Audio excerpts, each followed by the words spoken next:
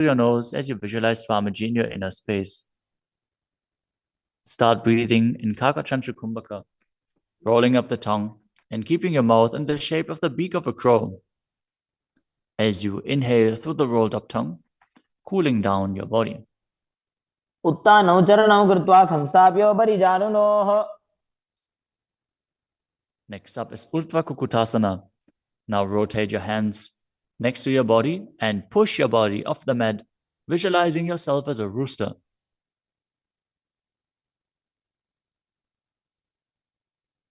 वासिष्ठमदकौण्डिन्यम् ऊर्ध्वकुक्कुटमेव च.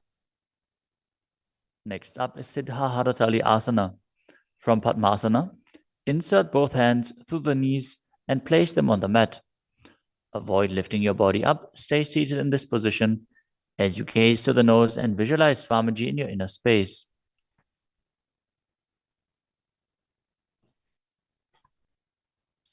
प्रथम पद्मासन को करे, हस्त दो वो गोड़ासन धरे. Next up is Hamsasana. From Padmasana, lift your body off the ground as you gaze to your third eye and visualize yourself as an elegant swan. कुक्कुटासने स्थित्वा स्कन्धपर्यन्तं मूरोनि नीत्वा. Next up is Karmukasana. From Padmasana, place your hands between the thighs and calves. Lean forward and while sitting, reach your hands behind your body in Parashamudra.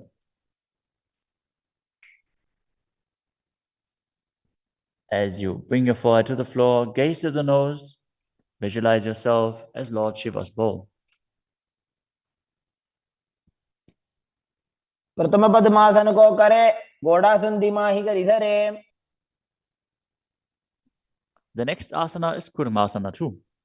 Sitting in Padmasana, lift your knees and insert both hands through the thighs and calves. As you bend your elbows and hold onto the respective shoulders with your hands, visualize yourself as a turtle, having a stable body and mind to live for hundreds of years. बाईजंग पर दक्षिण बावा, दाईजंग पर बाईं ल्यावा. The next asana is Granthi Bedasana. From Padmasana, insert both hands through the thighs and calves. Bend your elbows, hold the respective shoulders, tuck your chin to the chest, gaze at the nose and rejoice, knowing you're in Shiva's secret knot posture. अथ वक्षे नीलकण्ठाकृतिभेदासनं शुभम्.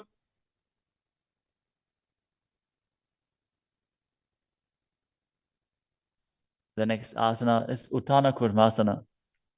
From Padmasana, insert both hands through the thighs and calves. As you roll onto your back, hold onto the respective shoulders with your hands and gaze to the nose, embodying a turtle laying on its back.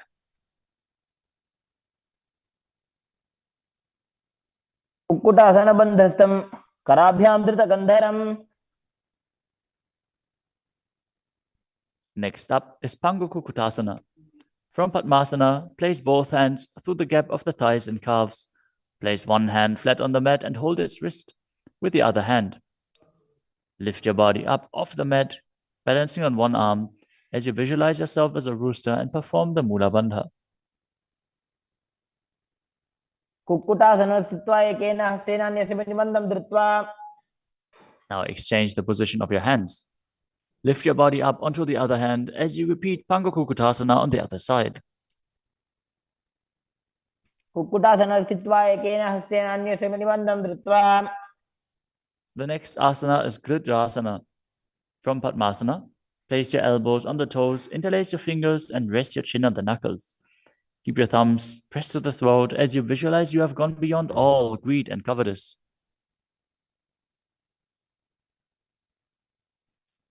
जानोर्भोरन्तरे पादौ उत्तानो व्यक्तसंस्थितौ.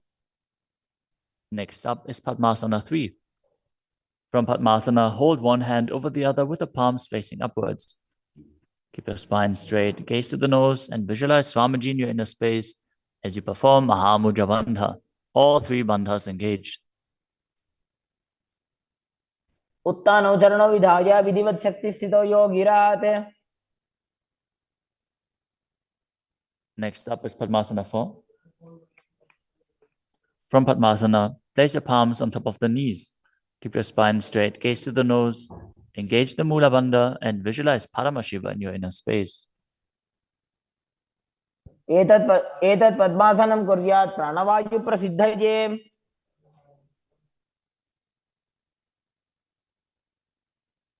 Next up is Karmakasana 2. From Padmasana, keep the left hand on the left knee and hook the right hand around the big toes in Prana Mudra with index and middle fingers. As you pull your elbow back as if you're pulling a bowstring, moving the big toe in a circular motion. Visualize yourself as Pinaka, Lord Shiva's bow, as you repeat the movement on the other side as well.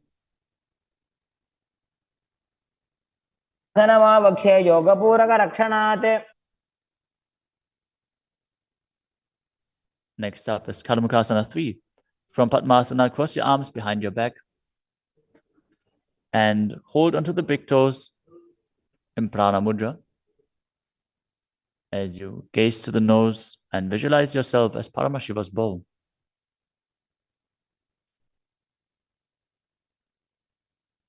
उदरे पूरयेत् सुखम्. Next up is Dridhasana. Now maintain Karmakasana 3. Lift your chest up and gaze to your third eye, visualizing that you are the action of Paramashiva's third eye, destroying anything you come across.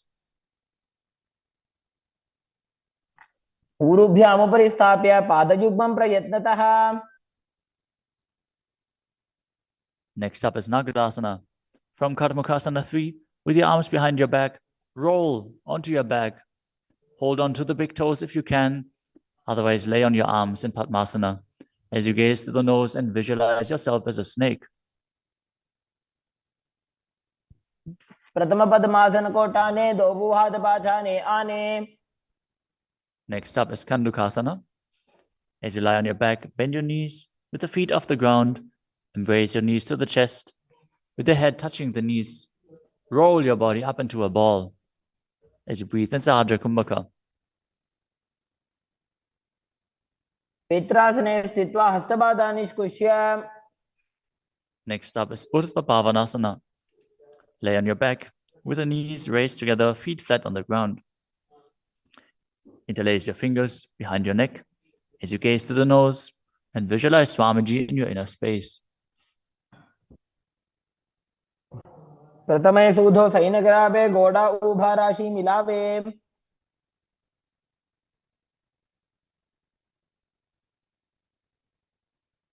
Next up is Marakata Pitasana. Lie on your back and bend your knees as you keep your feet flat on the mat and place the upturned palms underneath your heels. Lift your hips up as you visualize yourself as a powerful alpha ape. Perform the Murcha Kumbhaka with Jalandhara Bandha and Mula Bandha engaged. उत्तानशयनं पादतले उत्तानहस्तयोः स्थापयेत्. Next up is Uttana Shiki Pitakasana. Lie supine and raise your hips up. Support your hips with your hands, placed at the waist, as your elbows bear the weight of your body. Press your chin to through the throat, gaze to the nose, and visualize Swamiji in your inner space. जंघोरुबलहीनश्चेत् उत्तानशी पीठकम्. Next up is Nadakasana. As you lie supine, raise your hips and legs up. Bring your hands to the lower back for support if needed, but then place your elbows and hands flat on the mat below. Balance as you visualize traversing Naraka, hell unscathed. ग्रीवाकण्ठेन भूमिं विष्टम्भ. Next up is Tiryanokasana. From Nadakasana, bring your hands to the lower back and keep your elbows on the mat. Raise your legs up vertically and slowly lower and angle them down, keeping your core engaged. Visualize your abode crossing the ocean of samsara. नौकावत् स्थित्वा ऊर्ध्वं पादाग्रद्वयं नयेत्. The next asana is Dvajasana. Now bring your arms back flat on the mat. Keep your legs straight as a flagpole as you visualize yourself as the Kailasa flag, respected across all nations.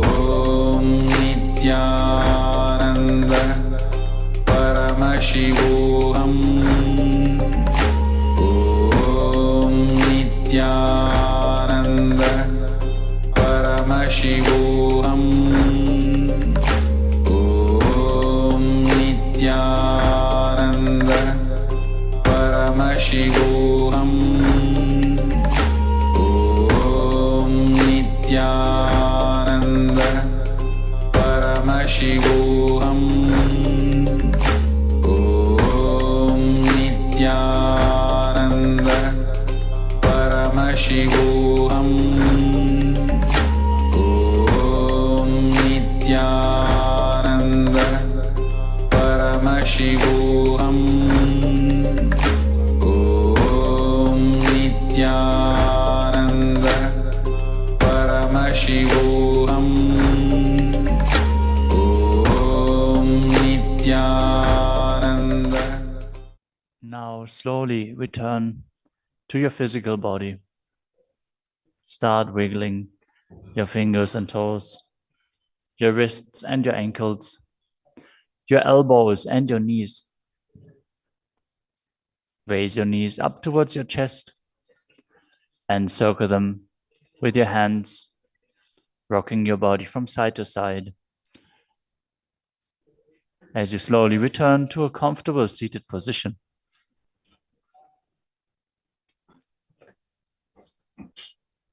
Congratulations for completing the Dvitiya Vinyasa Krama 308 asana sequence as revealed by the Supreme Pontiff of Hinduism. With this, let us conclude the Nityananda Yoga session. As you sit straight with your head, neck, and spine in a straight line, place your hands in Anjali Mudra in front of your heart center. Close your eyes, take a deep breath, visualize Swamiji, and chant the Purna Mantra. ॐ पूर्णमदः पूर्णमिदं पूर्णात् पूर्णमुदच्यते पूर्णस्य पूर्णमादाय पूर्णमेवावशिष्यते ॐ शान्तिः शान्तिः शान्तिः हरिः ॐ तत्सत् सर्वं भगवत् श्रीनित्यानन्द परमशिव पादुकार्पणमस्तु ॐ नित्यानन्दम् Nityanandam. Thank you for watching, and if you found the video enlightening, Please give it a like, share it with your loved ones, and subscribe to stay connected with us. don't forget to click the bell icon to receive the notifications.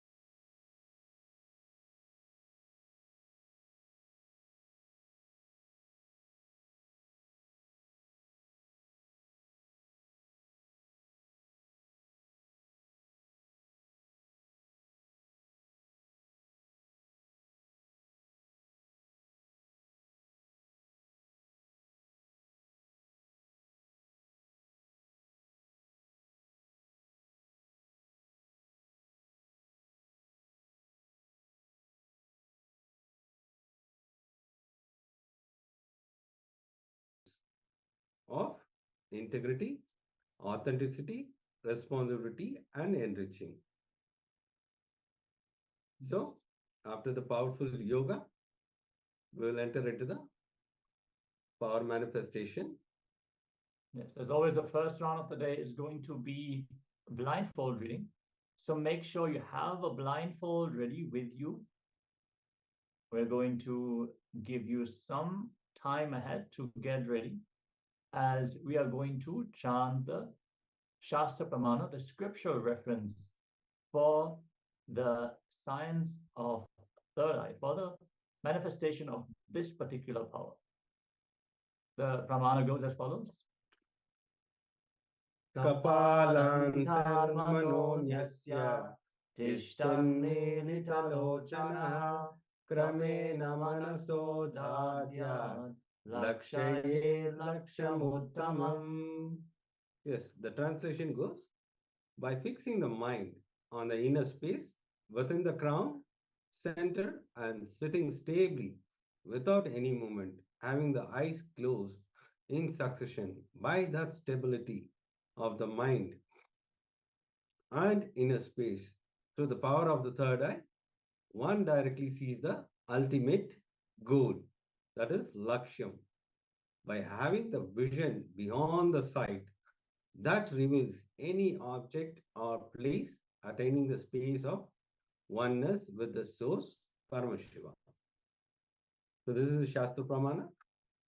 And now I request all the participants to switch on your cameras so that we can enter into the power manifestation. Close your eyes. Sit straight with your head, neck, and spine. Enter into the space of oneness by chanting Mahavakya. Om Nityananda Paramashivoham. Om Nityananda Paramashivoham. Om Nityananda Paramashivoham. Enter into the space of oneness. Request Swamiji, whatever is being projected to show through the third eye, be in the space of oneness with deep gratitude. Just connect to Swamiji and request Swamiji to show through the third eye whatever is being projected. Please close your eyes as we enter into the power manifestation.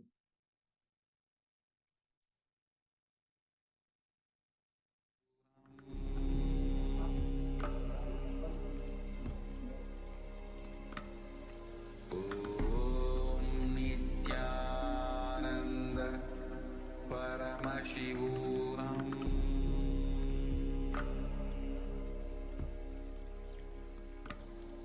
Om Nityananda Paramashivoham.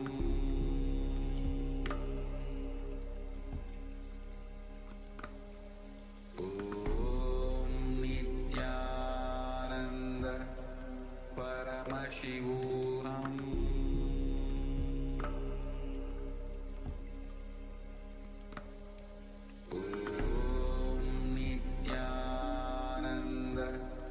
Paramashivoham.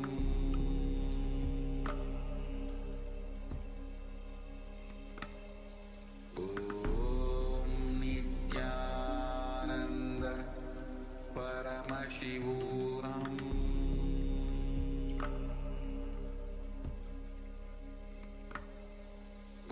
Om Nityananda Paramashivoham.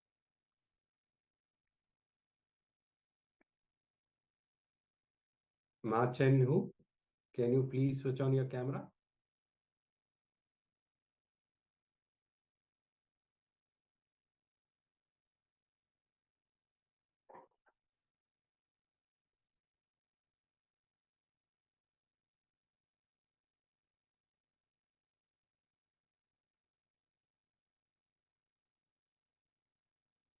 I request all the participants to keep always your camera on so that we can help you in power manifestation and in all other sessions.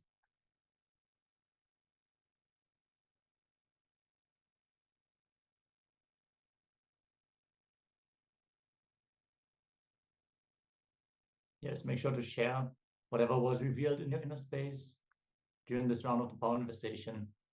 For all the participants, whether here in the Zoom room or on Facebook or YouTube, wherever you're tuning in from, let us know what was revealed to you before we enter into the verification step, where we are going to project the image once more.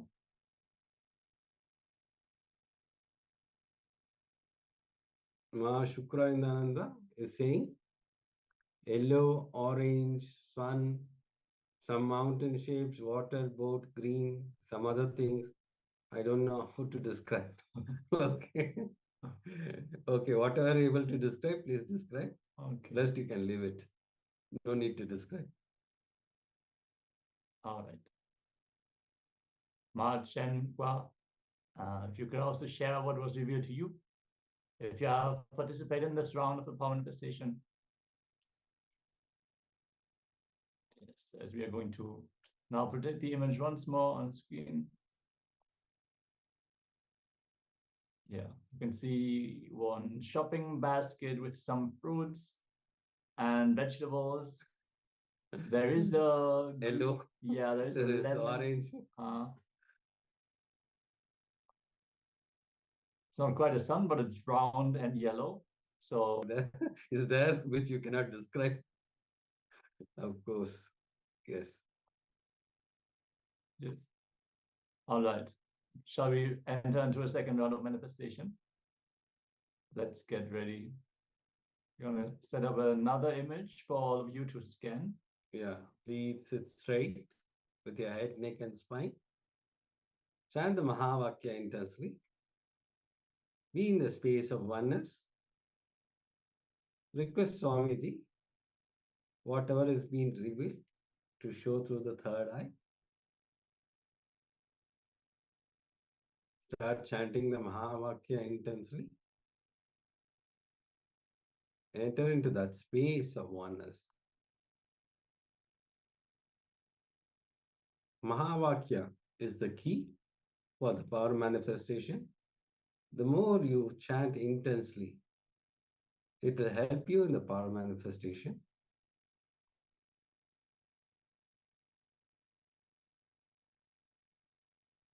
Keep chanting the Mahavakya. Please close your eyes as we enter into the power manifestation.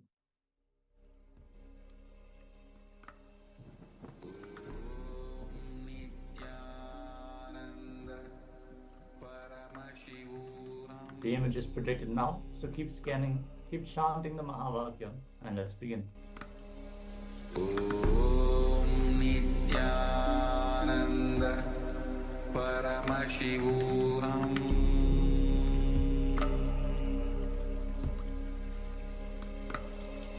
Om Nityananda Paramashivoham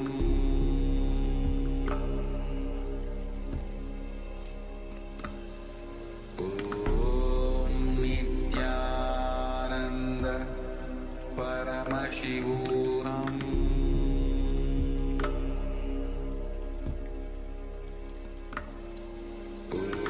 Om Nityananda Paramashivoham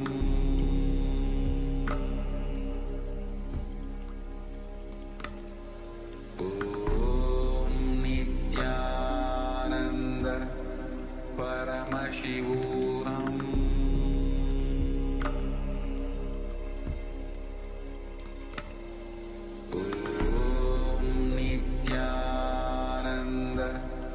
Paramashivoham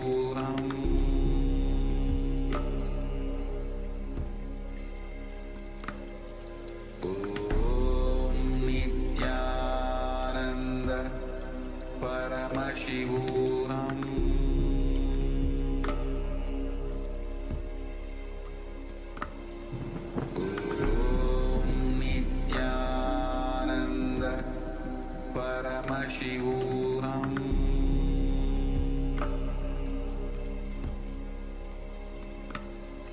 Om Nityananda Paramashivoham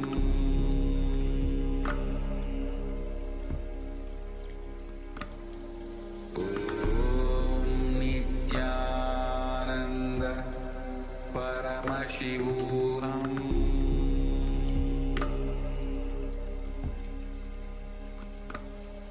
Om Nityananda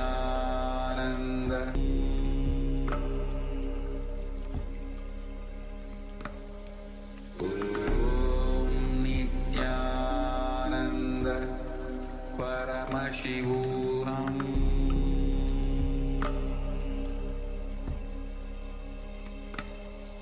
Om Nityananda Paramashivoham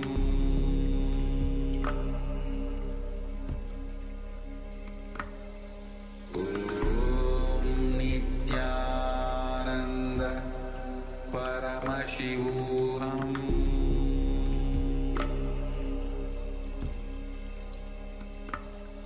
Om Nityananda Paramashivoham Om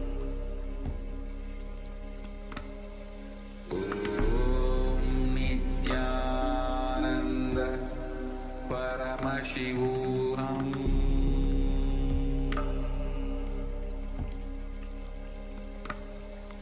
Om Nityananda Paramashivoham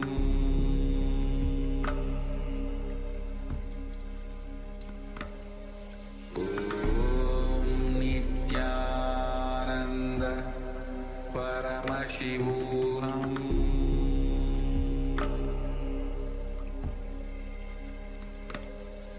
Om Nityananda Paramashivoham Om Nityananda Paramashivoham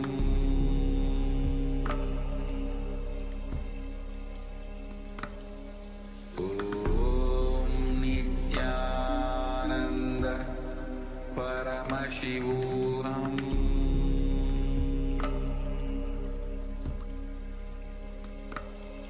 Om Nityananda Paramashivoham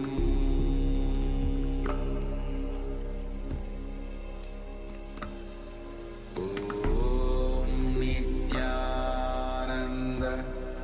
Paramashivoham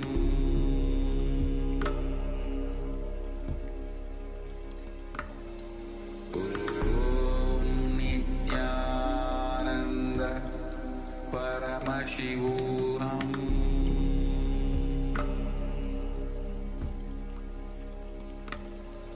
Om Nityananda Paramashivoham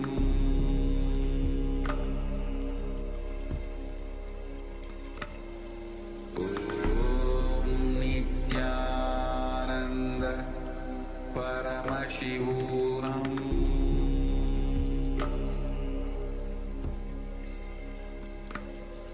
Om Nityananda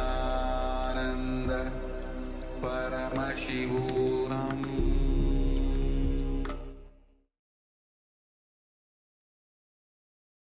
Yes. Now, slowly open your eyes. Deep gratitude towards Swamiji. Whatever Swamiji revealed through the third eye, you can put it in the chat.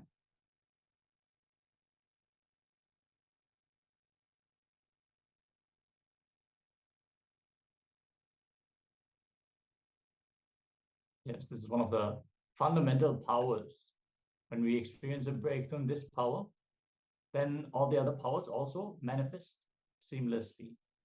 When we can break our own logic and we can experience there is something which exists beyond our five senses, beyond what we experience on the regular basis, then many of the other dimensions also open up. Many of the deeper understandings also open up in us. So manifesting this power every day is essential if you want to have a breakthrough in the powerful cognitions. That is why it is part of every day of the program. Some of the Balasans, they even ride a bicycle with their eyes blindfolded, play basketball, and avoid obstacles, read full book pages, and it's amazing to see. Some of them, they take one picture, and with their eyes blindfolded, they redraw the same picture once more. So there's many different variations of this power. And if we just keep on pushing ourselves with the will persistence, then more and more details will be revealed to us. We will get more and more grounded in the state of nirvikalpa samadhi from which all the powers manifest. So when we can establish ourselves in that oneness, then all the powers manifest because they are all Shakti. They're all based only on our feeling connection, our ability to settle in the oneness experience with Swamiji, and then he just manifests all of that through us. So requesting all of you to join in the power manifestation and share your results also. Yeah, Mahashukranananda is saying, first looks like 2-3 layered cake, then it looks like a temple, plays with people, similar to a temple in Japan, lots of stone structure. Interesting. Actually, I wanted to select a picture of a cake at first. I wanted to type, but because you were on camera, I just selected whatever picture was there. It was actually, that was my first intention. Okay. Let us project the image on screen that we have shown in the meantime. It is a teacher in front of a class with a virtual whiteboard. There are some stickers on a mirror of some students, someone playing basketball, and you can see some of the students are sitting there. Yes. All right. Okay. I would still say you manifested the power, even though it was not blindfold reading. It was Yeah, it's not a temple mind reading. place with the people. It's a classroom with the people. Yes. So beautiful. Thank you for sharing and participating. And let us now get ready for the first Jnana segment of the day. Today, as we are going to cover the 4 tattvas, the 4 powers, and their significance in our life and in the very existence itself, we're going to start with the first of the 4 tattvas, which is integrity. Let us listen in as Swamiji is going to reveal about this fundamental universal principle. Let us all sit straight with our head, neck, and spine in a straight line and listen in deeply as we learn about integrity.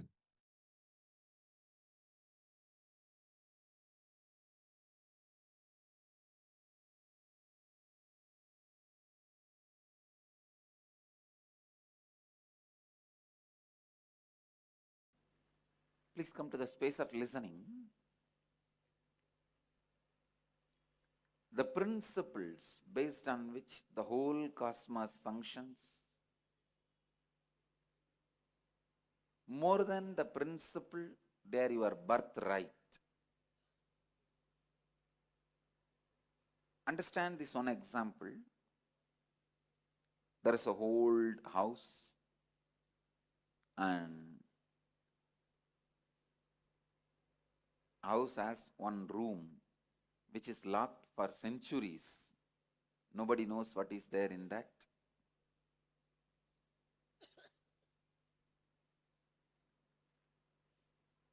The Rajaguru of that family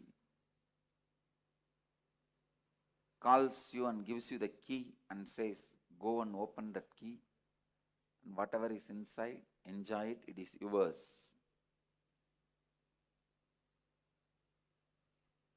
Naturally, you say, no, I have a lot of work. Why one more work? I am not interested. Who will go into the house and who will go into the room and who will open?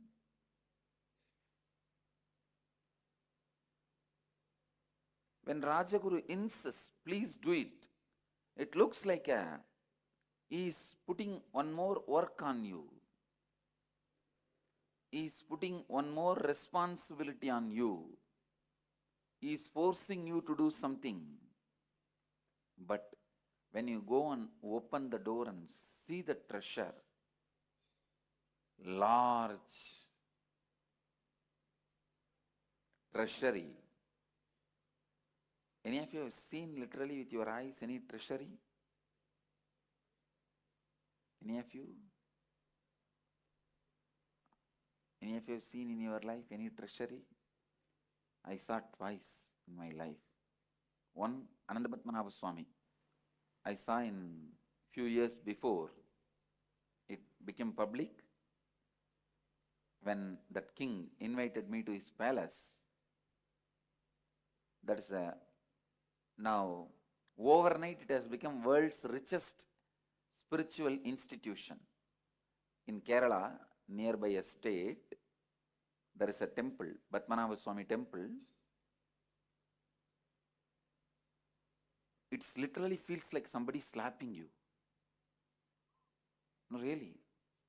The treasury now which is made public, I saw, they are saying that it was not open, it was not accessible and all that. It's lie. It was under the control of king and it's a temple of Vishnu. I myself saw. It's literally like you faint. Because each diamond, see, actually when I went, it was all packed in gunny bags. When they showed me, something like a 90 gunny bag. And I asked him, what is there in this gunny bag? Why are you keeping this in the underground room?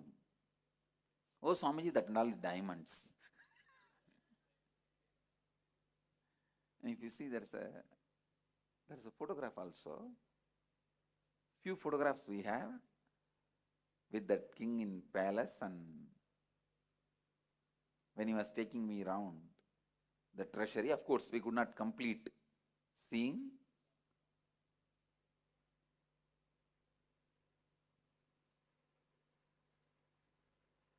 In a single Vaidurya stone, around 4 feet, throne. The whole throne is single Vaidurya stone. In single Vaidurya stone, they have carved. I don't know how many 1,000 crore it will be. And once I saw the Venkateshwara's treasury, Tirupati Venkateshwara's treasury. Anyhow, I'm just giving you the idea of what is treasury. If you find the treasury in that room and make it as yours, after that, will you feel what that Rajaguru was telling you is a responsibility, is a work? No, it's your birthright. Please understand. Before you open the door and acquire the treasury, acquire the treasure, it's a work. After you acquire the treasure, it's your birthright. Exactly the same way, these principles, these 4 principles, before you live them and start opening up to all the treasures of these 4 principles, extraordinary powers which you will be receiving by these 4 principles. Please listen. Before the extraordinary powers of these 4 principles becomes available to you, living this may look like a responsibility. Please listen. Come to the space of listening. Before you experience the powerful principles expressing miracles through you, it is like a responsibility. But once you open the treasury, the powerful powers which comes to you by internalizing these principles, it's your birthright. How many of you are able to cognize what I am saying? So these four principles are not one more responsibility I am adding to you, one more rule I am adding to you, one more law I am adding to you.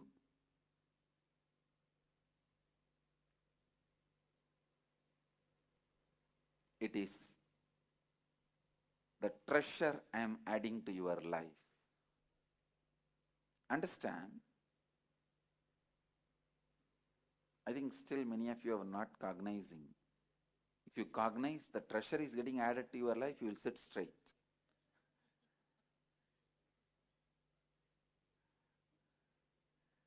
Anyhow,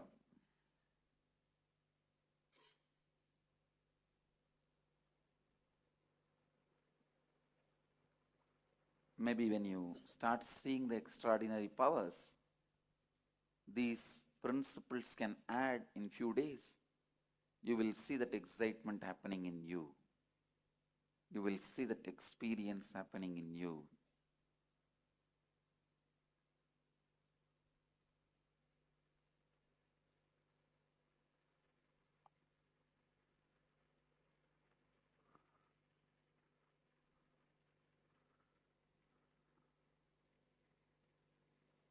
I'll start the session. I'll start introducing the four principles.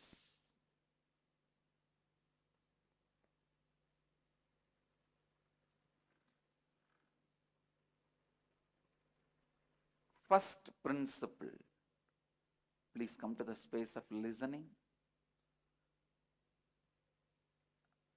Now literally you are getting initiated into these tattvas, into these principles. How many of you are listening? So listen. The first principle, integrity, means integrity is you fulfilling the word and thought you give it to yourself and to others and experiencing state of completion with you and with life. Listen. Integrity is you fulfilling the word and thought you give it to you and to others and experiencing completion with you and others.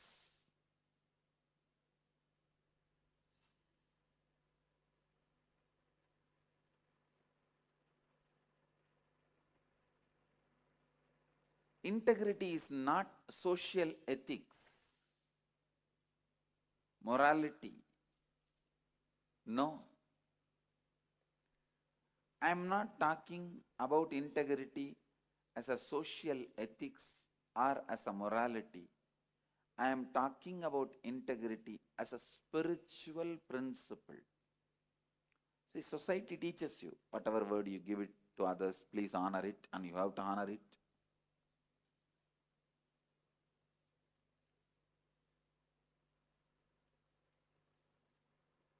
I am not talking as a social morality or ethics. I am talking as a spiritual principle. Please listen. Society many times teaches you to fulfill the words you give it to others because based on that only society runs.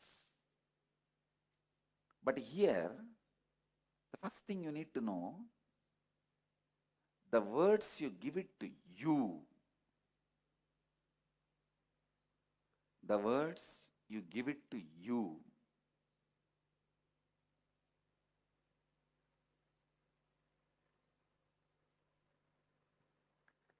Start honoring the words you give it to you.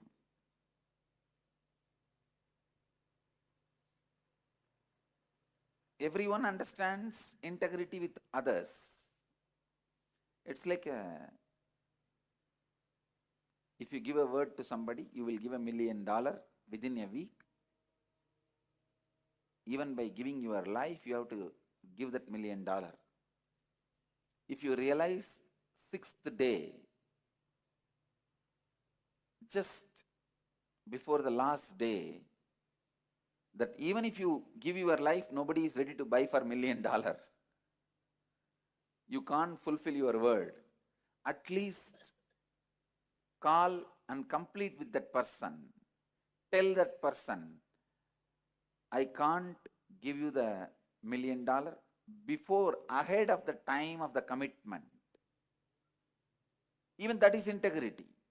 If you complete with that person, I can't do, and stop the mess you are creating in others' life, that is also integrity. This is more external world that everyone understands. But the real integrity starts with the words you give it to you. Please listen. With the words you give it to you.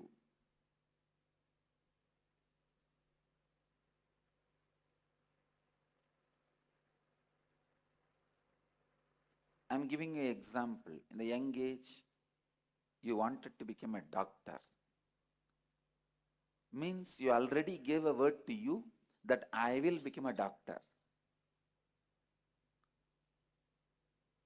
If you don't, sometimes you don't become doctor and you don't even bother about the word you gave it to you. Mostly because there is no evidence for the word you give it to you, and there is no punishment for breaking the word you gave it to you. Because nobody else is involved, you do not care about the words you give it to you. Please understand, the more and more you disrespect the words you give it to you, the more and more you will lose respect on you. Please listen. The more and more you disrespect the words you give it to you, the more and more you will lose respect for you.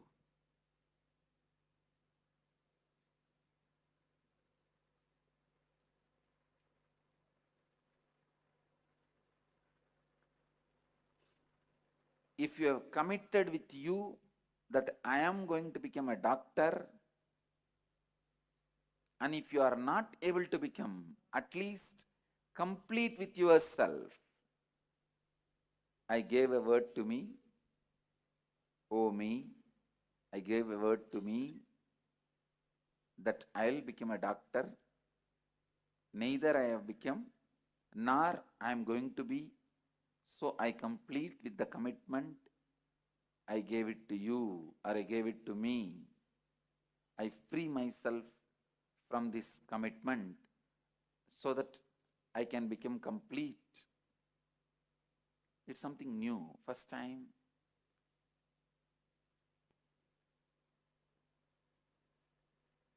Many of us even will be thinking. And you know the worst thing, not only we don't honor the words we gave it to us, and we neither complete with the words we give it to us, because this becomes a pattern, we don't even remember the words we gave it to ourselves. How many of you understand that? We don't even remember the words we gave it to us.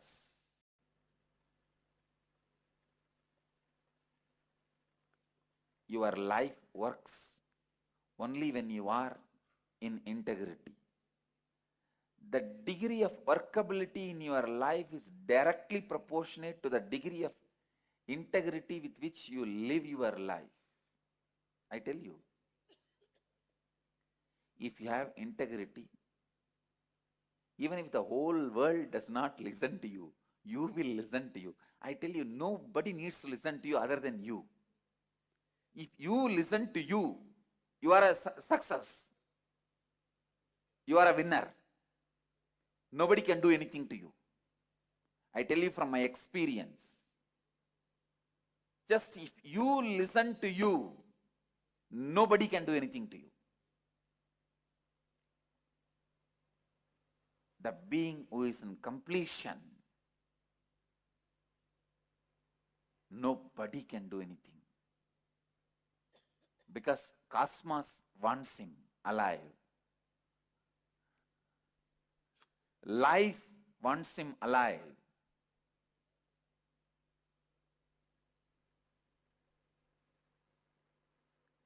When you are complete with you, the confidence you have on you, understand? When you are complete with you, the confidence you have on you, confidence the completion with you brings.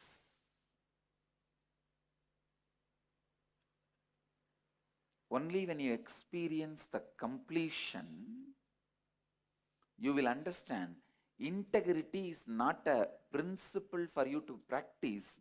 It's a treasury you got. It's your birthright.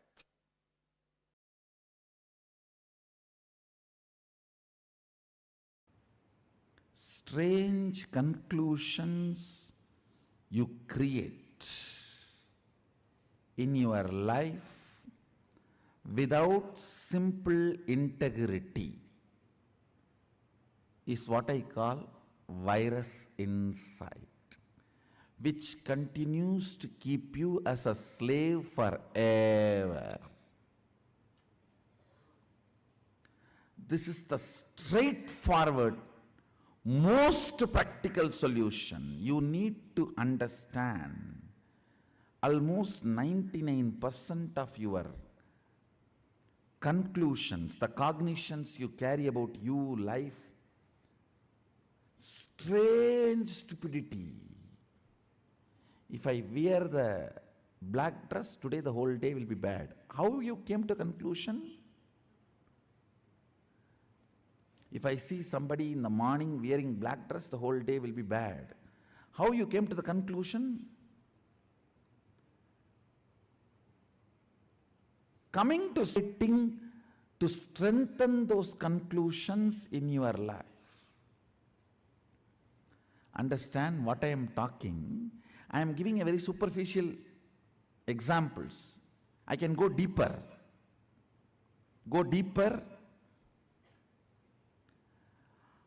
When your body is in good energy after a cup of coffee, how you think and perceive, how your cognitions are. When you are tired, bored, body is tired, how your cognitions and perceptions are.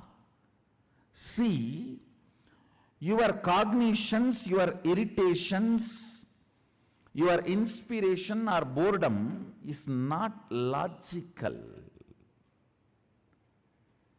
It is just a cup of coffee. It is just few chemicals and hormones.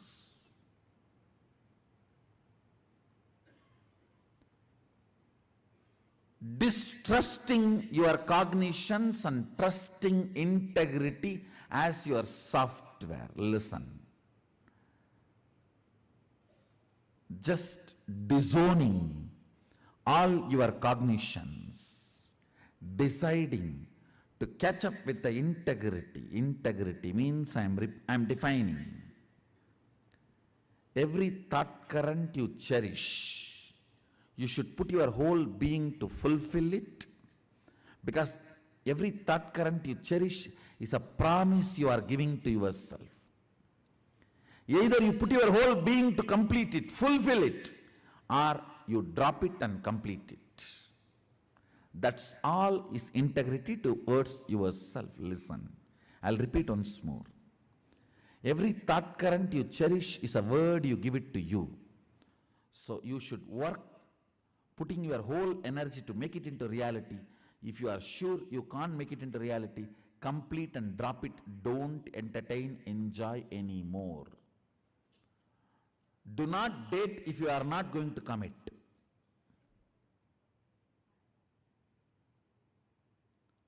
Same thing outside.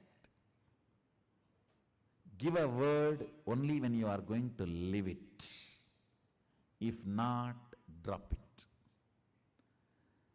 Just this one, only one, integrity,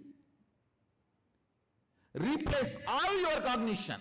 Your cognition about God, your cognition about world, your cognition about life, your cognition about society, your cognition about your body, your cognition about your mind. Replace it just with this simple, straightforward integrity. The kind of a transformation you will go through, I tell you. In Ayurveda, there is a very simple one verse by a great Siddha. He gives deathless life, the art of deathless life. Take care, the throat is always clear. You will not have death. Looks so simple. One, true, the statement is true.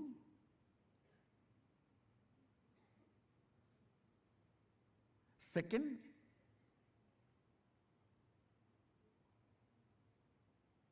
all problems start with your throat infection.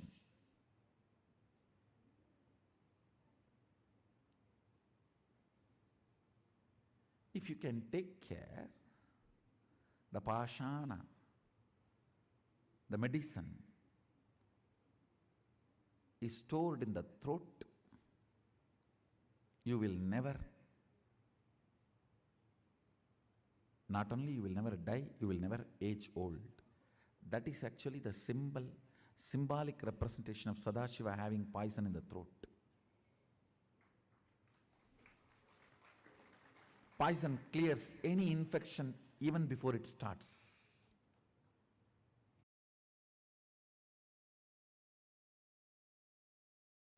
See, in anything you do, you know the first principle. Am I right? First statement. For example, lawyer, he is committed to his client. Doctor, he is committed to life. Engineer, he is committed to the product he is delivering. The first principle of your existence, being integrated to the first principle of your existence without the fine print footnotes.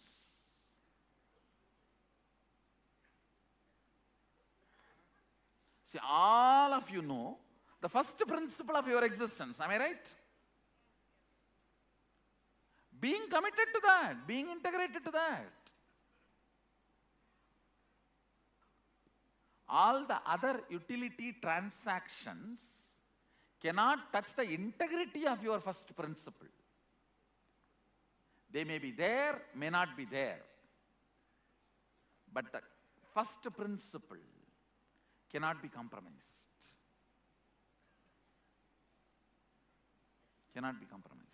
I tell you, first principle brings strength.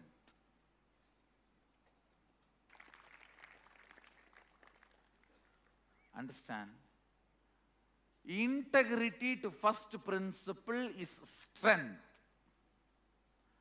That is what Sadashiva calls it as Swadharma. He uses the word Swadharma in Agama. Means your first principle is Swadharma. all of you are very clear about your first principle. Am I right? What is your first principle? Means your declaration about you to the world. All of you know your first principle. Being integrated to that, that's all. Swamiji, when you say we know the first principle, it's something that changes from time to time, isn't it? Time to time. I should say, the practical application may change time to time, but not the first principle itself. First principle itself does not change time to time. Surely it doesn't change. Like you said, if someone becomes a doctor, or then he wants to become an engineer, then Oh, no, what I am saying, that time what I said, multidimensional. That I used. Here what I said is, your main commitment. Even if you are doing multidimensional, then your first principle should be, when I am declaring myself as a doctor, I am committed to life. When I am declaring myself as a lawyer, I am committed to client.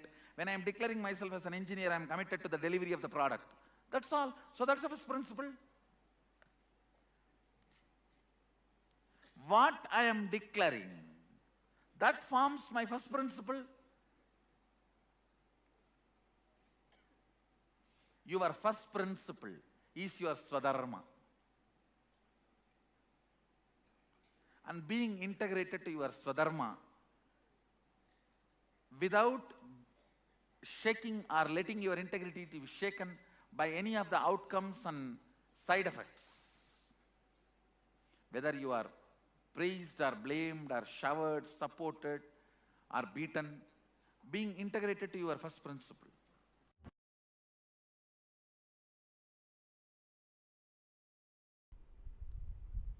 Integrity, anything which your cognition cognizes. As on now, I can give you example of how your cognition cognizes anger and lust and even hunger, fear. In that frequency, if you cognize the power of integrity, you will be powerful forever. You will be powerful forever. Not just feeling powerful, you will start manifesting powers. Because if you are integrated to your wife, you will have a very good home. If you are integrated to your boss, you will have very good office. If you are integrated to Guru, you will have amazing cosmos.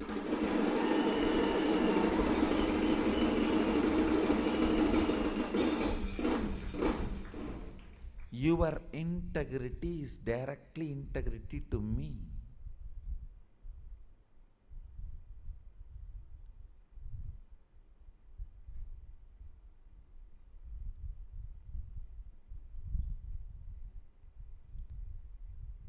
I was successful in integrity when I was young because I made it very personal. Like I have to get up and run because I'm going to see Arunagiri Yogeshwara. It was such personal, intimate experience. I became successful in integrity.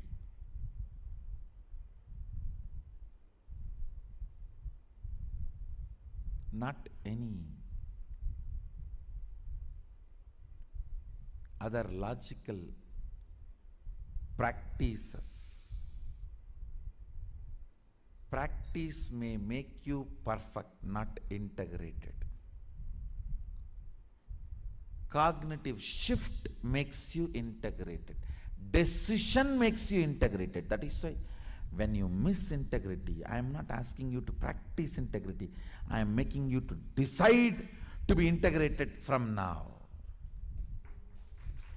Declarations are decisions of reminding yourself, let me burn me with integrity.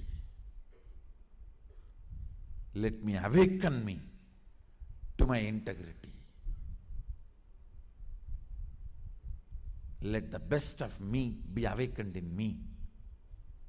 Let the best of me be awakened in me. Let's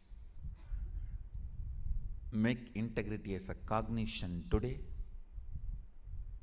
See, once it becomes cognition, your chemical change, you see, all your sleep, everything is just chemical change, nothing else. If you keep your tube in your mouth and early morning pour the coffee, you will just wake up. Your sleep is nothing but, your struggle with the whole sleep is nothing but half a cup of coffee. No,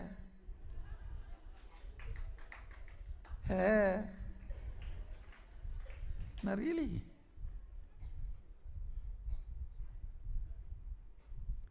Romanceless relationships are all nothing but masturbation.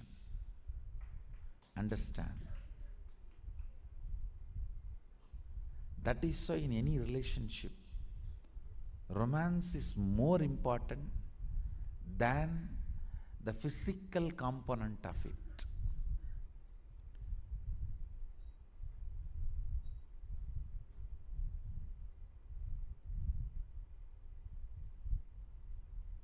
All your struggle with the sleep or tiredness or boredom is nothing but simple chemical imbalance.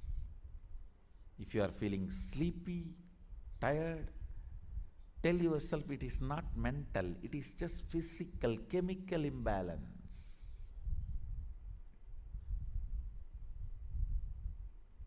Integrity will clean it up. When you clear chemical imbalance using integrity, you bring tremendous health to your system. Understand? If you don't sleep because you are watching movie or some other entertainment, Facebook or something else, you may fall sick. But if you don't sleep because you are practicing certain integrity or tapas, you will never fall sick. Only your body will become healthy.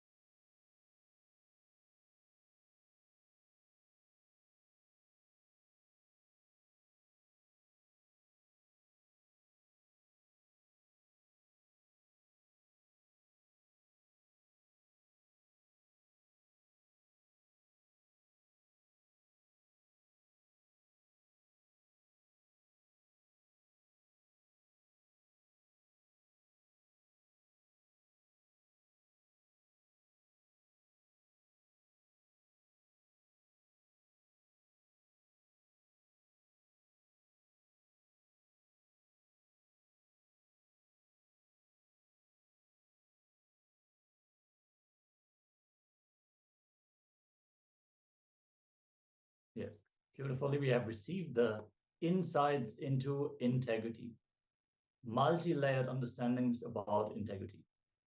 First and foremost, understanding that we need to get that is that we need to listen to ourselves. We need to learn how to listen to ourselves. If we can simply listen to ourselves. The moment we have a powerful cognition clicks with us, we are going to have a superconscious breakthrough. Because the moment we understand this is the best for me, we can apply it, we can live it. But if we don't listen to ourselves, naturally, the powerful cognitions, they will be not useful for our life immediately.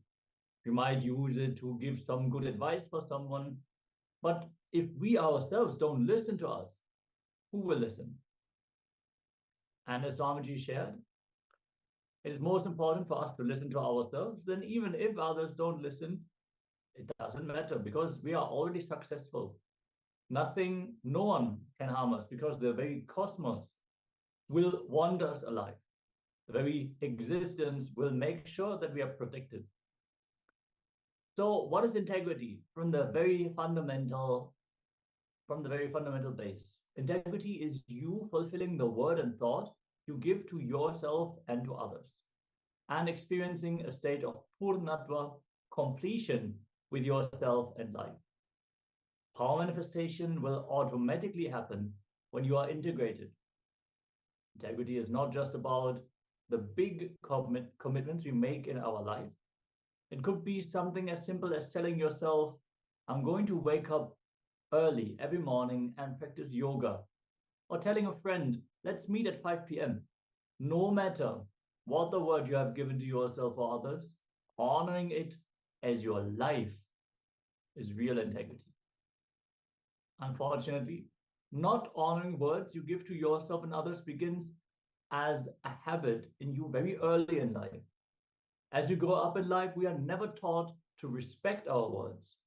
By the time you are an adult, not honoring the words you give to yourself and others becomes your muscle memory, becomes your pattern, becomes your thinking trend and very way of living. So we have a homework, because this is something that needs to be practiced continuously. It is not something that we can solve with an exercise. So from today, at least for the next 11 days, experiment being in integrity. Honor every word you give to yourself and to others. If you're not able to honor any word you gave, complete that. For example, you gave a commitment to finish a project you took up by a particular date.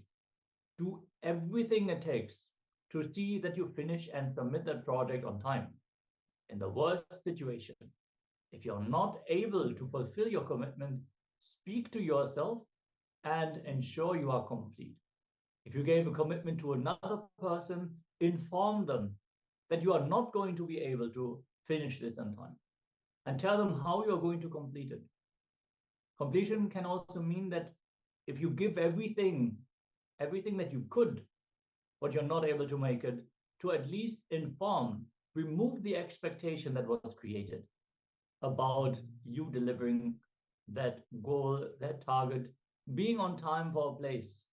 Imagine you're waiting for a friend and they are stuck in a traffic jam for 2 hours and they don't let you know. You're waiting there, standing there, expecting them to arrive. So it's most important to do the completion. So we're going to anyways enter into a small exercise for completion with our bark. Whatever commitments, words, promises you gave to you and others and did not honor and fulfill, where you did not restore your integrity, where you have not even completed, please list all of those down. See, if you honored, you don't need to pen them down. If you have completed with them, saying that I'm not going to honor it, you are on your own. I am on my own.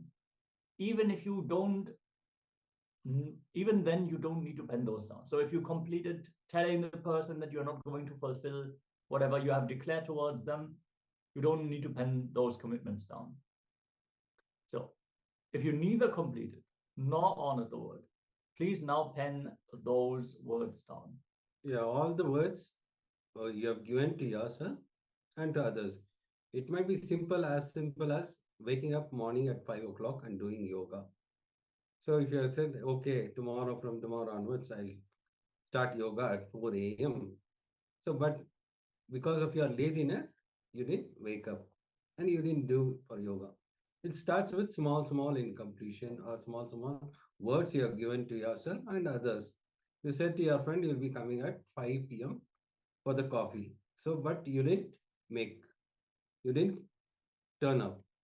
So you have to complete with all those things which you had given to yourself and others, the words you have given to yourself and others.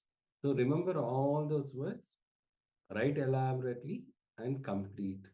That is how you manifest the powers. You are completed with all those things, then automatically the results it will manifest as a power. Whenever you have a breakthrough, it will manifest as a power. Yes, understand the power of Vak, which is awakened through completion in the field of integrity, is such that your word will hold such a weight that not only people, the very cosmos will listen to you. So when you start listening to yourself, it is a space that you hold. It is a kind of leadership that you radiate that will make the cosmos simply follow you. So I'm sure some of you would have already experienced this phenomenon where you just knew, okay, this is what is going to happen. And you made that declaration knowing from your being that this is what is going to be the reality.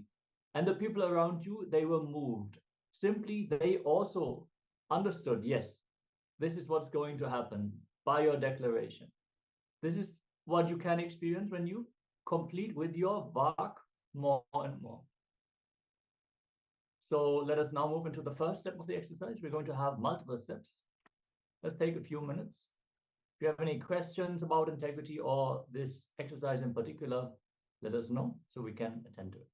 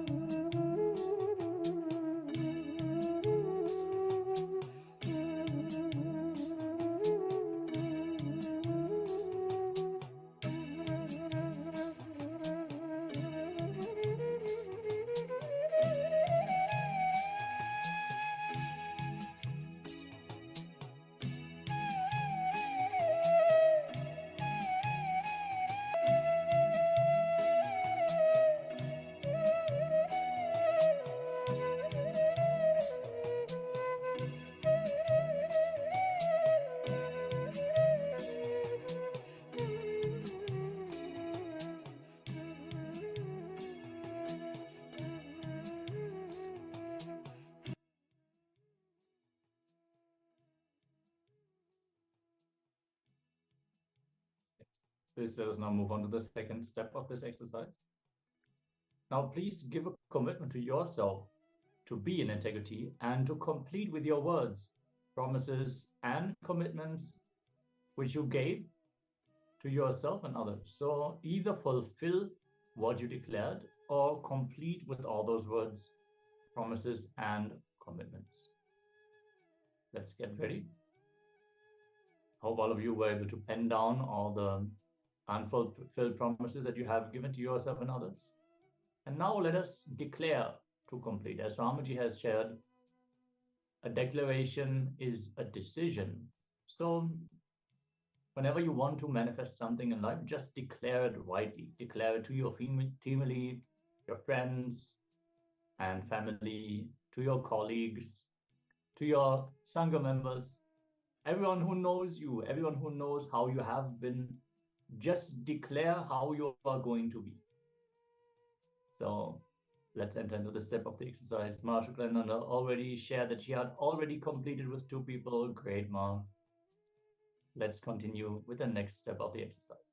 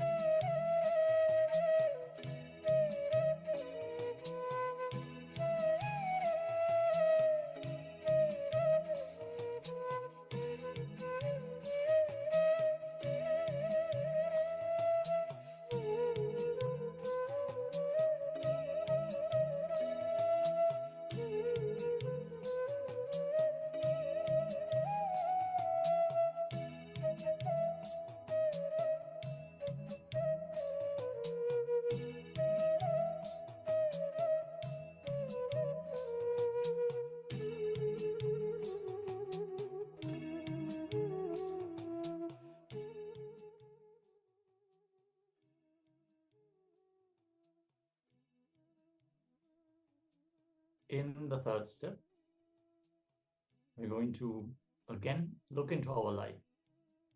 This time, let us pen down 3 promises, commitments you gave to others that you did not honor or fulfill or withdraw, therefore lacking integrity.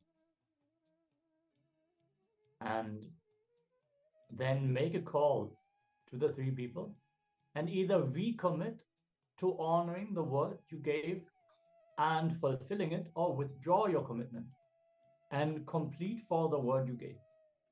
Sometimes people may not remember that you have given this word, but if you remember, you have to complete with it. So that's what is most important. See, when we don't fulfill the words that we give to ourselves and others, not only they will lose trust in the word that we give, we ourselves will lose the trust in the words we give. So let us do the completion. Let us do what is necessary to restore our power, restore the Vak Shakti. If you have any questions about this exercise, let us know. And let's now enter into this exercise.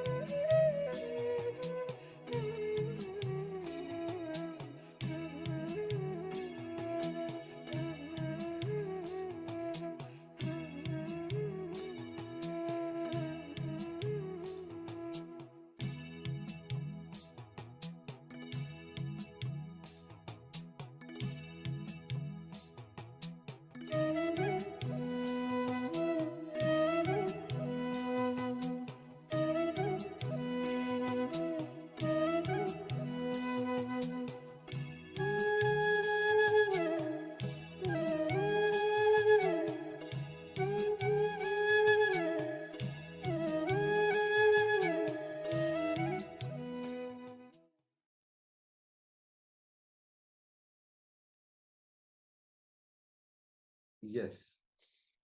After the centralization exercise, let's move into the power manifestation session. Today, we'll be having consciousness over matter.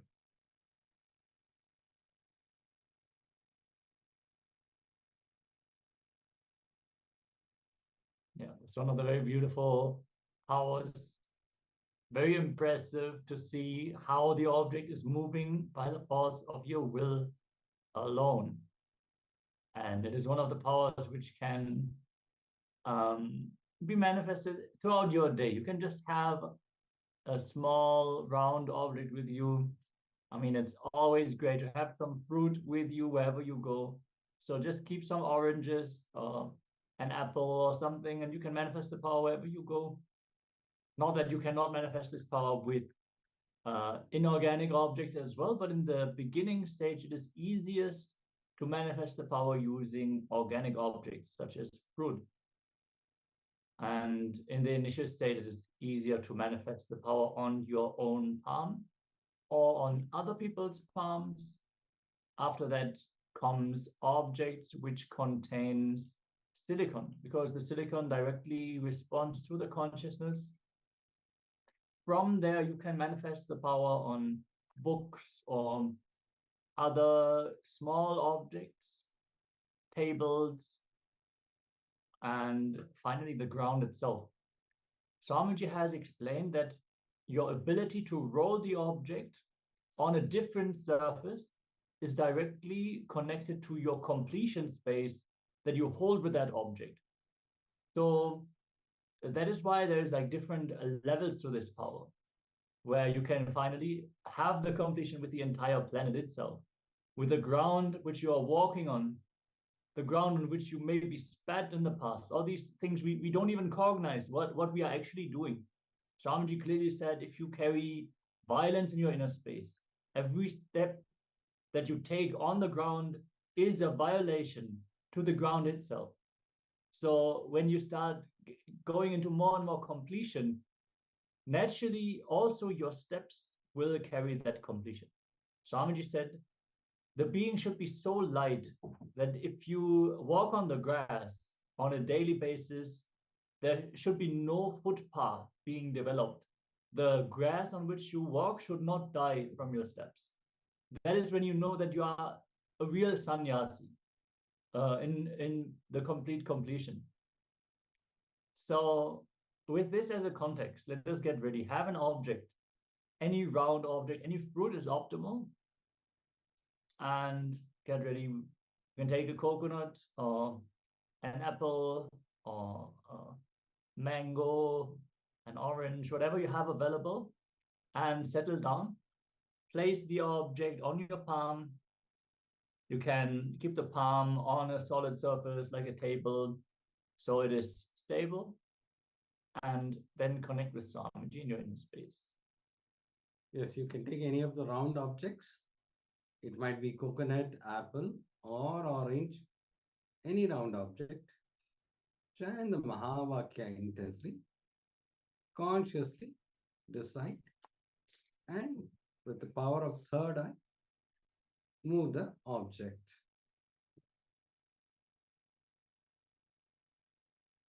So whenever you are manifesting, you can record that one. Yes, anything you are doing power manifestation, you can always record it as your Atma Pramana. So that in coming this thing, it will be as your Atma Pramana, which can be, you can give, you can send it to us so that it becomes your Atma Pramana. We are actually already working on compiling a set of videos where other people have been manifesting the power of consciousness over matter. It is not yet out, but as a small disclaimer, we are going to have a video where you can entangle to the power manifestation. There are beautiful videos out there where people are manifesting the power of consciousness over matter on various different objects, on various different surfaces, deities, and coconuts. And move. You can clearly see how the deity starts spinning and moving around. It is beautiful to see. So for now, let us get ready. Chant the Mahavakya. Om Nityananda Paramashivoham. Om Nityananda Paramashivoham. Om Nityananda Paramashivoham. Keep vibrating with the Mahavakya. Yes. Keep chanting the Mahavakya intensely. Hold the object on your palm and chant the Mahavakya. You can see the object rolling from your palm. Whichever side you want. If you want on the right side, tell it to roll on the right side. If you want left side, you can move it left side. If you want it to make it stand, you can make it stand. Coconut is the best thing. You can see it standing. Or the Atmalinga. If you have Atmalinga with you, you can use Atmalinga. Chant intensely the Mahavakya.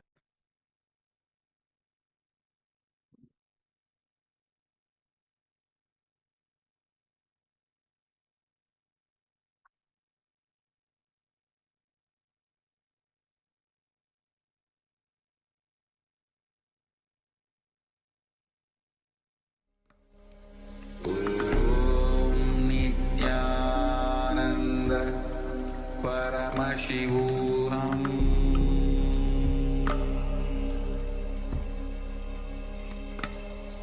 Om Nityananda Paramashivoham.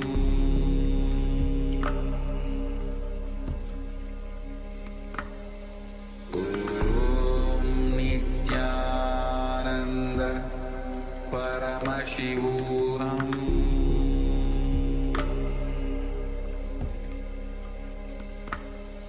Om Nityananda Paramashivoham.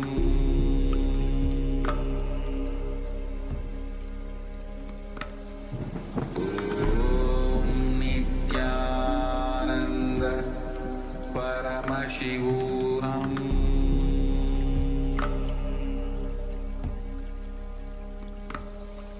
Om Nityananda Paramashivoham.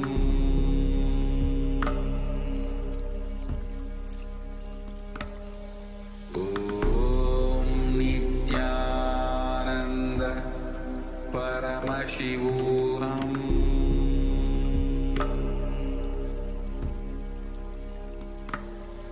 Om Nityananda Paramashivoham.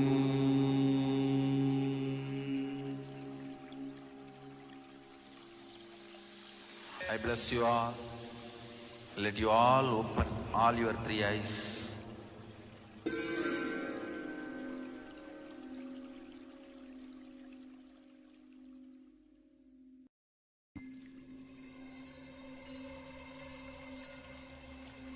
I welcome you all with my love and respect. Let you all open all your three eyes. Om Nityananda Paramashivoham.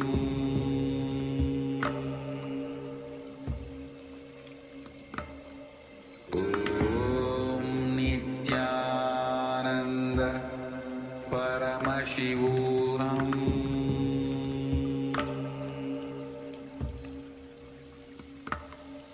Om Nityananda Paramashivoham.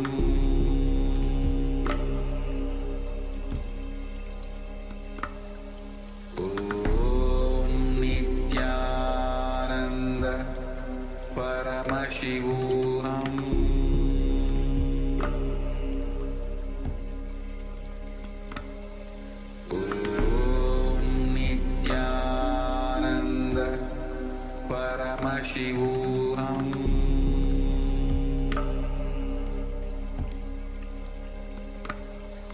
Om Nityananda Paramashivoham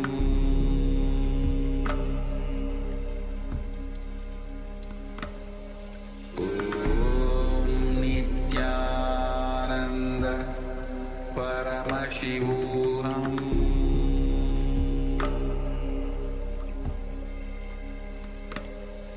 Om Nityananda Paramashivoham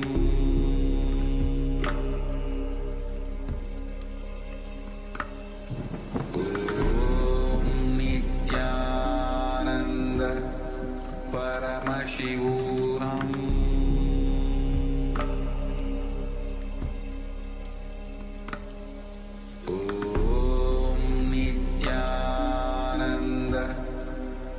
Paramashivoham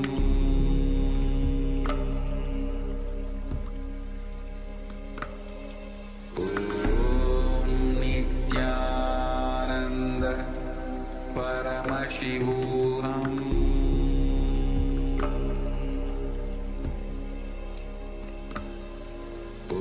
Om Nityananda Paramashivoham Paramashivoham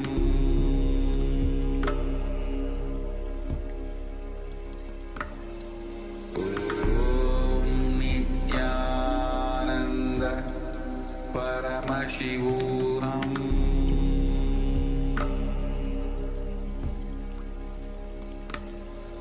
Om Nityananda Paramashivoham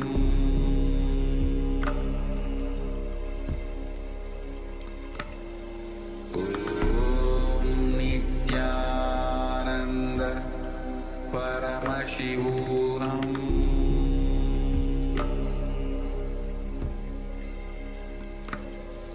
Om Nityananda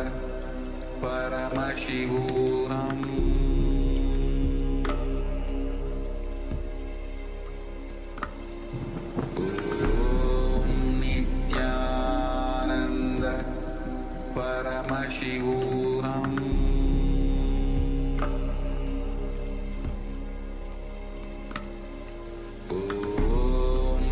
Nityananda Paramashivoham Paramashivoham Om Nityananda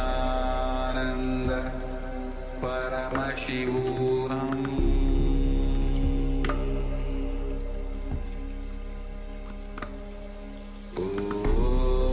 Nityananda Paramashivoham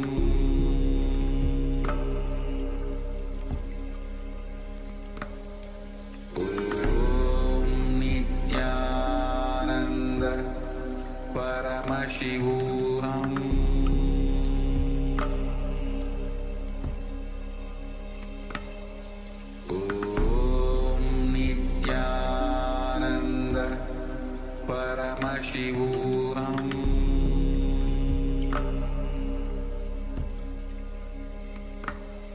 Om Nityananda Paramashivoham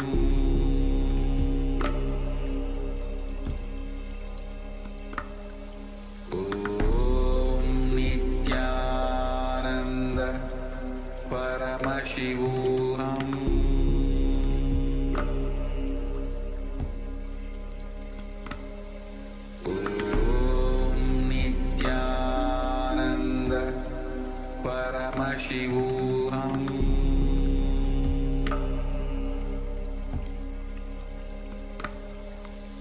Om Nityananda Paramashivoham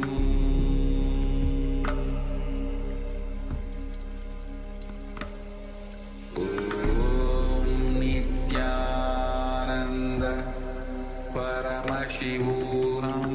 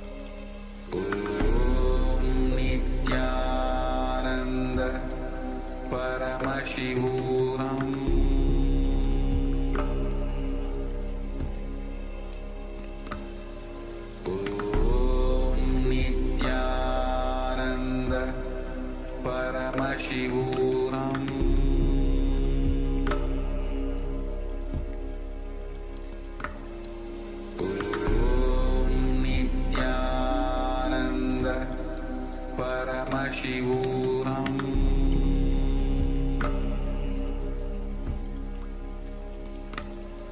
Om Nityananda Paramashivoham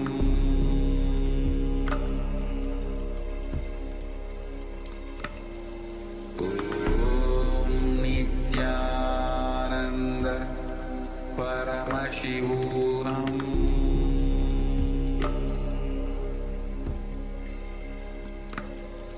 Om Nityananda Paramashivoham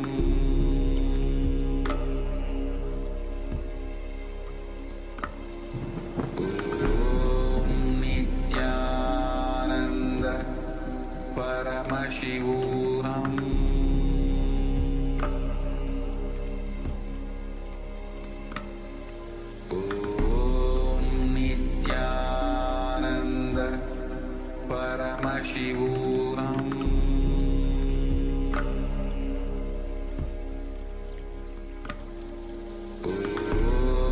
Nityananda Paramashivoham Om Nityananda Paramashivoham Om Nityananda Paramashivoham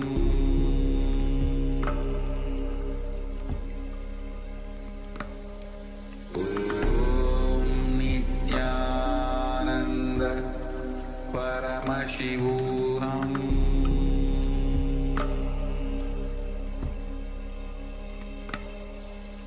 Om Nityananda Paramashivoham Om Nityananda Paramashivoham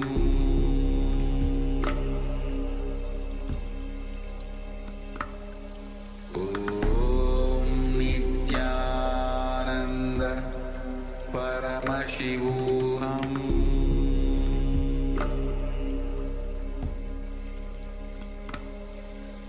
Om Nityananda Paramashivoham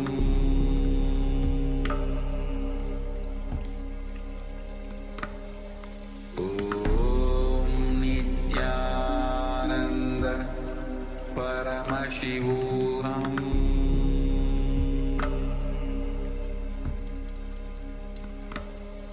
Om Nityananda Paramashivoham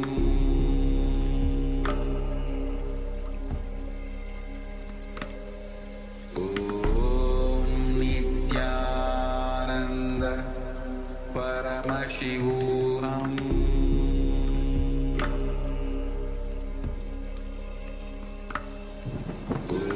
Om Nityananda Paramashivoham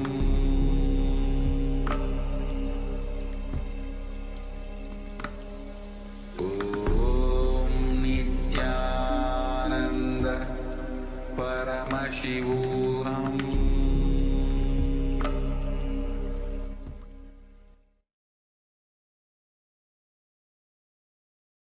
Yes. That's all settled down. And share your experience during this round of the power manifestation.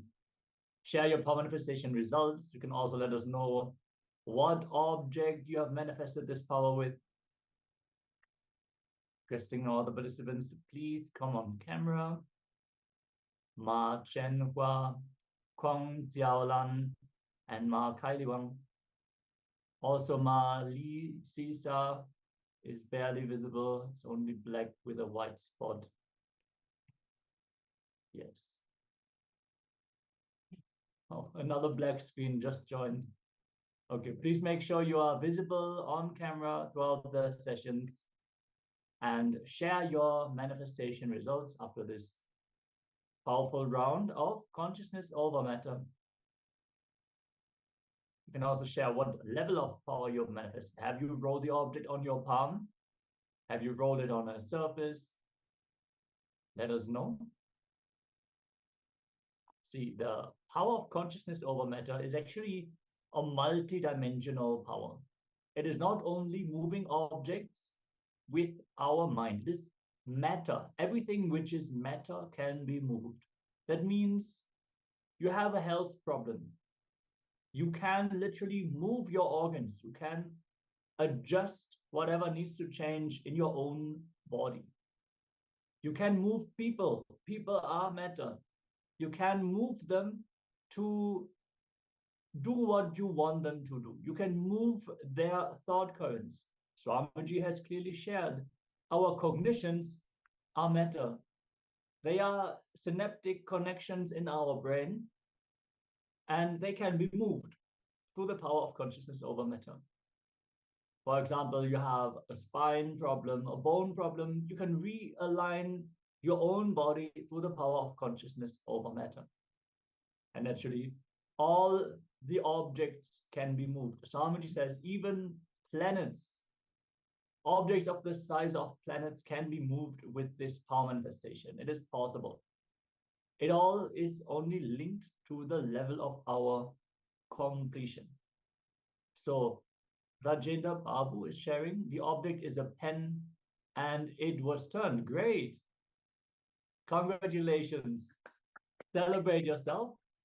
Always celebrate the power manifestation. That is great. Thank you so much for sharing also. And yes, once more requesting all the participants to please come on camera, clearly visible throughout the sessions of the day. This is part of the security guidelines, requesting your understanding to be please on camera throughout the day. And let's get ready to enter into the next Jnana segment of the day. Yes.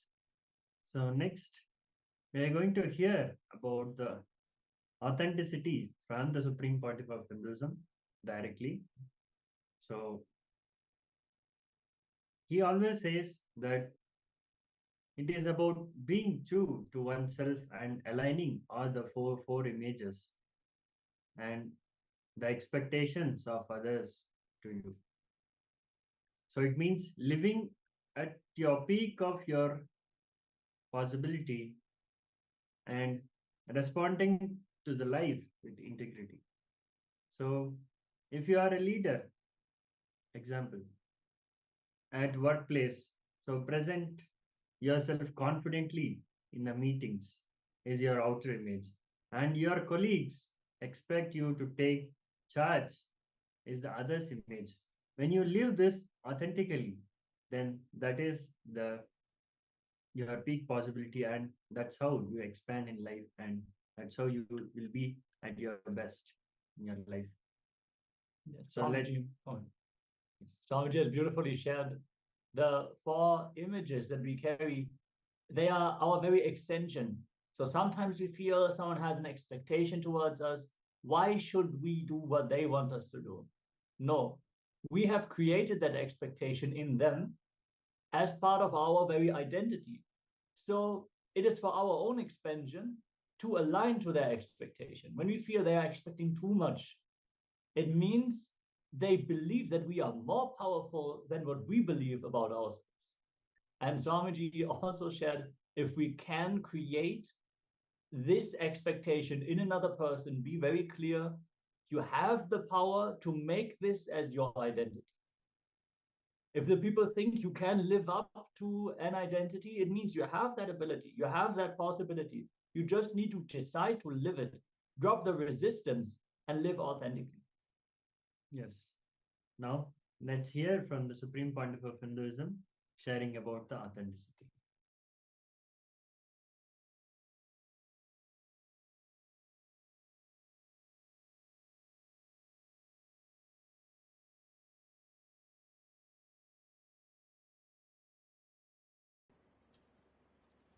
I'll expand on the second principle.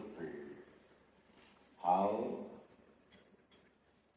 Second principle, authenticity, transforms the reality of your life. First,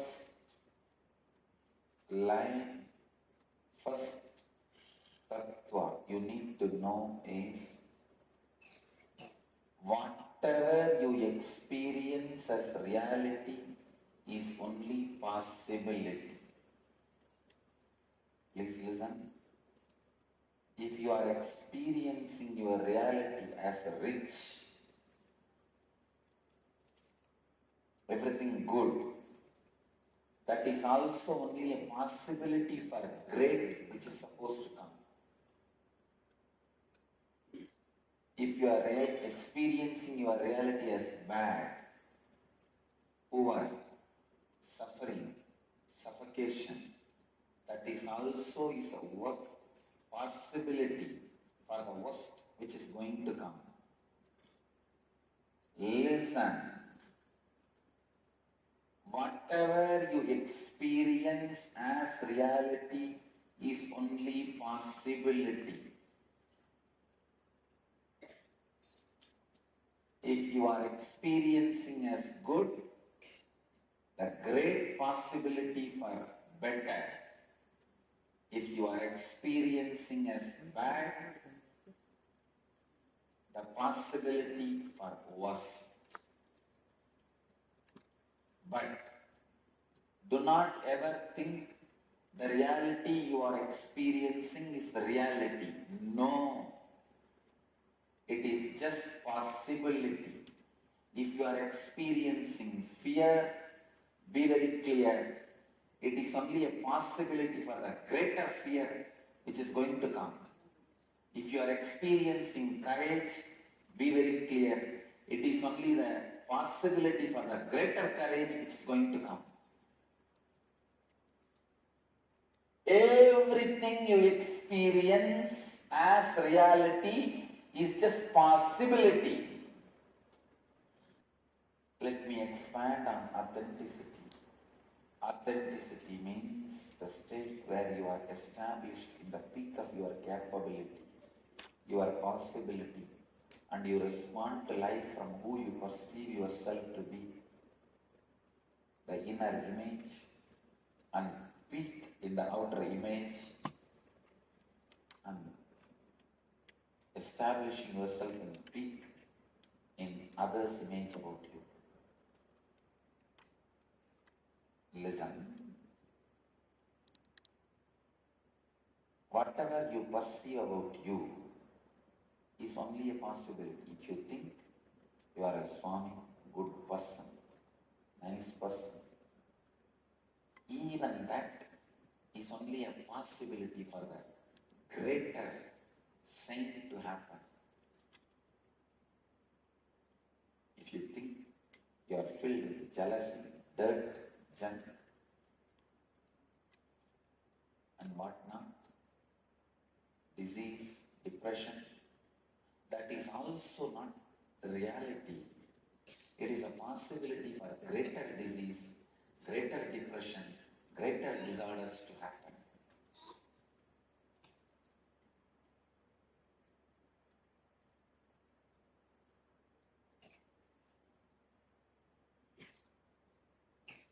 Now,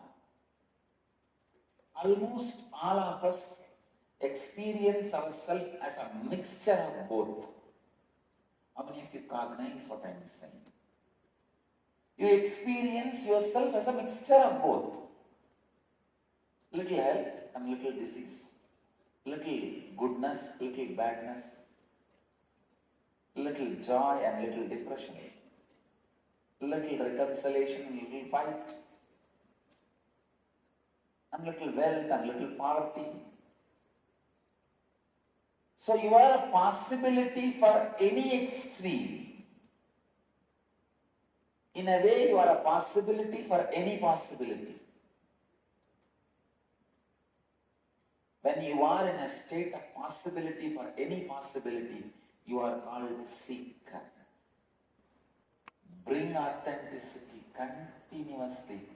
Expand how you feel about you, how you project to others, and how others experience you.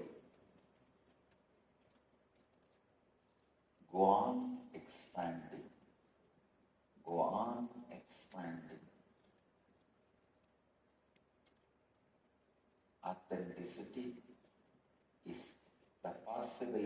life in you. Drop this tool. Bring authenticity in whatever you are. How you feel you, how you project yourself to others, and how others want you for them. In all these three, bring yourself to your peak.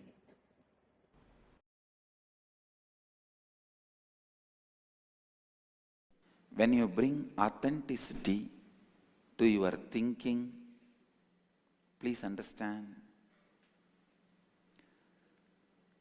bringing authenticity into your thinking and your action not just brings the result how much you expand. It's like there is a water canal. You remove only 2 feet mud which is covering the canal. Are you going to get water only for 2 feet land? The mud which is obstructing the canal, see, there is a water canal, 2 feet high bund is there, mud which is obstructing the water flowing in that canal. If you remove the 2 feet mud, are you going to get water only for the 2 feet land? No. It is going to be flooded into 200 acre. Same way, when you practice authenticity, for example, morning you do 24 Surya Namaskar. You decide to bring authenticity in your action. Make it as 54. Don't think you are going to have the benefit of only that extra 29 Surya Namaskar. No. Your whole body is going to respond to your authenticity. You are going to have hundreds of many other extraordinary powers by that authentic decision. Don't think, if I do 24 Surya Namaskar, I'll build 16-inch muscle. If I do 54 Surya Namaskar, I'll build 17-inch muscle. No! Authenticity does not bring results in proportionate level. It brings results in exponential level. That is what you need to learn, because inauthenticity is not functioning based on mathematics. Inauthenticity is a black cage. There is a water canal. The entrance of the water canal is 2 feet wide, and the 2 feet wide is covered by 2 feet height mud. If you remove the 2 feet wide mud, you may remove 2 cubic feet mud. Removing the 2 cubic feet mud is not going to help only to reach water to 2 cubic feet. You can't say, all right, I removed 2 cubic feet mud, so now water will come for 2 cubic feet. No. It is going to reach to 200 acres. Because inauthenticity works as a black cage. It does not function in mathematics logic, the logic of maths. So when you become authentic, the result is not mathematical, it is exponential.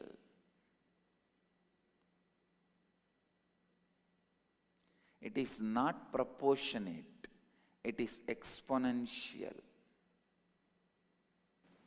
All your inauthenticity is a small black cage.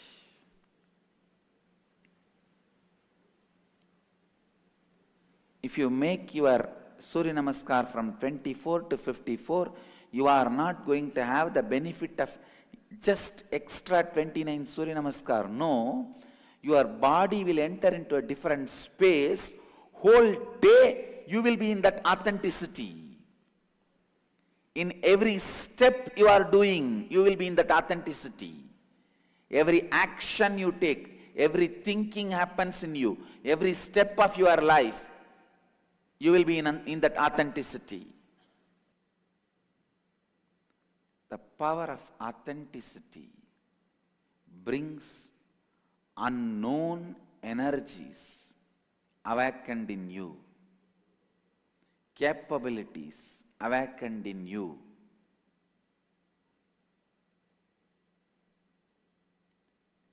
Authenticity straight away brings strength in your presence.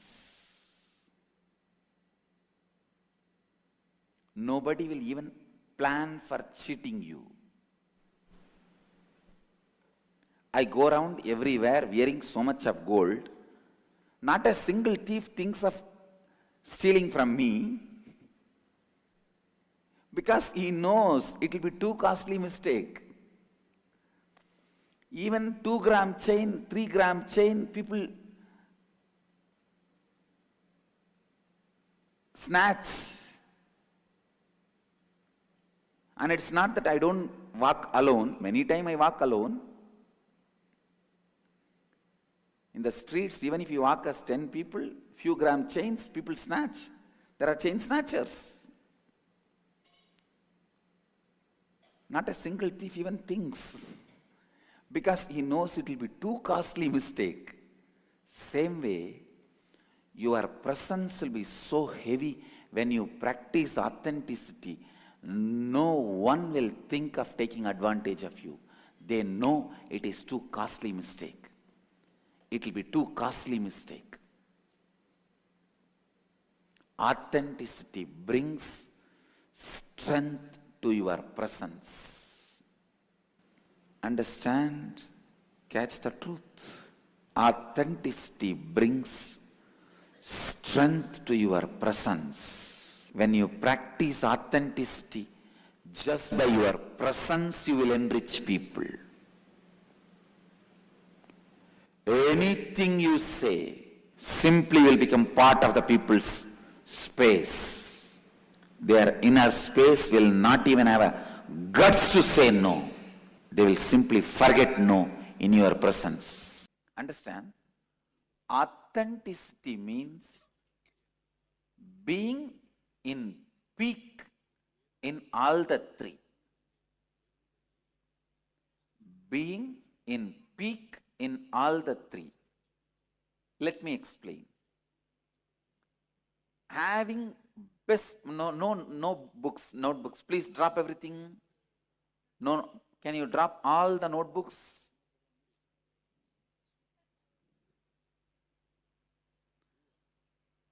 If you want only notebook, then I can give you the printout. No need for class, na? Listen, listen. Internalize.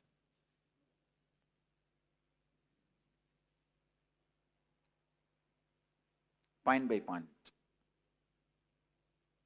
Inner image. Having consciously built best inner image for yourself. As on now, our inner image is not consciously built. It is happening due to accident.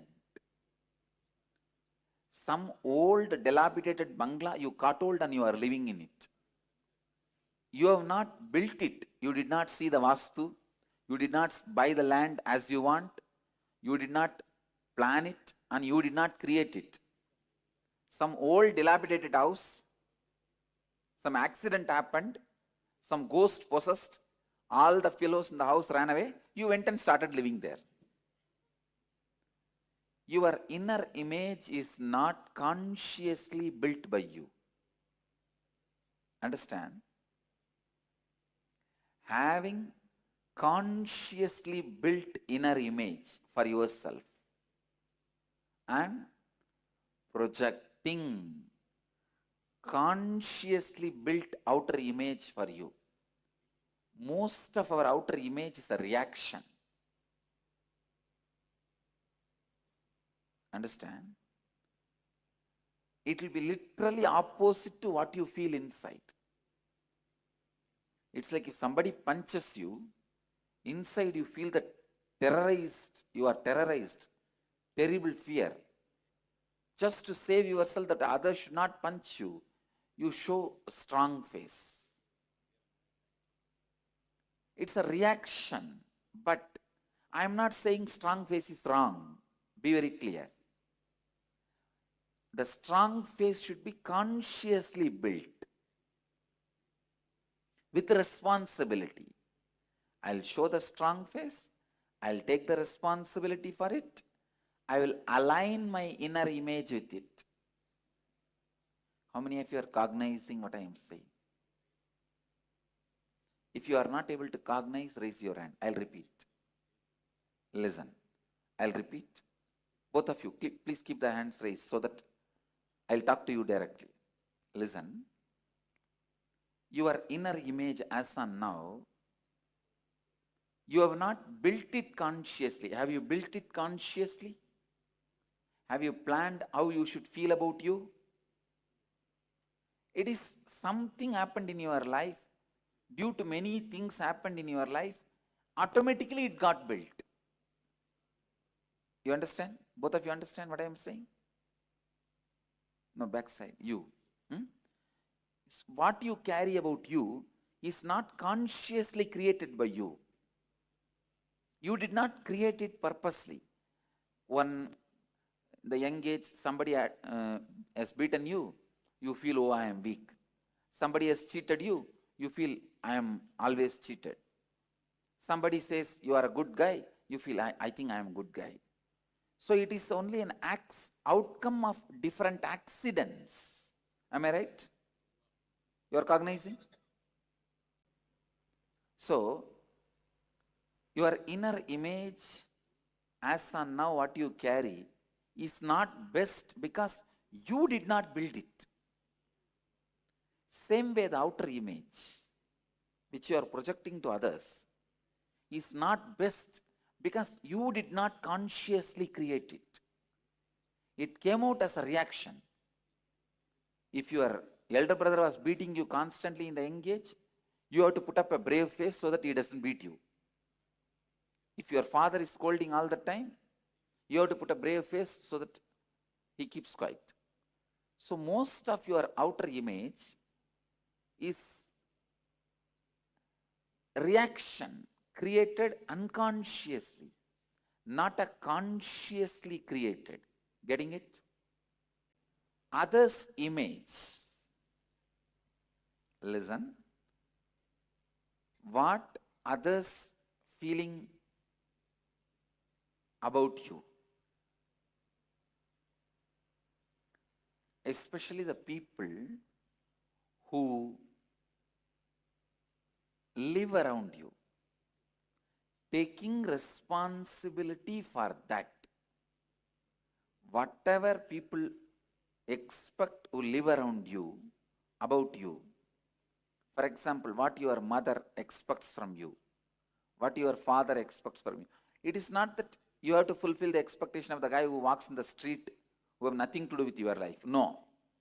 But with whoever you have committed, with whoever you have commitment, if you have a commitment with a father, with a mother, with a wife, with a son, with a daughter, see, if you are already divorced, you say you are on your own, I am on my own, then no problem.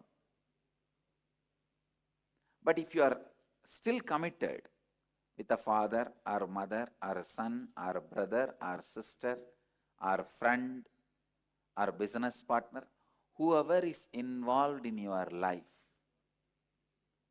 if you are a lawyer to your client, if you are a doctor to your patient, if you are an engineer to your customer, with whoever you are committed, taking responsibility for their expectation. Please listen. Now I am giving you the gist.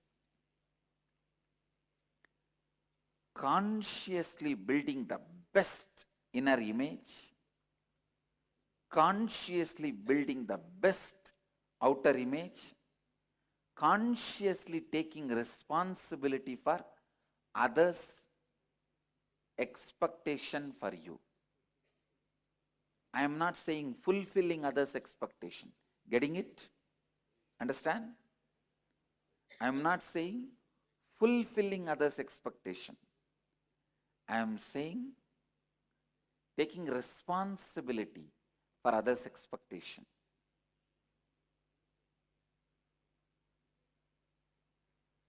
This three is authenticity. Building best conscious inner image for you, best conscious outer image for you, responsibility, taking responsibility for others' expectation about you means you should be responsible for what you make others expect from you. And either you should change their expectation or fulfill their expectation. But for both, you are responsible. Getting it? This is authenticity. Taking responsibility for what others expect from you. For example, you are mother of somebody. You set an expectation to your son what he should expect from you. So you take the responsibility and set a scope of expectation. You understand? You set a scope and you fulfill it. Taking responsibility for what others expect from you, you set a proper scope and fulfill it, both.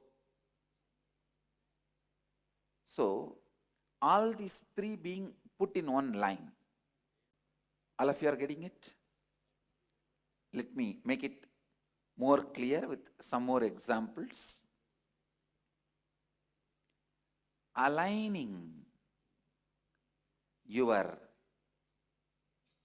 inner image, outer image, and others' expectation. All the three is authenticity.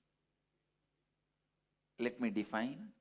In any point in time, authenticity is you being established and responding to life from the peak of your capability of who you perceive yourself to be for yourself, who you project yourself to be for others, what you expect, what others expect you to be for them. It's almost like a legal statement. Now let me make it very practical.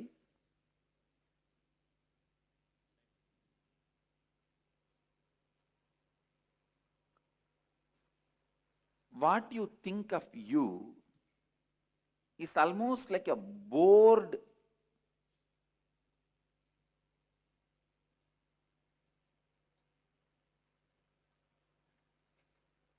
useless repetition, words. That is why you terribly feel bored of you.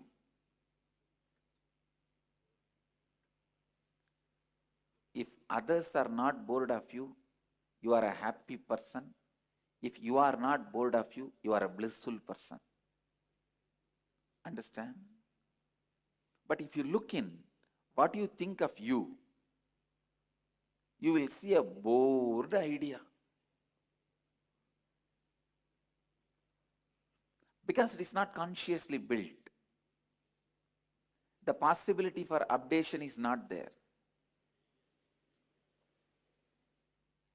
Now, building a conscious personality, conscious inner image, we will be doing some process, how to build. First, we will have to find out when we build this accidental personality, which we are carrying. Maybe in the young age, some accident, some powerless moments. Accident does not mean only road accident. In India, accident means road accident, that's all. We don't know any other accident. Even if your mother is beating you, you are standing powerless, shivering. You did 1, 2 in your dress, even that is an accident. Many times in those powerless moments, you build idea about you. You build the inner image about you. Please listen. Authenticity at any point in time, authenticity is you being established in the peak of your capability and responding to life from who you perceive yourself to be for yourself or your inner image, who you project yourself to be for others, ahankara or outer image, what others expect you to be for them, anyakara, others' image about you. Being authentic means living to the peak of all the three mentioned above. Now it's a worksheet. Now you have to, from this point, you have to answer. Number 1, describe all the qualities you believe as part of your internal image, inner image. Number 2, describe all the qualities you believe as a part of your external image, outer image, how you project you to others. Number 3, describe all the qualities others have shared with you as what they believe as part of the image they carry about you. Means what others expect from you. Now analyze the above and identify which of the qualities are not in alignment with the three images, your inner image, outer image, and others' image about you. Those are the aspects you need to work on. You have to now align all these three images of you that exist. This may include stretching your inner and outer image, it means internal and external image, to align with others' image of you, or take responsibility to transform others' image and align it with your inner and outer image. Clear? Now please start the work. Start answering the 3 questions. Then we will do what need to be done. You answer only these 3 questions.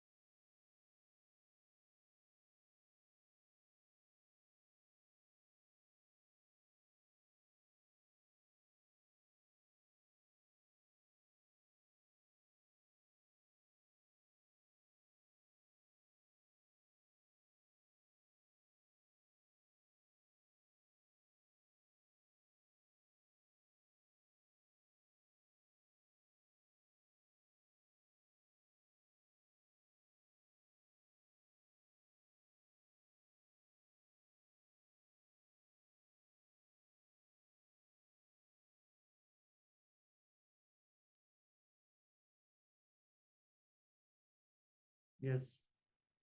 So beautifully, the Supreme Pontiff of Hinduism shared about the authenticity, and how your beliefs, what you believe as you, and what you project as you to others, and how to fulfill that others' expectations about you. So all this. So before going to the exercise, so we'll internalize few points Swamiji has mentioned in the discourse. So whatever you believe as you, and what you project as yourself to others, and how you experience life for yourself, and how you fulfill others' expectations about you, living at your peak in every dimension of yourself is authenticity. Yes, Swamiji beautifully shared that we are very much responsible for others' expectations in us. That does not necessarily mean that we have to fulfill all the expectations people have. Yes, Nityanandama. It is about understanding that we are creating them, and our life is impacted by the expectation other people have about us. So especially those people in our community, those people who we involve with, those people who we care about, those people where we feel it matters what they think about us. We are responsible for what they expect from us. So when we feel that our family members have too high expectations in us, we have the responsibility to align to that. And Swamiji clearly said, never lower your image, always raise the image which is lacking. So if you have the inner image that you are not able to fulfill the other's image, the expectation towards you, you have to complete with your inner image and raise it to that level. As we had mentioned before the session, when you are able to raise an expectation in another person about you in a specific way, you are also equipped with the necessary powers and intelligence to make that as your reality. So if someone thinks you can be a great singer, that means you have that potential. You just need to stretch yourself. You need to complete with the self-doubt, self-hatred, and self-denial that you are carrying. So authenticity in action is union with the divine. Beautifully in Bhagavad Gita, it is shared. Yogaha karmasu kaushalam. Bhagavad Gita chapter 2 verse 50. Understand there is a difference between honesty and authenticity. Honesty is a socially good quality. Authenticity is a spiritual quality. Honesty is only the first step, the initial step. Authenticity means living the spiritual truths, the multidimensional understanding.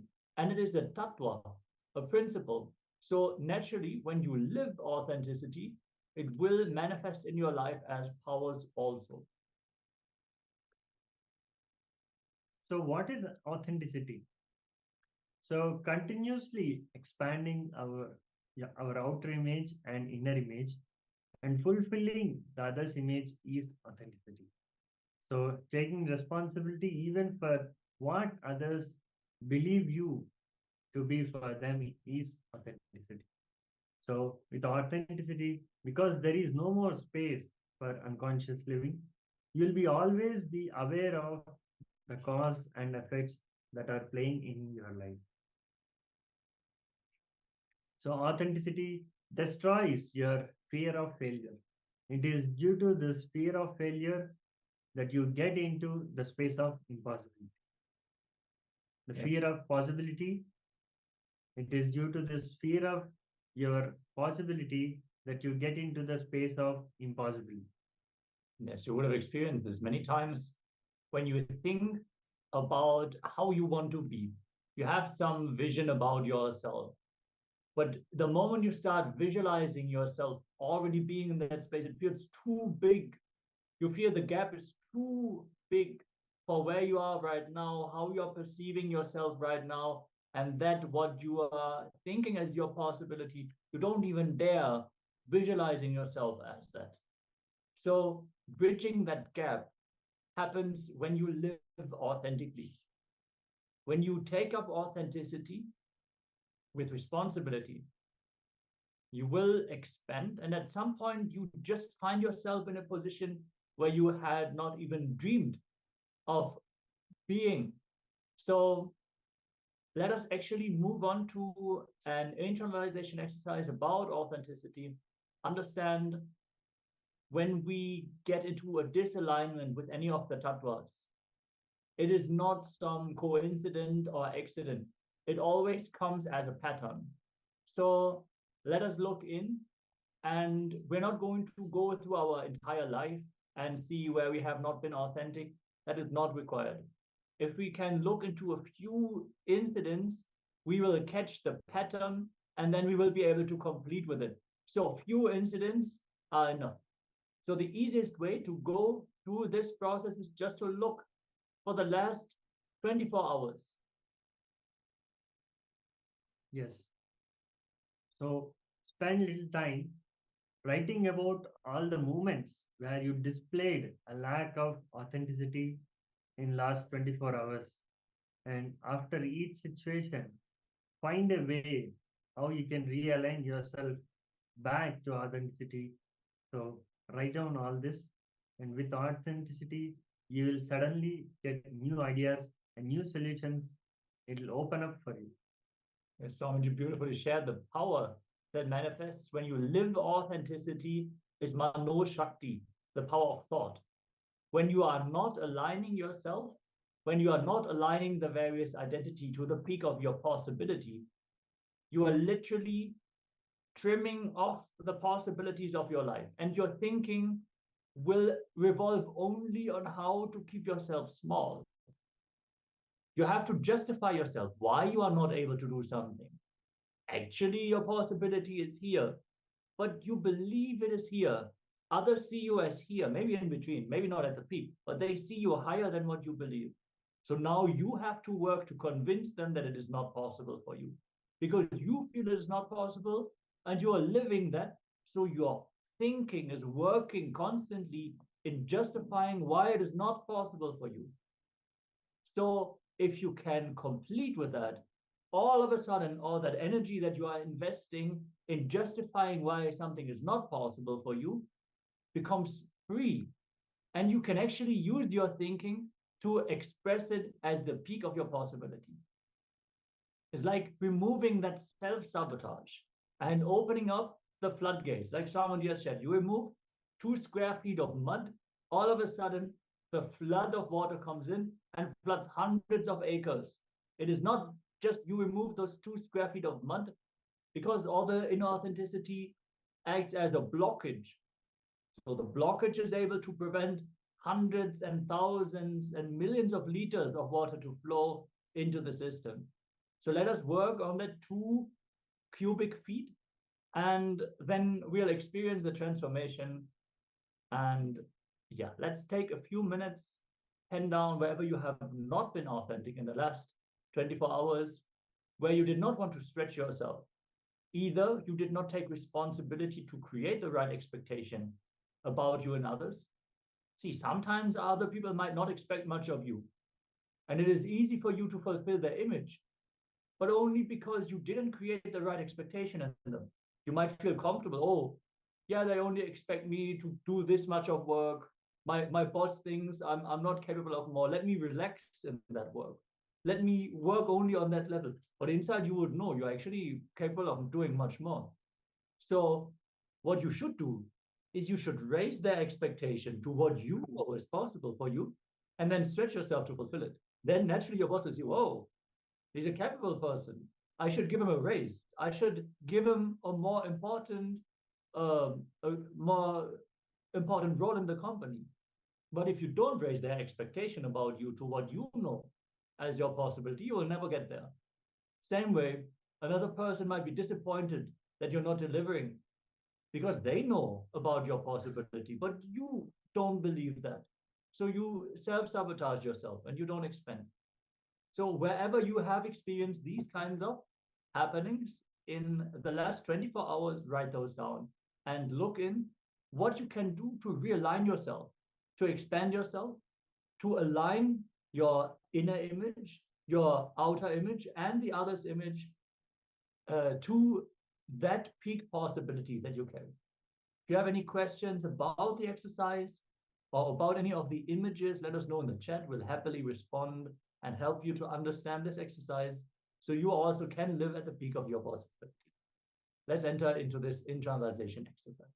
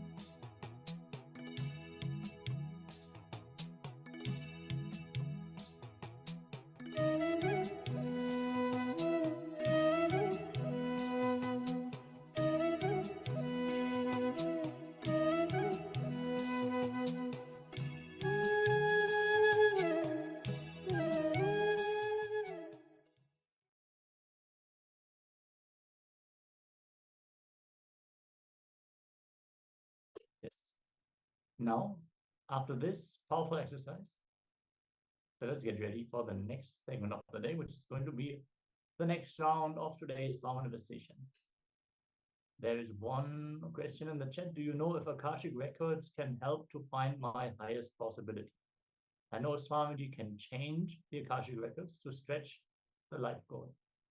I'm sure that even knowing about the Akashic records will help you to live your authentic identity. Since even if you just receive information about your default future, you know clearly where you are heading. So from there, you can make informed decisions.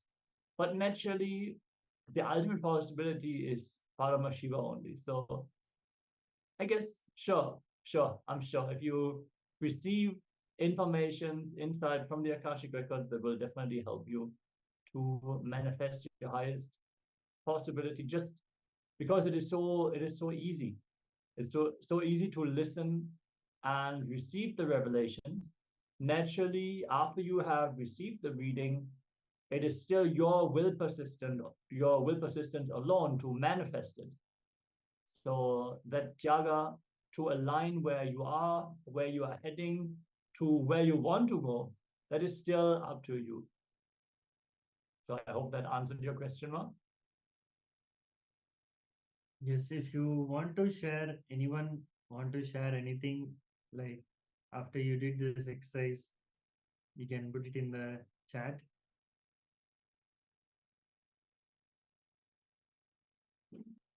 Yes, also requesting, yeah. Rajendra Baboya. So if you want to share anything, you can share. Requesting also the other participants, Ma Li Sisa, Ma Wei Wen Mei, Shen Hua, Kong Jiaolan, Ma Kai Li Wang, and Ma Shukla Indananda to please be on camera throughout the program. Join us here. I know it is late for many of you. It is or early in the morning, depending on where you are. Please make sure the light is on in your rooms. You're properly visible. Yes, exactly. Okay, if you have any experiences you would like to share from this insight, any declarations that you have made to yourself, where you are going to align yourself back to integrity, back to authentic action, you can let us know. Share whatever you decided after this exercise. And let's get ready to enter into the next round of today's power manifestation. We're manifesting the power of consciousness over matter. And yeah, let's begin by chanting the Shastra Pramana for consciousness over matter from the Vijnana Bhairava Tantra, Dharana 95, Sutra 120.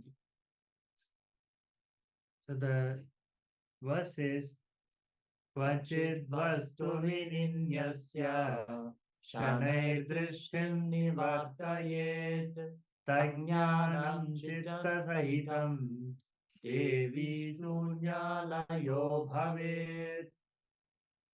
So Bhagavan Paramashiva translates as having fixed one's eyes on a particular object, vastu, one should slowly withdraw the sight from the object and as well as slowly eliminate the knowledge of that object along with the thought and impression of it. Then, O Devi, one obeys in Shunya, the state where there is nothing other than this exists, which is the state all inclusiveness or infinity. Yes, beautifully Swamiji has shared. The very source of all power manifestation is Nirvikalpa Samadhi, the state where there is no thoughts which are rising or falling. There is no fluctuation in the mind. It is just the pure intense presence. So Paramashiva has given this as a technique where you have an object, you have something which is manifest, but first you just gaze at it and then withdraw everything that you know, everything that you cognize. So for example, you are holding an apple. You look at it, you see, okay, it is red or it is green. It is sweet or it is sour. It is a big apple, it is a small apple, it's a wild apple. All these ideas that you might carry, gradually, bit by bit, you withdraw these ideas and notions, the categorizations that you put on an object. It is not only with objects, we do that with people also. We come to some conclusion about that person. From then on, we only see that person through a specific lens. And we reduce the experience that we can have about that person to the ideas that we already carry. We want to move them. Even the words that we speak are aligned to the ideas that we carry about that person. So we restrict ourselves and the possibilities. When we remove all the ideas about the object, we fall into that space of oneness, the space of possibility, where the matter suddenly is not a separate object which we can cognize. It is not an apple. It is not a ball. It is not a person anymore. It is an extension of ourselves. We are that pure consciousness which is expressing through everything that exists. So we express through the apple just as much as we express through our hand. We can move our hand. We can also move the apple. So let us withdraw whatever we know about the object, whatever we think we know about the fact that we are two separate entities. From that powerful space, let us declare for the object to move. Make sure to start recording your power manifestation. Make this a habit. Have your phone ready and just record, video record. You can even talk over it, give an introduction. So when you manifest the powers more and more, you will not only have the history for your own expansion, you'll also have the Sakshi Pramana that you can share with friends and family and whomever you want to enrich with the science of power manifestation. Yes. So by withdrawing all these ideas, then only you'll be able to tell to the others listening, and you'll be able to speak to the others listening. Then it will be from oneness. Then it will be so powerful. Yes. Then you can move the person to the right space. So now let us enter into the second round where we are going to actually move the object while blindfolded. So we're going to keep an object on our hand, get our blindfold, and keep our eyes closed. We are anyways only going to withdraw any ideas and our sight from the object for the manifestation. So we might as well do that blindfolded. Get your blindfolds, get the object and settle down. Connect to Swamiji, start chanting the Mahavakya. You can chant it loudly, you can chant it internally, you can even just hum the Mahavakya. Just vibrate with that very powerful truth that you are Paramashiva.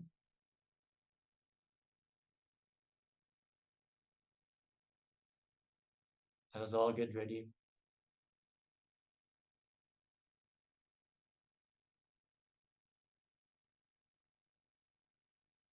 Select the object, hold it in your palms. With your eyes tied, no light should fall into your eyes. Now just experience oneness with Paramashiva, with Swamiji, with the object you are holding in your hand. And declare the object to move. Chant the Mahavakya. Om Nityananda Paramashivoham. Om Nityananda Paramashivoham. Om Nityananda Paramashivoham. Keep chanting the Mahavakya. Keep vibrating with this powerful truth, this powerful declaration. And let this round of the power manifestation begin.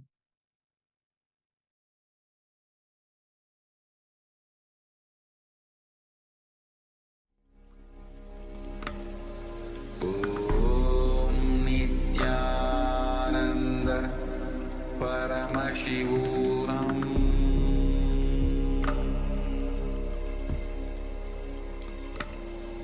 Om Nityananda Paramashivoham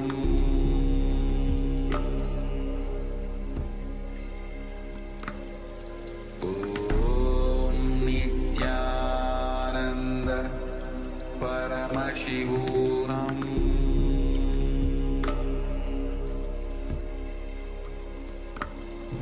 Om Nityananda Paramashivoham Paramashivoham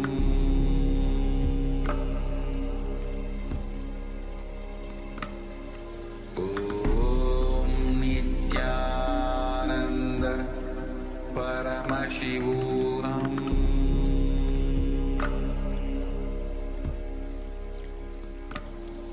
Om Nityananda Paramashivoham Paramashivoham Om Nityananda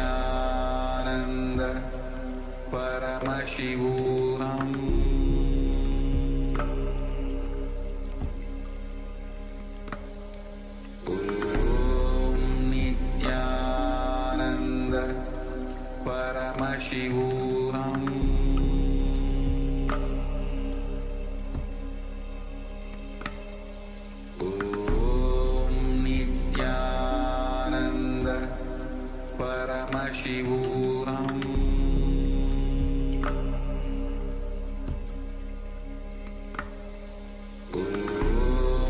Nityananda Paramashivoham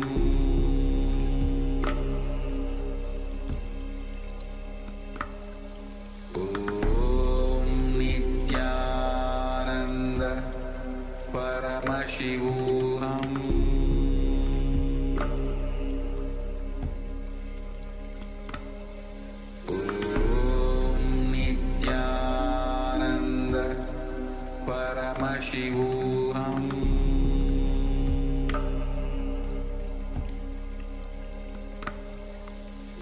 Om Nityananda Paramashivoham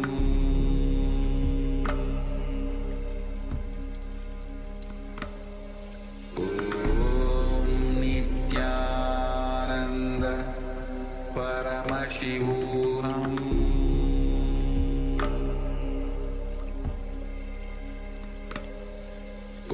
Om Nityananda Paramashivoham Om Nityananda Paramashivoham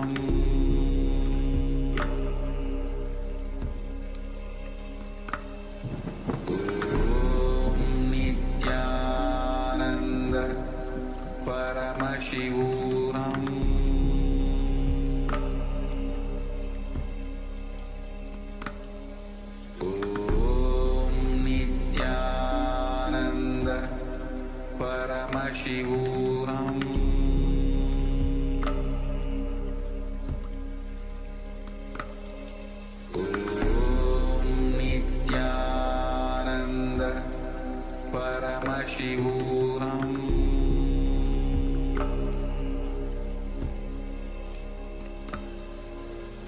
Om Nityananda Paramashivoham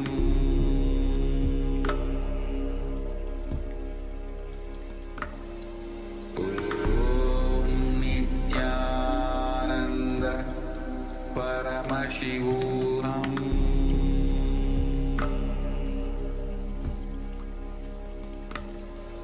Om Nityananda Paramashivoham Paramashivoham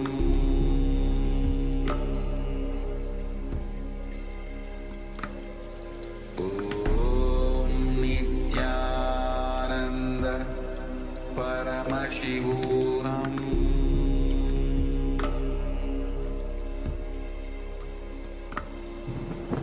Om Nityananda Paramashivoham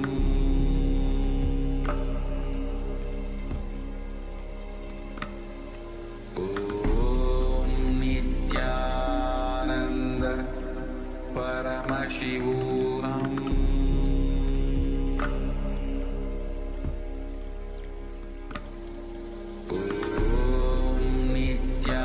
Nityananda Paramashivoham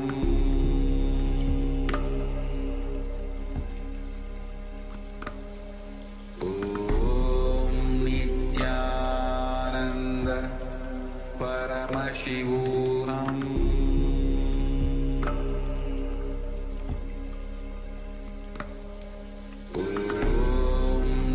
Nityananda Paramashivoham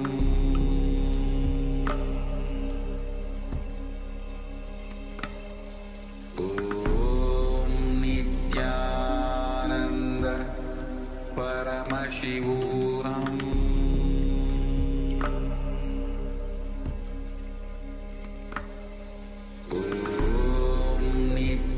Nityananda Paramashivoham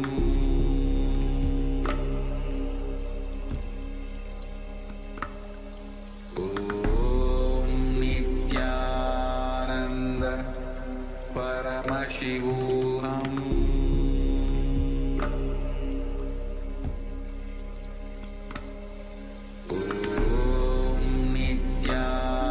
Nityananda Paramashivoham Nityananda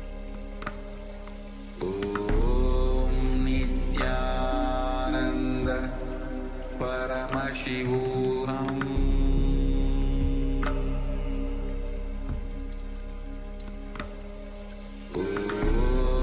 Nityananda Paramashivoham Nityananda Paramashivoham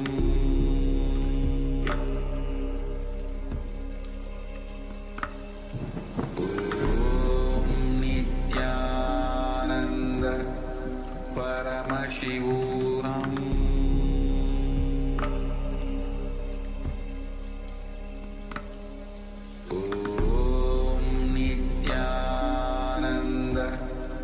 Paramashivoham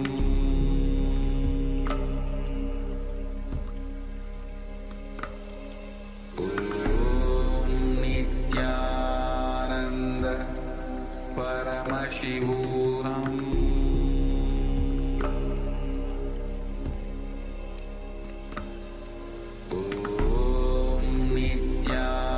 Nityananda Paramashivoham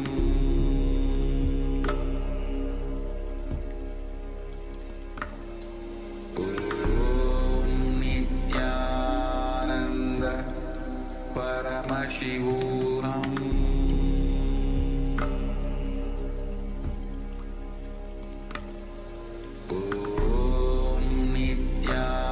Nityananda Paramashivoham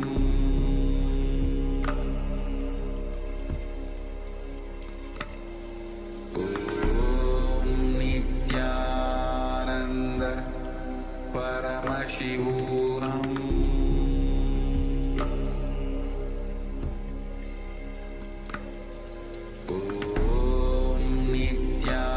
Nityananda Paramashivoham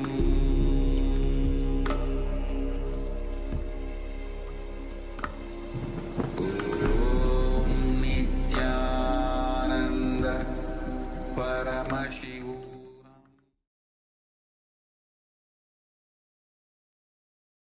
Yes, you can remove the blindfold and share your experience from the conversation.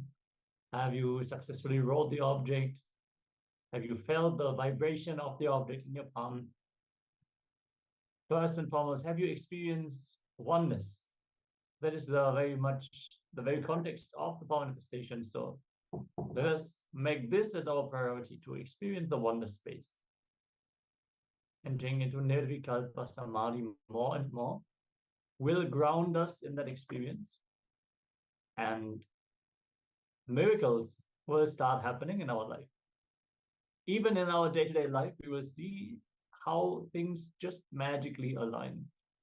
And even without big effort, we can see that things are just going exactly how they have to for us to be able to manifest our lives in a particular way.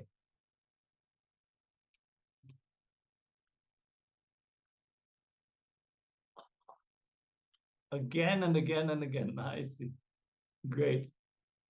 Mahasi Prayandananda has manifested the power again and again and again. Beautiful. Thank you for sharing. Yes.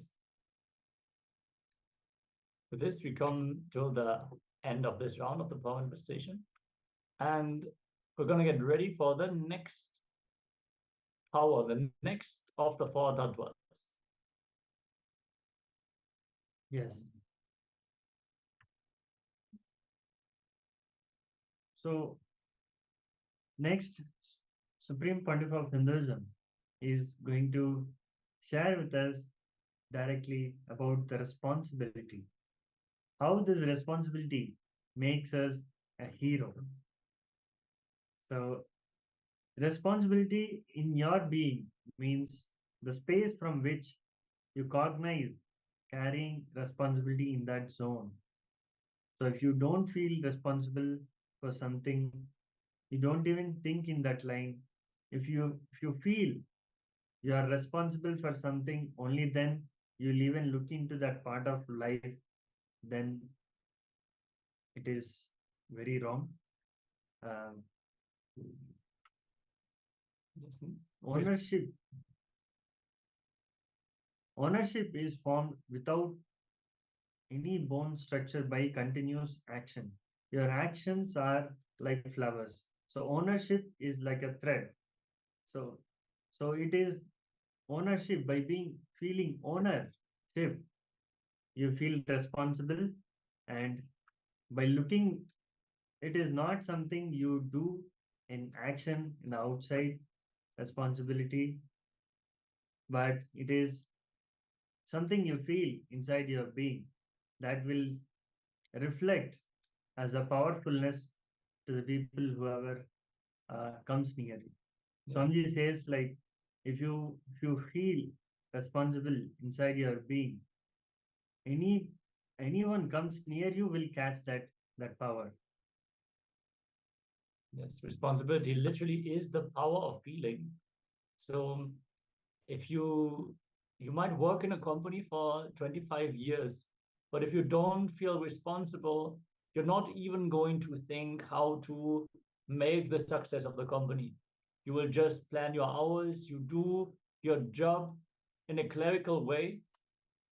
You might get a promotion, who knows, but you will not be a great contribution for the company. You might fulfill the expectation that is put on you, but you will not be expensive.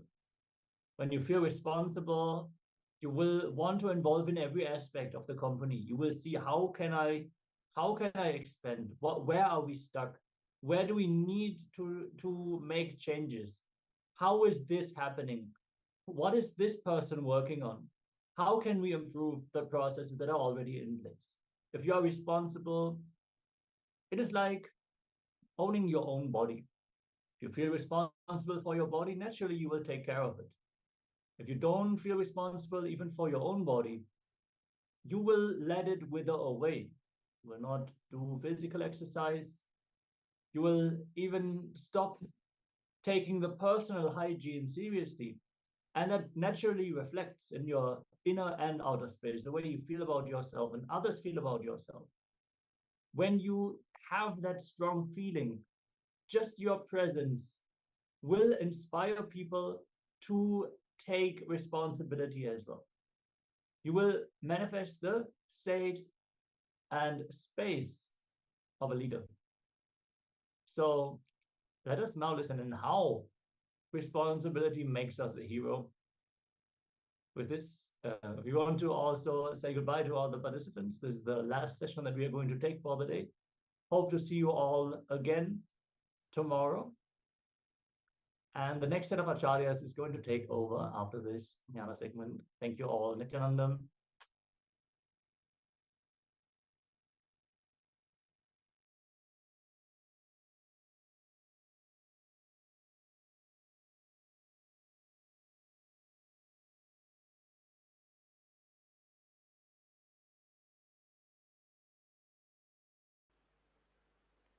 Responsibility in your being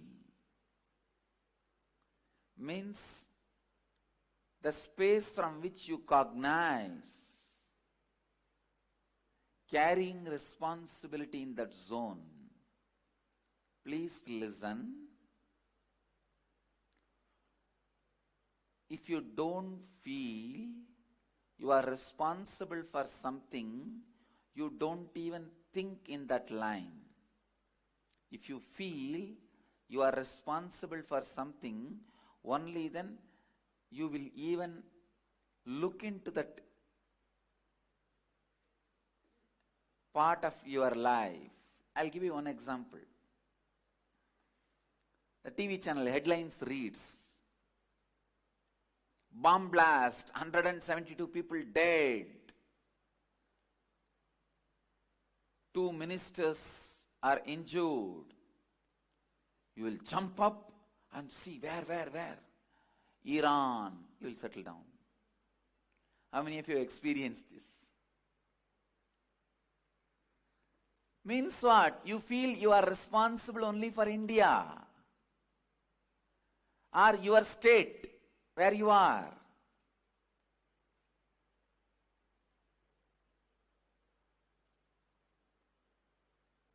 You don't feel responsible for the whole world. Restricting your being feeling responsible is what I call conditioning.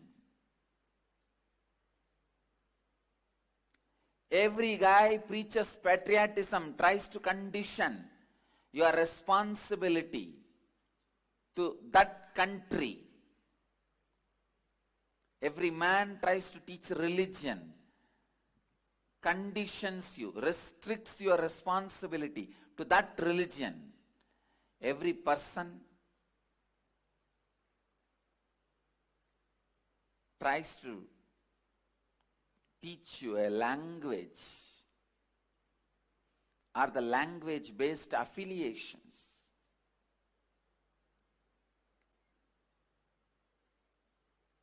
Language or the language-based affiliation.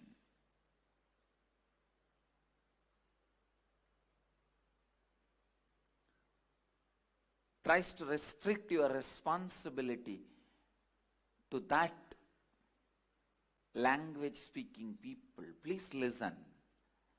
I am not against love for a country, love for a religion, love for a language, but I am against restricting yourself only to that. Restricting yourself only to that. I am against reducing your responsibility only towards that. Understand?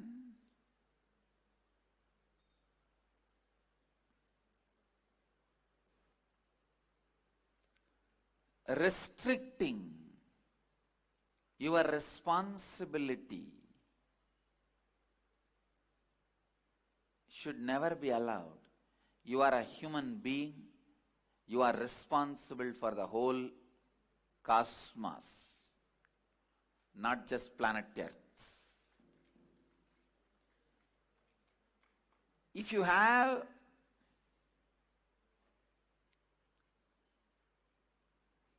immediate action plans towards some responsibility, nothing wrong.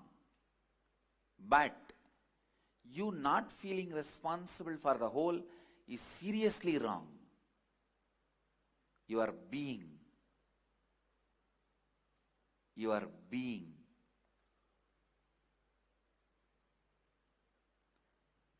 should be completely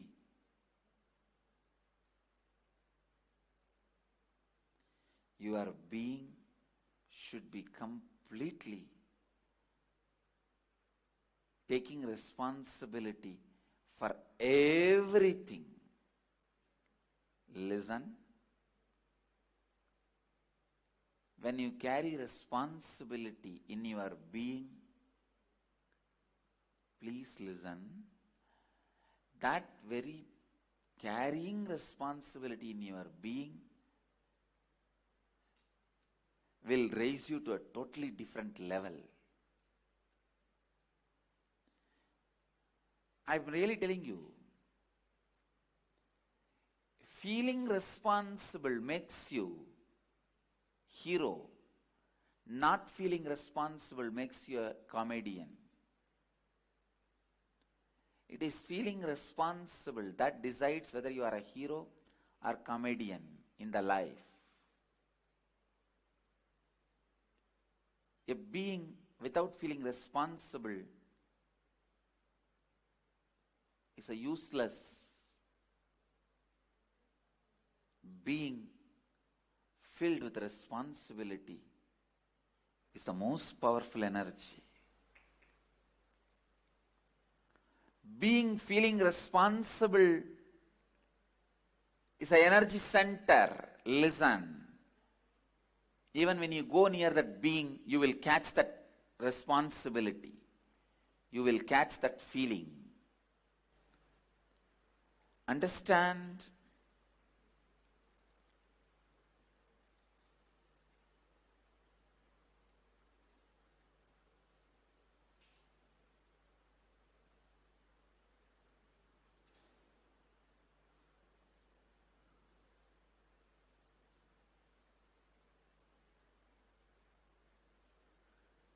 Feeling responsible in your being. I can give you all this as a very powerful technique.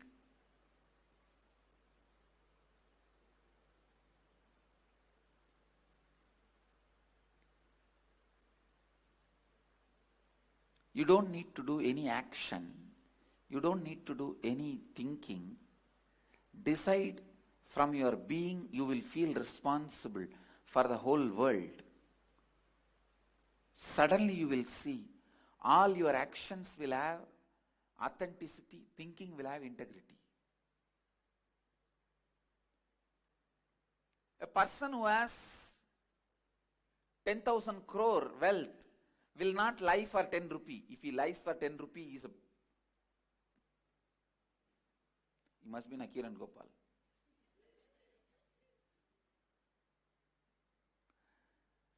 Now, a person who is having 10,000 crore wealth surely will not cheat out of integrity for 10 rupee. It's a rule. Nakiran Gopal is an exemption. Forget about him. As a rule, person with this much of wealth will not be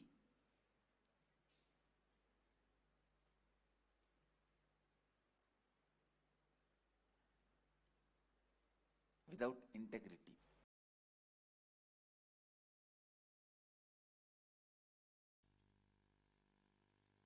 Any fellow feels the ownership. Let me describe. Ownership is formed without any bone structure by continuous action. Your actions are like flowers. Ownership is like a thread. If the ownership thread is used and actions are stitched and tied, it is ego, garland of ego. Never the real ownership happens in that way. Real ownership is flowers are arranged so thoroughly in such packed way, it looks like a garland without the thread. Is ownership. The ownership I feel, there is no separate thread of ownership running. Continuous actions performed so meticulously, perfectly, constantly creates the feeling as if all these flowers are looking like garland, but they are not tied. If there is a thread, it is false ego. In a normal man, he feels the ownership, I am doing, then does less action. That's why more thread is seen, less flowers are there. 25-meter thread, in the end and the beginning, one flower. That is the garland all you fellows are wearing. Because the whole energy is spent on ownership. Thread is the ownership.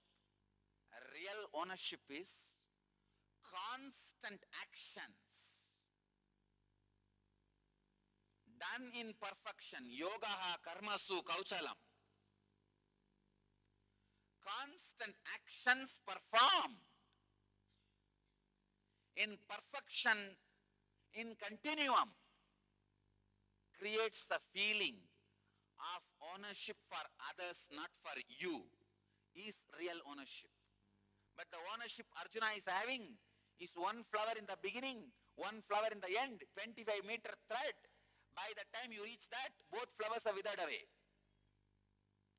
Your ownership is flowerless garland. Drop that. Real ownership is felt by others by your continuous action. Perfection continuum. Before even taking cognizance of somebody's surrender, the first prima facie requirement is perfection. Before even taking somebody's surrender into cognizance, the prima facie requirement I look into is perfection. Feeling of ownership, which Arjuna is carrying, not only useless, dangerous. In feeling of ownership, actions are never tied properly. Please understand, 2-inch thick thread, rope cannot be used to make jasmine garland. The ego itself becomes so thick, jasmine cannot stay with it. And the ego cannot bend for action. Jasmine is too fragile. It's perfect, but too fragile. Your ego will hurt the action. Your feeling of ownership abuses the very fundamental of the action. Real feeling of ownership is felt by others by the perfection of your action, but never felt by you. Bhagavan gives the next command. Having given up your affliction. Give up. A personality like Bhagavan, when he says Nirashir Nirmamo Bhutva, Arjuna, still sitting with his long face and continue to let Bhagavan talk. Bhagavan is using his whole energy, finally giving a last word. Nirmamo Bhutva means without having fear about your higher identity, higher self, disrespecting your lower self. Unless you disrespect your lower identity, you will not catch your higher existence. If a child or a pet urinates on you, that you want to just get rid of it, clean yourself. Exactly. If you have the same mood towards your lower self, and non-fear, not having fear about the higher self, happen to your higher self. Understand, you happening to your higher self, you making yourself available to your higher self, is the essence. Be unavailable, lower self, available to your higher self, enter into the battle. Yudhyasva Vigatachwaraha. Understand, your everyday life is a battle. Take this as a direct initiation from Bhagavan. Lay down all the effect, side effect, after effect of actions. Don't carry the perverted, indirect, false, long hope. Relax from the iron chain feeling of ownership. Give up your affliction. Don't be afraid of the higher self. Disrespect the lower self. Enter into the life. Enter into the battle.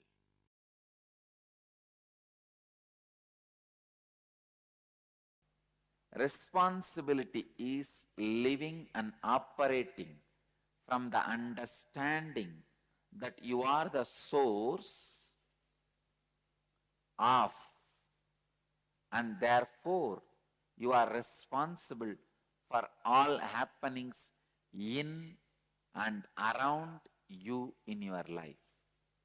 Let me repeat once more. Responsibility means living and operating from the understanding that you are the source of, and therefore you are responsible for all the happenings. Because you are the source of all the happenings in and around you in your life, you are responsible for all the happenings in and around you in your life. I feel like I am taking the inner awakening next level. In and around you.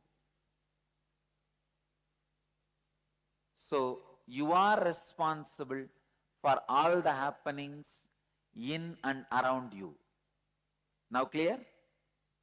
It's so beautiful to drill this tattva into your bone marrow.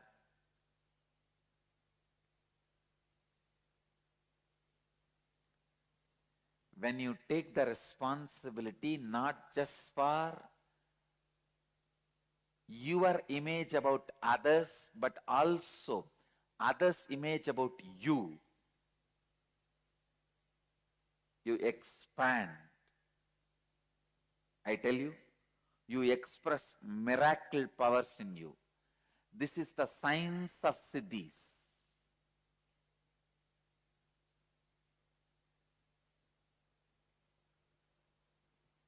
I'll give you an example. If you want the miracle power of floating on the water, first do one thing. Collect few people with whom your anyakara, your image about them is complete and their image about you is complete. Means either you fulfill what they expect from you or you complete what they expect from you. The complete alignment is there. So sit as a group and declare to them authentically with integrity, I am going to float on the water. Please understand. Keeping Kala Bhairava as witness, I am teaching you the science of miracles. Have few people with whom you are complete and they are complete with you, and declare, I am going to float on the water. Authentically decide you are going to do it. I promise that power will start expressing from you. Because all miracle powers start expressing when your image about others and others' image about you is complete in your life.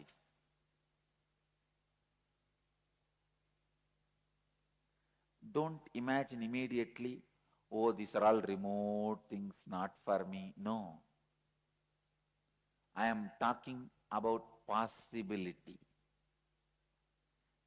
Straight possibility, not impossibility. There is nothing impossible. When I am possible, there is no impossible.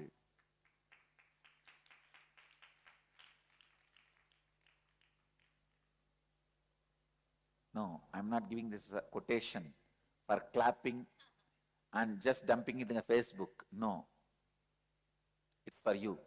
When I am possible, how can be impossible? Anything be impossible. I, the greatest miracle of life. That is why I love me so much. I don't want to lose me. That's the biggest thing I have in my life. This is the biggest thing. All of you know you are the biggest thing for you. You don't want to lose that. When that biggest thing has happened, when I am possible, how can anything be impossible? For example, if I say I'll give you the power of floating in the water, will you give up on you? Will you give your life? Will you die? You will say naturally no. It means what? Then you are the bigger possibility than floating on the water. Am I right? When you have that itself, how can the floating on the water be impossible? Tell me. See, I tell you, all right, I'll give you the power to float on the water. Please die, commit suicide. Will you do? You won't. Because you know that me, I am the biggest possibility. I am the biggest happening. How can I give up that just for floating on the water? Then, when that big possibility itself has happened, why can't the floating on the water can happen?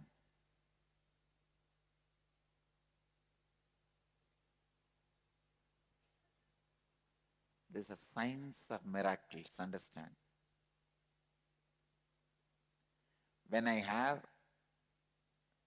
please understand, whenever I have the disciples who are complete with me and I am complete with them,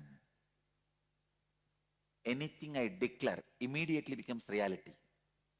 Why sometime after Kalabhairava declares it takes few days for it to become reality? Because the receiver may not be complete. So little completion is required. But Kalabhairava takes the responsibility even for his incompletion and gives that as a boon. At least after the boon is delivered, he should make himself complete.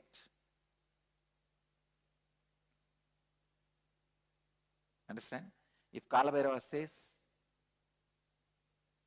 it will happen when it happens, then he may do 10 miracles out of 100 reading. But if he declares date, time and everything, he will do 80 miracles out of 100 readings. But the 20 failure is the biggest, the largest way he can stretch his hand is stretched. And they missed. Clear?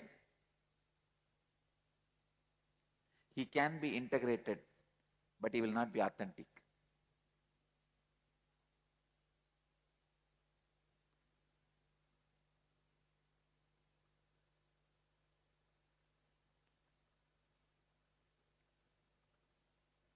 Anybody has a doubt?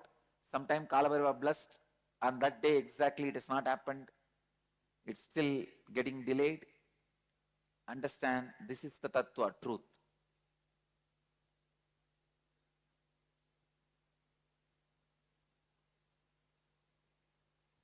Understand?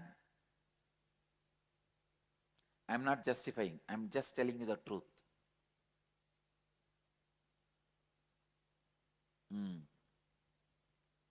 I am not justifying, I am just justing.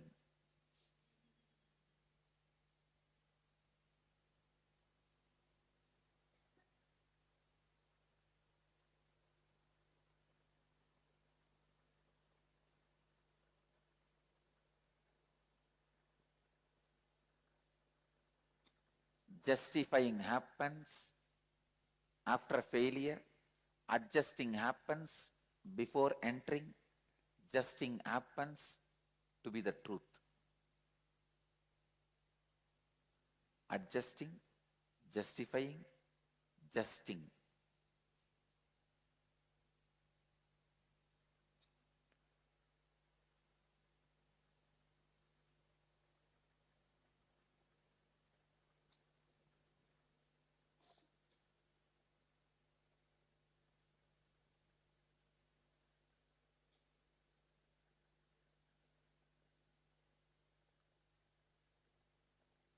Usually, you take responsibility based on your understanding of the peak of your energy. I wanted to make you very clear. I wanted to declare it and make you understand. When I started this Sangha, even though I declared it will become an international organization, that was not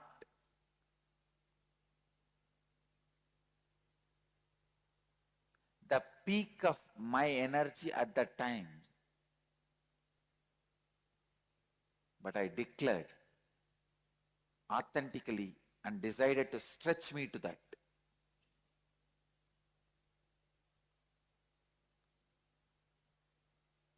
Usually we take responsibility based on our understanding of peak of energy. It is actually other way around.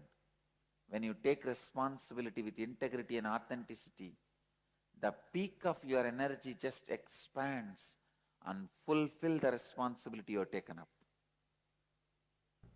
Psychoanalysis is a solution given to the levels of the problems of the beings by the philosophers. But the solution never works. If you are bored, totally, if you are tired of going to the same psychoanalysis, if you yourself decide that I have become all right, then you are all right, that's all. There is no other way of solving it. Enlightenment is the solution for the being level problems by the mystics. Philosophers give the solution of psychoanalysis. Mystics give the solution of enlightenment. Enlightenment means not analyzing, just throwing away. Analyzing your dustbin, is it going to help you? Analyzing your dustbin, is it going to clear you? Analyzing your dustbin is not going to make. To solve the issues, if you want to clean your house, if you put everything from the dustbin, start analyzing it. Is it going to clear your house? Is your house is going to become clean? No. Only by throwing the things totally away, merging into the ananta, ecstasy, the problems are going to be solved. The three things. For a physical problem, they make the energy to come from inside. For mental problem, they teach you how to switch it off. For the being level problem, they put you in the ecstasy or the bliss. The solution from the mystics is total. Solutions from philosophers is intellectual. But for the logical mind, if you look superficially, the healing system born out of logical things feels like good. The education system born out of logical mind feels like good. The solution for the being level problems, psychoanalysis, feels very good because they are the established systems. Mediocre things always flourish because mass is always mediocre. The mystical things are never for mass, it is only for very few intelligent people. For mystical things, you need to have little patience. You need to go through it. You need to allow the process to happen. You cannot just jump. But mind is monkey. Mind is totally restless. It wants instant. A small story. 3 monkeys. They got 1 mango. All the 3 wants to share the mango. How can 1 mango be shared by 3 monkeys? They went to a master for solution. Master said, all right, all the 3 of you, plant this mango tree comes, you will have lot of mangoes. You can satisfy your whole life by eating the mangoes. These 3 monkeys thought, all right. They planted. One monkey took the responsibility of pouring water. The other monkey putting the manure.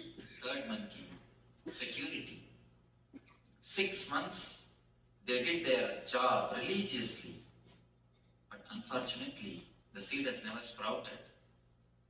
The tree has never happened. They went to the master to complain. What did you teach? What has happened? We have lost even that one mango. Why did you give such an idea for us? The master called all the 3 of them, started inquiry. What has happened? First monkey said, every day religiously I poured water morning 6 o'clock. I stopped even going for a morning walk, but I poured water religiously. Second monkey, every day evening 4 o'clock I put the manure. I stopped even going to the gym. Doing this religiously I did. I do not know what has happened. Third monkey, 24 hours I was standing there as a security. I never even went for my dating. I was there as a security. Not only I was standing there as a security, every day at least once I digged out and saw whether it is sprouted or not. You need to give little space for a mango to sprout. Not only water or the manure, a little bit of space for the mango to sprout. Your very urgency, your very restlessness will not let the mango to sprout. With mystics, you need to give little bit of space, little bit of time to let the meditation work in you, to let their presence work in you.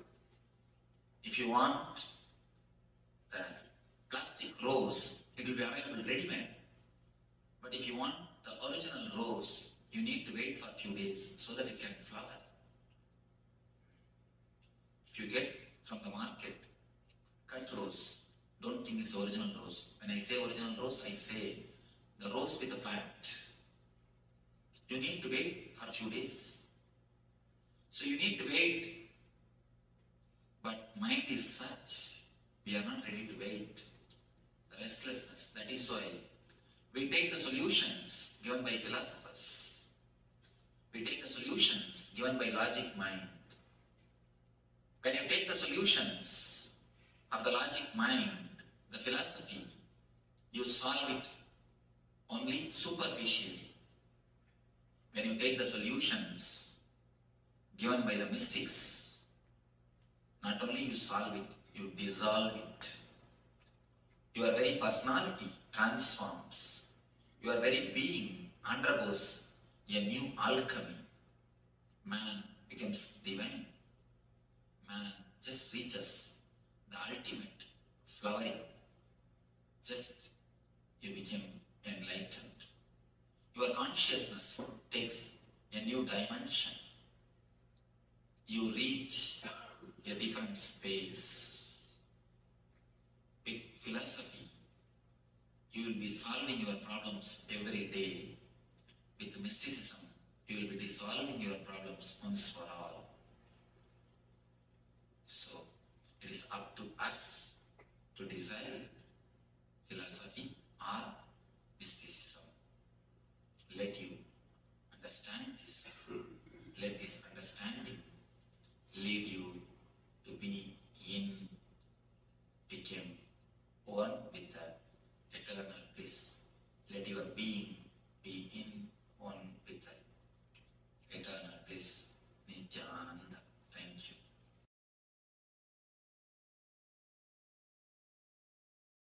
If I am giving that as answer, it is only an all-encompassing answer. Stage intellectual stunt.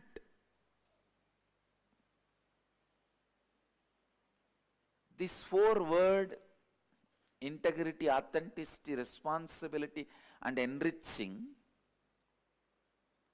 if you do not meditate on it, if you do not think,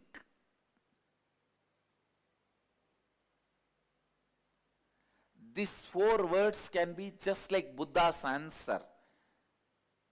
Desire is the root cause of suffering. What will you do with that answer?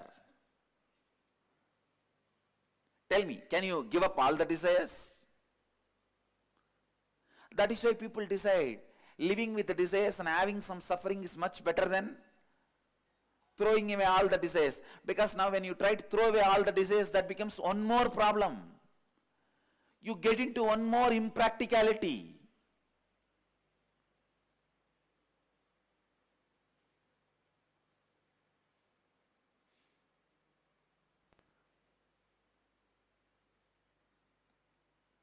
The desire is the root cause of all sufferings.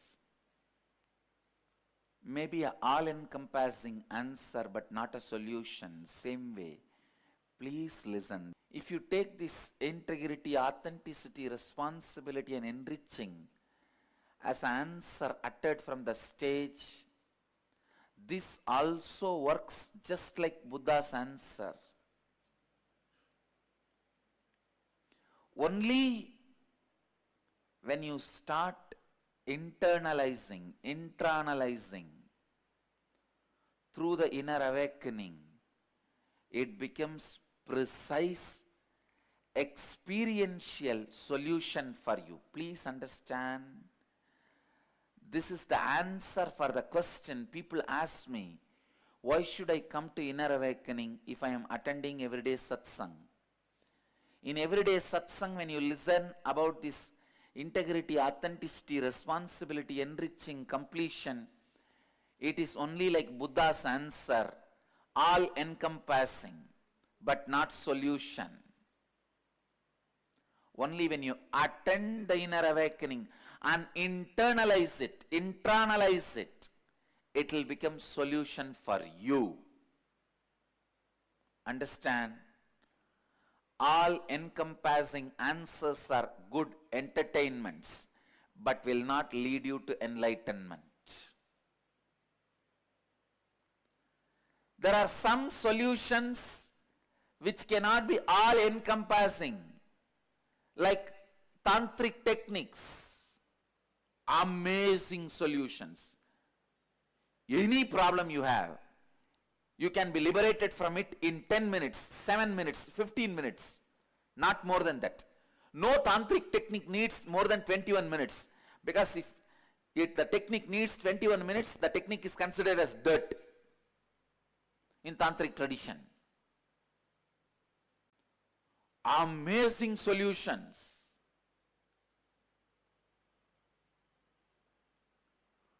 Such easy solutions. But the philosophy itself does not have all-encompassing answers. So it cannot be accepted by mass. It cannot be accepted by society. Society cannot live it. Society cannot have it. Society cannot understand it.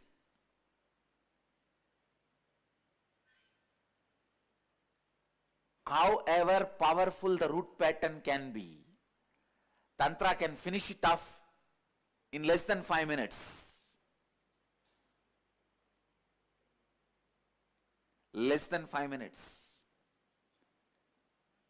A man can become an eternal brahmachari. Even from his consciousness, the sex will be wiped out.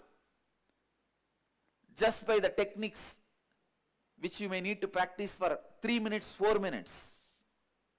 But it has no all-encompassing answers. It only has a precise solution.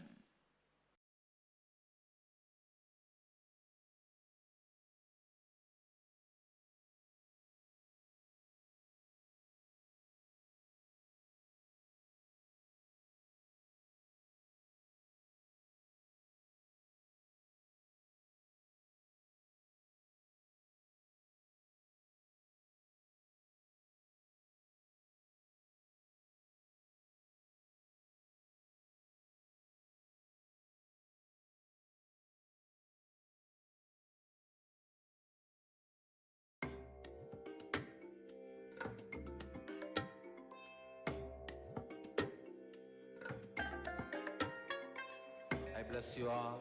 Let you all open all your three eyes and manifest the powers of Mahasadashiva. Om Nityananda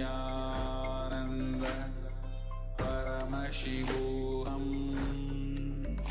Om Nityananda Paramashivoham. Om Nityananda Paramashivoham. Om Nityananda Paramashivoham. Om Nityananda Paramashivoham. Om Nityananda Paramashivoham. Om Nityananda Paramashivoham. Om Nityananda Paramashivoham. Om Nityananda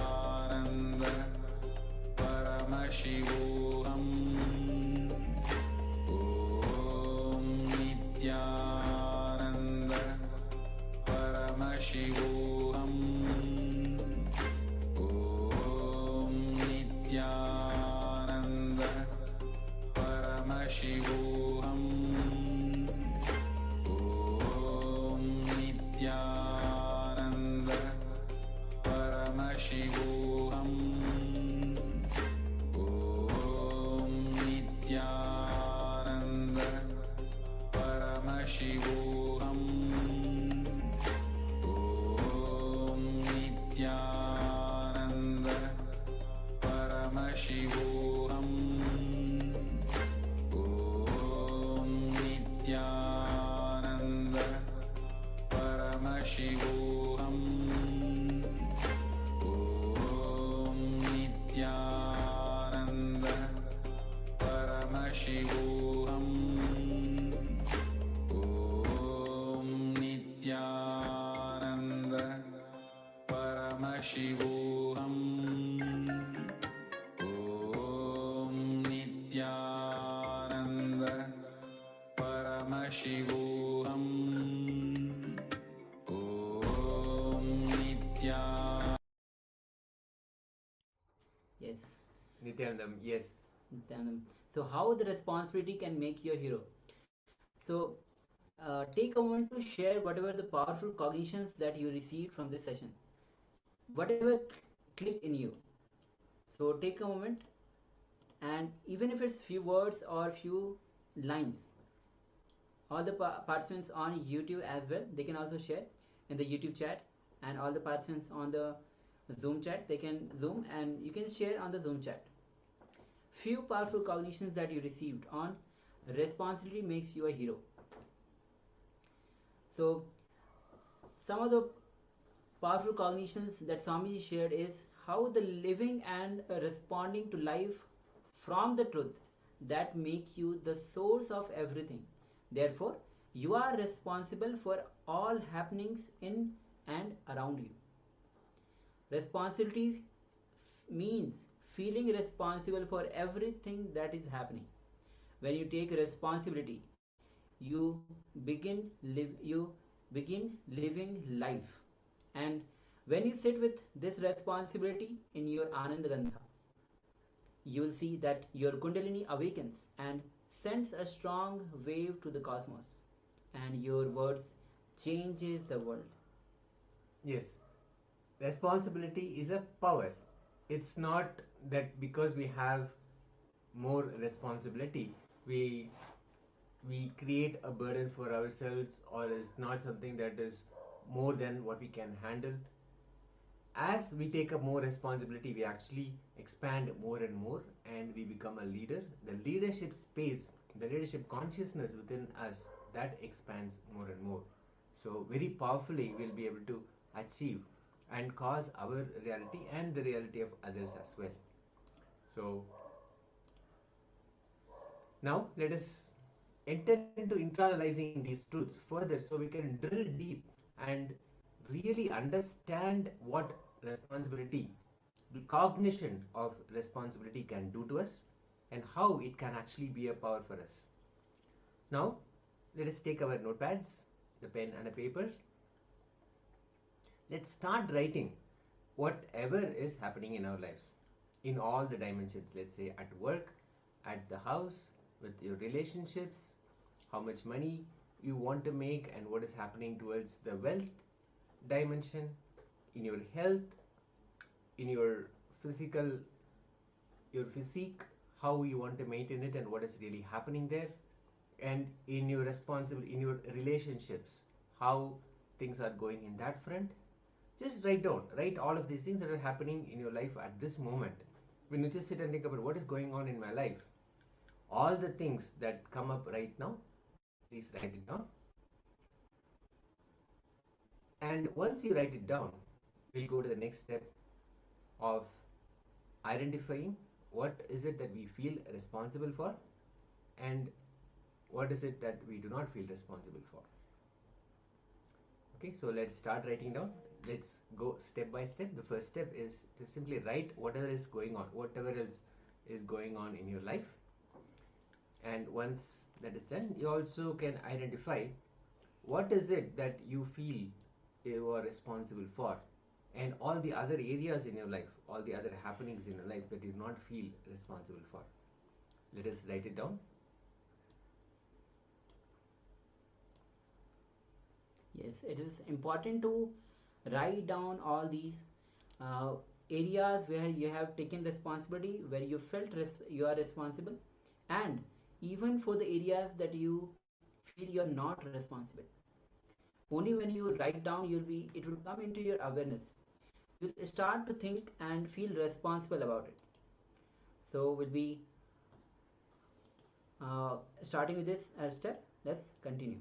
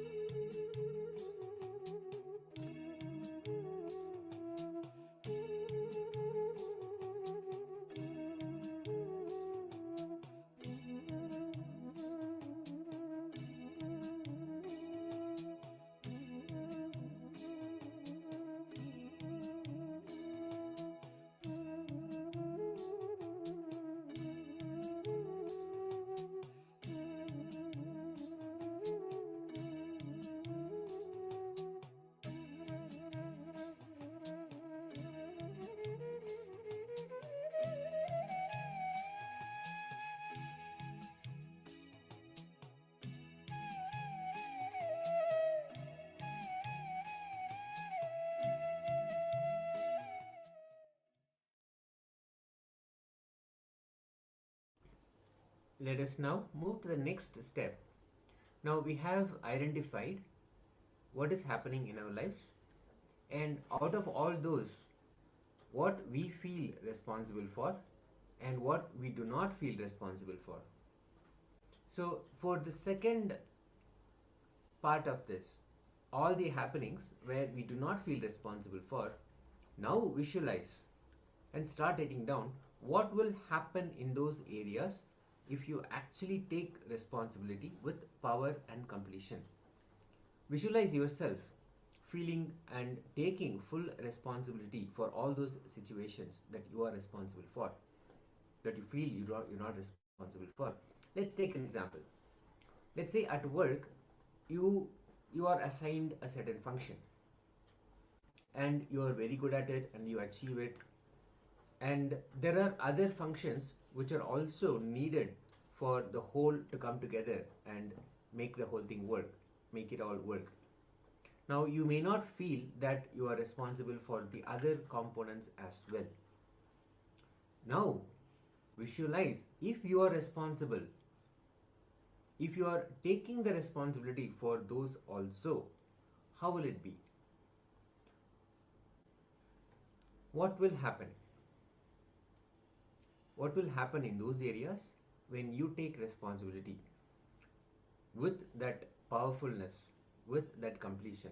If you are taking responsibility for those areas, how will it be? Visualize and write down.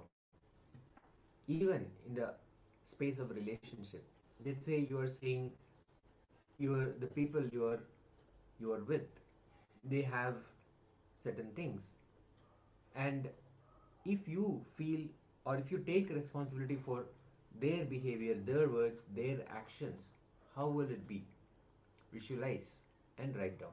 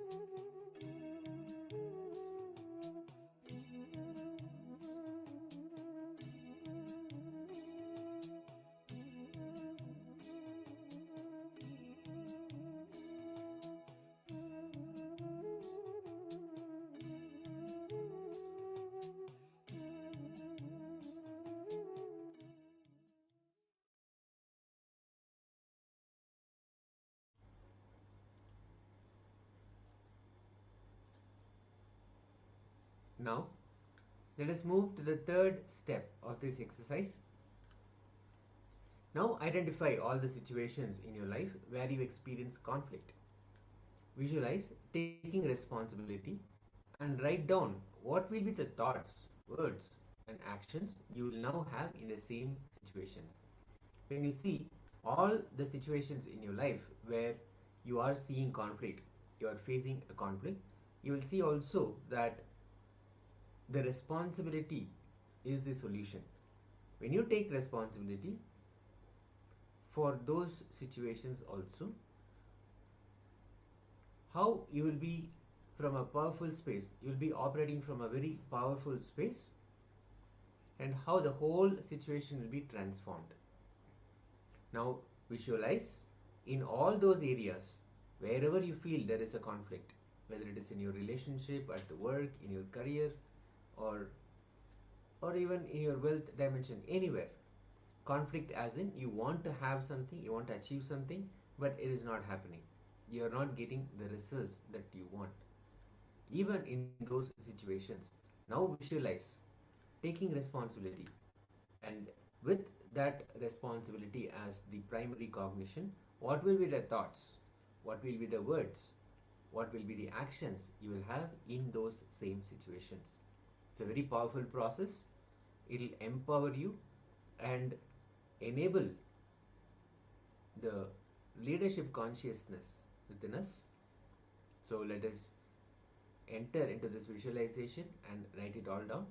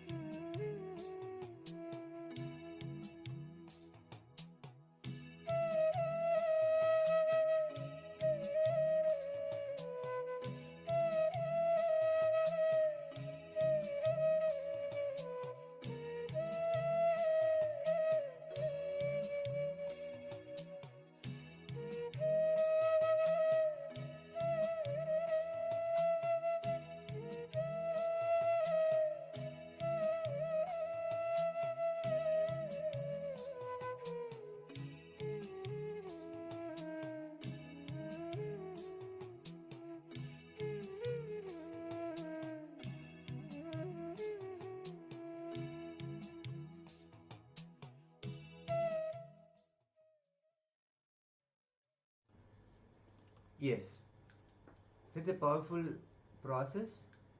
I hope all of you are able to identify the all those situations where you can actually take the responsibility and feel powerful and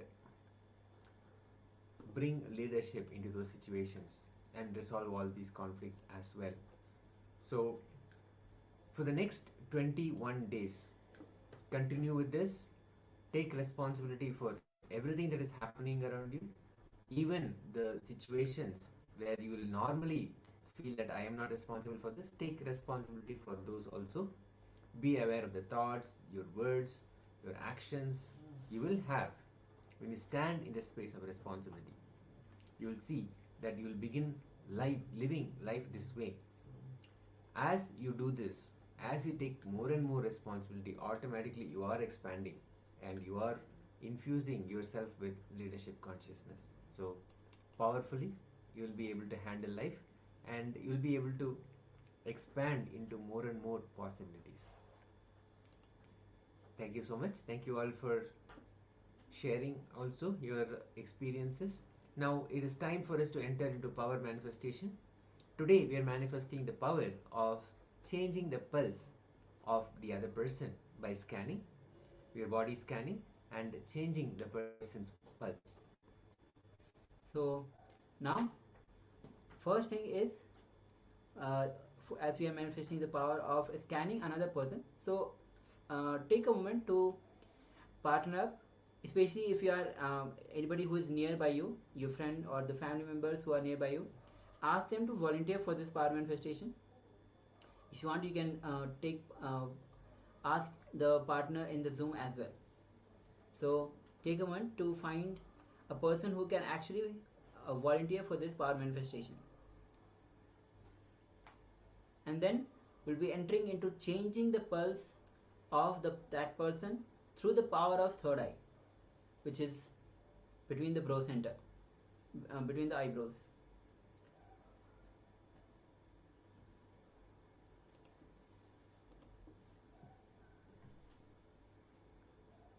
Okay, so, and also if you're not able to find a person who is actually ready to volunteer, you can also start scanning your own pulse. You can start scanning your own pulse. So now bring your awareness to the third eye, visualize Swamiji's energy flowing through you, and start scanning the pulse of the another person. Or if you are scanning, manifesting on your own body, start scanning your own pulse. Actually, the first step is to take the initial measurement of your pulse. So the first step, take a moment, and if you have partnered up with somebody, take a moment to take the initial measurement of the pulse. That's going to the first step. And if you are manifesting on your own body, then take the initial measurement of your own pulse. Then we'll be moving to the next step.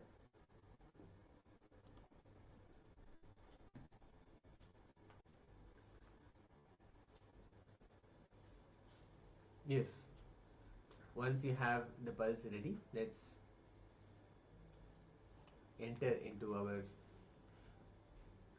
oneness space with Swamiji, chanting the Mahavakya, and through the power of your third eye, scan the other person's pulse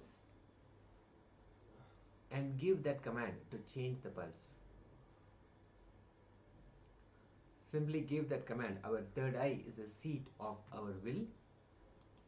Once it is awakened by Swamiji, anything that you put in as a command becomes a reality. So simply make that as a command that you want the pulse of the person, either if you have a person that you are working with or if you're working with your own self.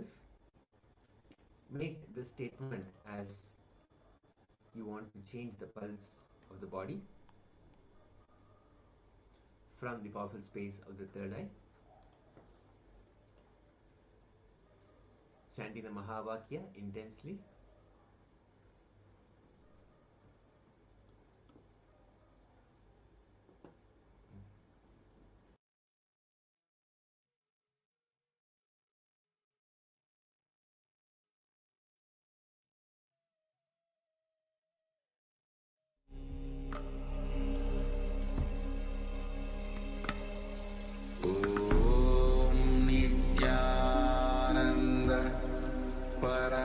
Paramashivoham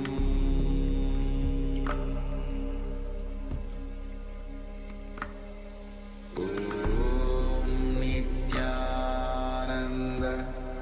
Paramashivoham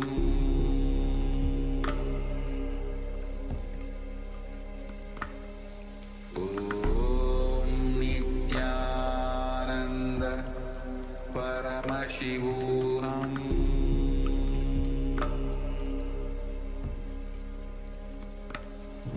Om Nityananda Paramashivoham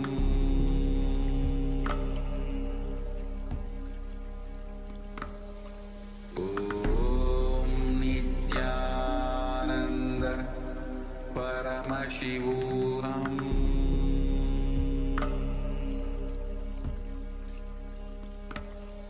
Om Nityananda Paramashivoham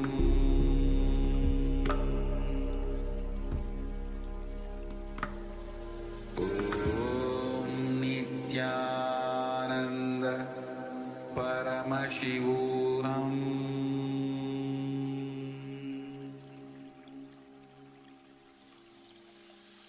I bless you all. Let you all open all your three eyes.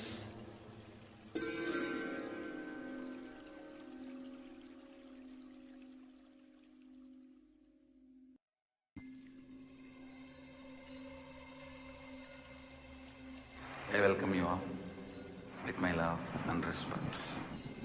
Let you all open all your three eyes. Om Nityananda Paramashivoham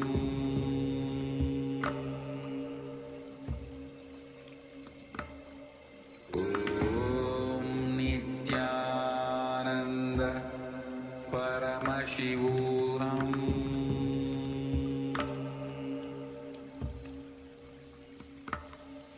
Om Nityananda Paramashivoham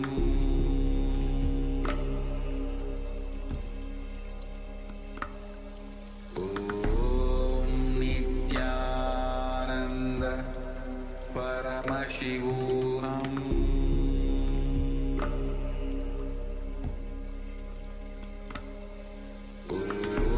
Om Nityananda Paramashivoham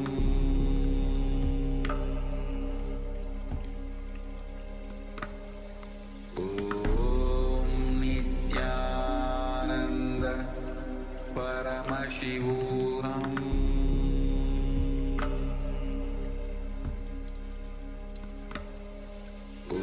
Om Nityananda Paramashivoham Om Nityananda Paramashivoham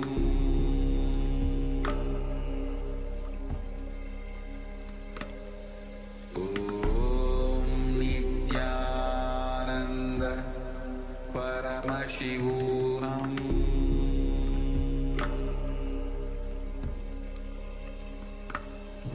Om Nityananda Paramashivoham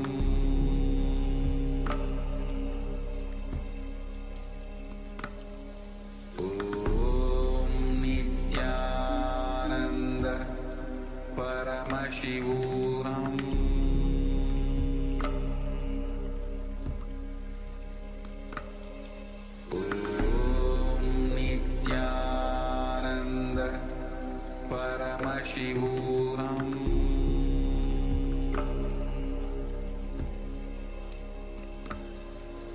Om Nityananda Paramashivoham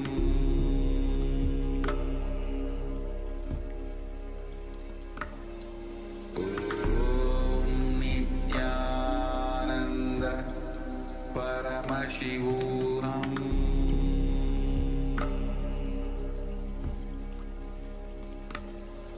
Om Nityananda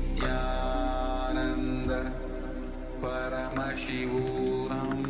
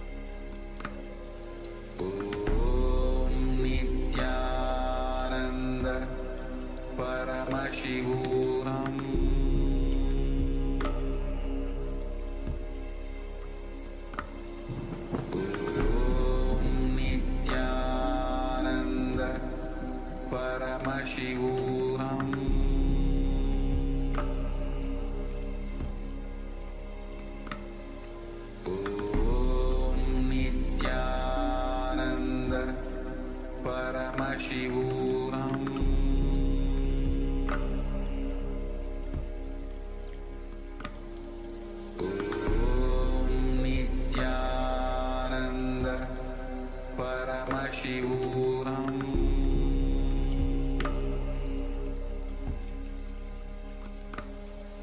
Om Nityananda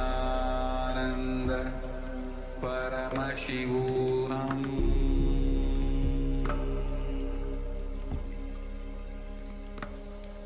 Om Nityananda Paramashivoham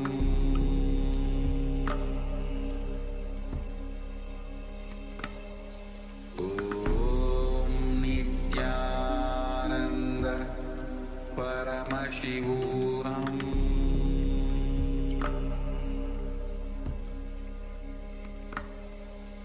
Om Nityananda Paramashivoham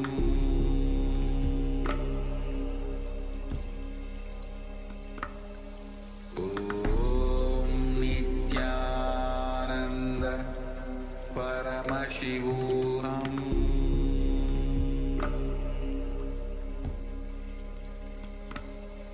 Om Nityananda Paramashivoham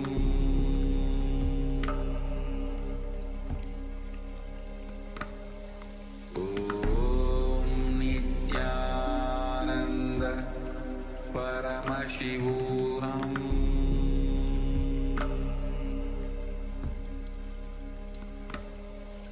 Om Nityananda Paramashivoham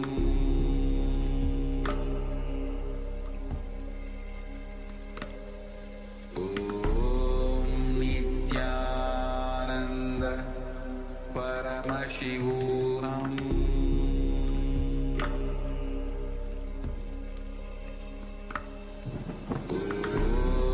Om Nityananda Paramashivoham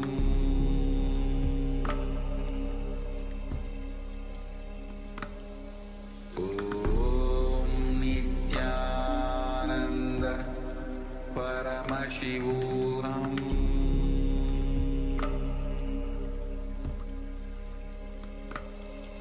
Om Nityananda Paramashivoham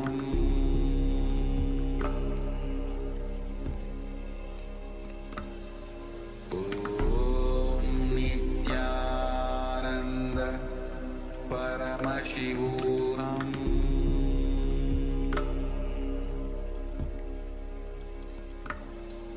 Om Nityananda Paramashivoham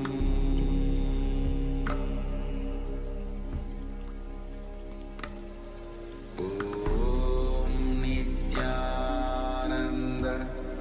Paramashivoham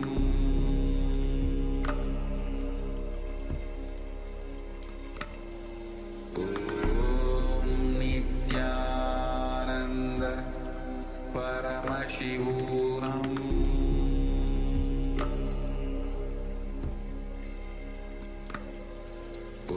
Om Nityananda Paramashivoham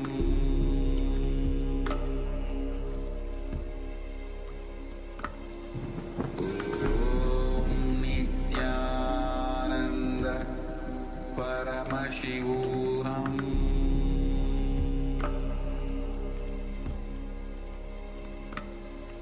Om Nityananda Paramashivoham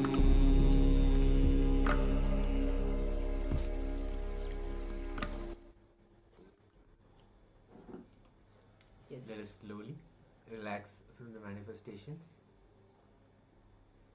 Now let us compare the pulse. Check how the pulse is right now and compare it with what it was before we started the manifestation. Let us quickly check and share also the results. If you have been working with a partner, please ask the partner to share their pulse.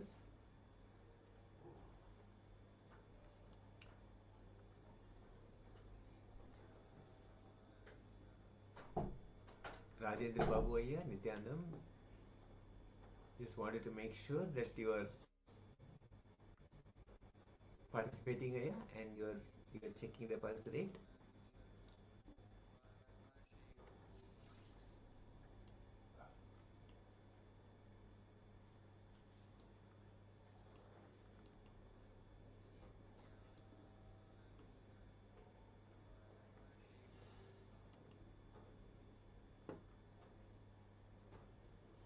Thank you so much. Yes, thank you for sharing Ayya. Now, let us enter into the next segment. And the next segment is going to be on the Kriya, and the Kriya is on hypertension. And hypertension is one of the common illness or the disease that is actually across the world. People are suffering from a lot of hypertension, and hypertension itself is a way that you disbalance yourself emotionally, mentally, and physically. So this kriya is going to bring you the holistic approach to health, which will allow you to take responsibility for your well-being and consciously participating in your own healing process. And this involves being aware of your eating habits throughout, even the lifestyle choices that you contribute to the hypertension. Okay, so now please come to the space of listening, and because it is a kriya, you need some space because it will be combination of asanas, kumbhakas, and pranayamas. So make sure that you have enough space for yourself. If you need a proper ventilation, find a place for that. If you need some space where actually you can perform the asanas, that will be great. So, so now let's enter into this kriya as guided by Swamiji himself.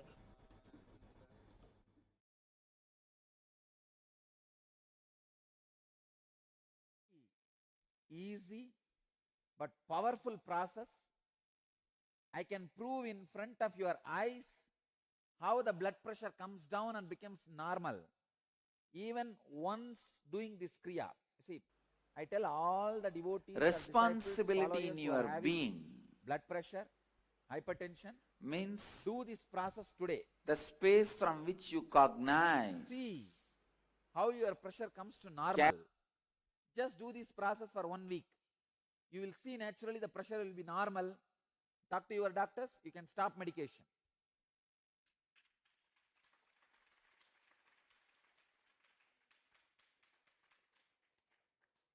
Before stopping the medication, better have one sitting with doctor, talk to the doctor. But I can tell you, within a week, your hypertension will become normal.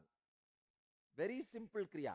The whole kriya will take maybe maximum 10 minutes, not more than that, just 10 minutes.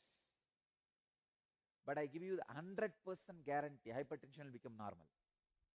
It may be any level. Even if it is 150 by 100, it will become normal, because the setup, the process, the pattern through which I am making your hypertension normal is from the biomemory level, not from muscle memory. From biomemory, from the depth of your being. The first step, Mritasana in Chinmudra. Mritasana means corpse posture.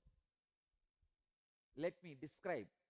Uddanam Shashvat Bhumau Shayanantu Savasanam Shavasanam Sramaharam Chitta Vishranti Karakam. Garanda Samhita's second Upatesha, 19th verse. Lying flat on the ground like a corpse is called the Mritasana. This posture destroys fatigue and quiets the agitation of the mind. Please lie down. No pillow, nothing should be for the head. You can use mat. Mat or mattress is okay. Better use mat or mattress, because otherwise you will feel cold and you will not do the technique properly. You may not do the kriya properly. please use mat or mattress.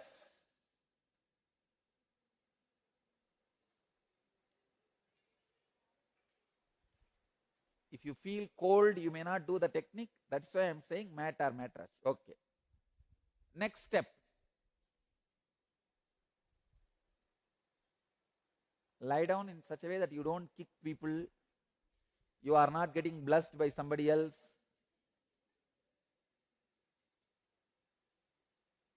Second step. Please understand. In Mridasana, Chinmudra.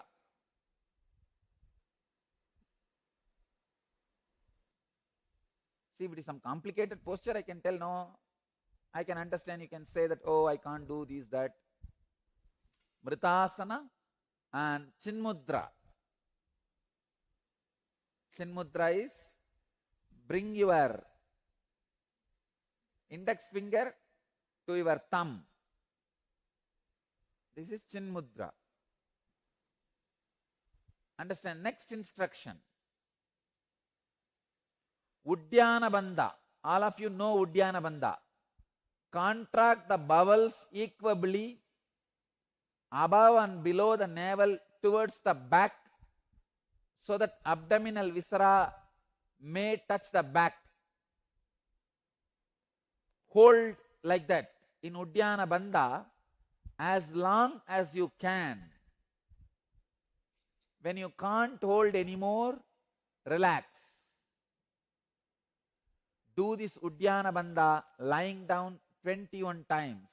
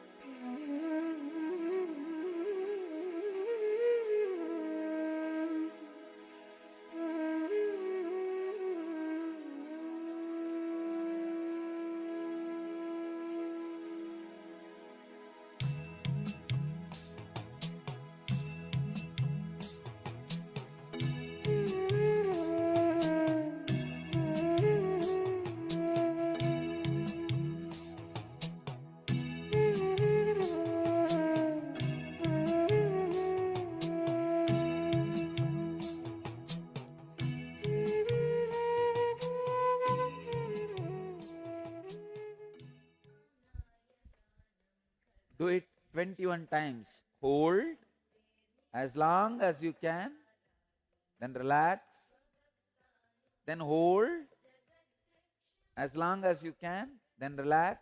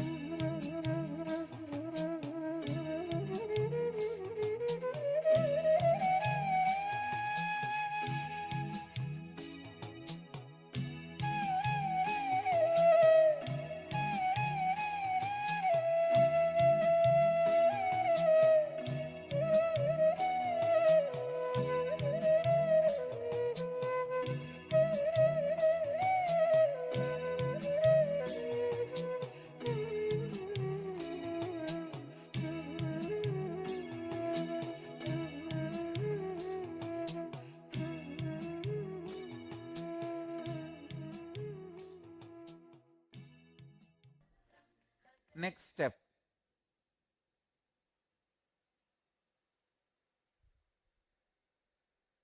Jalantara bandha. Listen.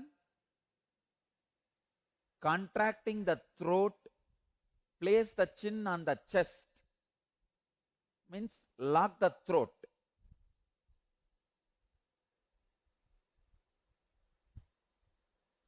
Just put your chin on the chest and lock the throat internally. Hold as long as you can. And exhale slowly when you feel you can't hold anymore. Do this again 21 times.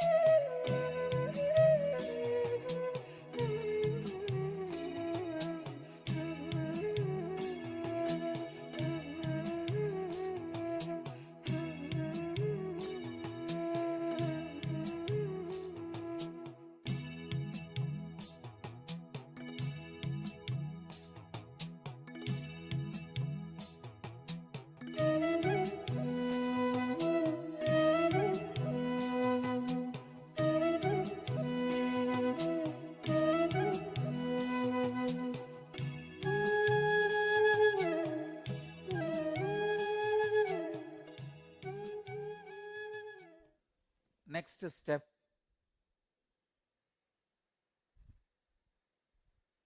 Muktasana. Please sit in Muktasana. Place the heel at the root of the organ of generation and the right heel above that. This is the way. Please understand.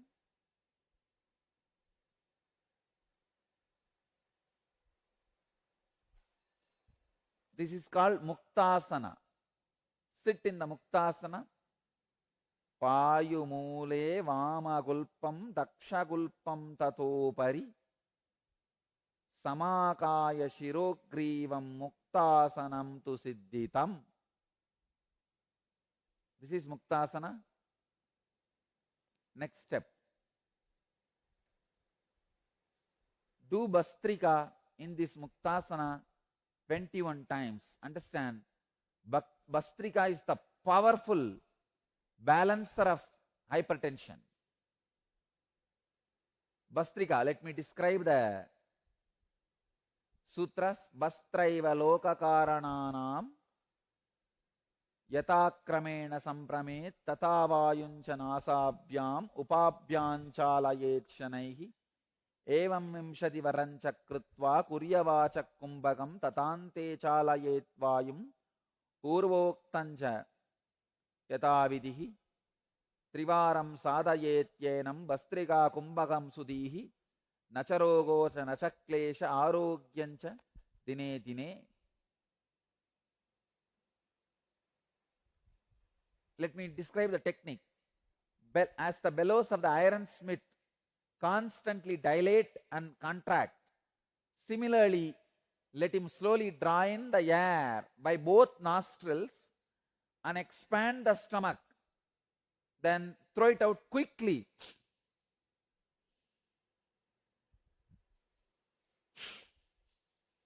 Inhaling should be very, very slow. Exhaling should be fast and quick. Do this 21 times.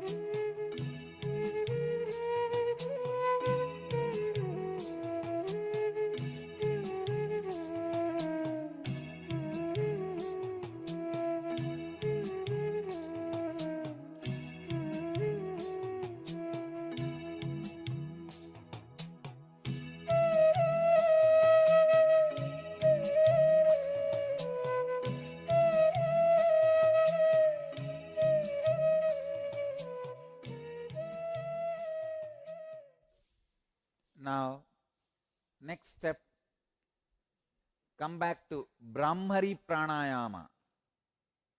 Ardharatre kate yogi jantunam shabdavarjita varjide karanao pitaya astabhyam guryat puraka kumbhakam shrunuyat dakshine kame nata mantartakam nata mantargatam shupam pratamam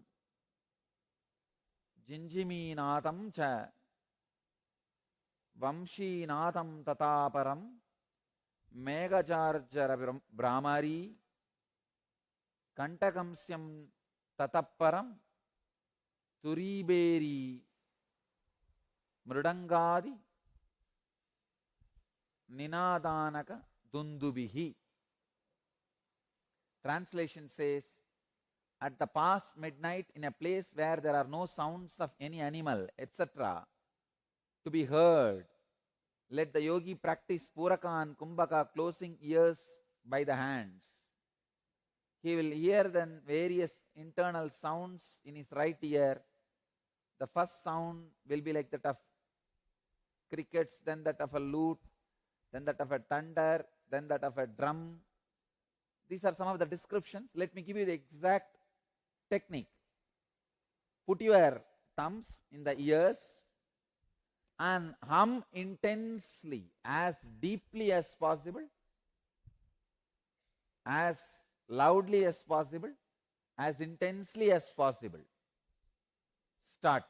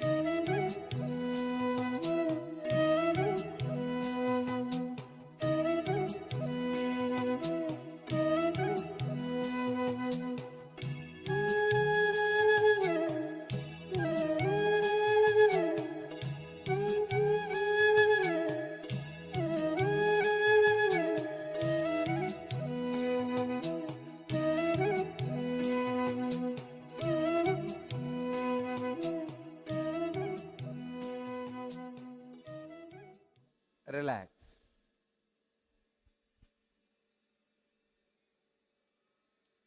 You can now relax.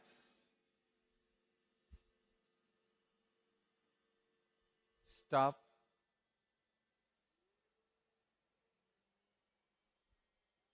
Relax.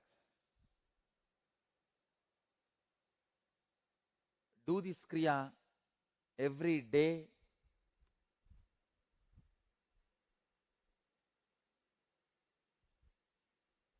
At least once.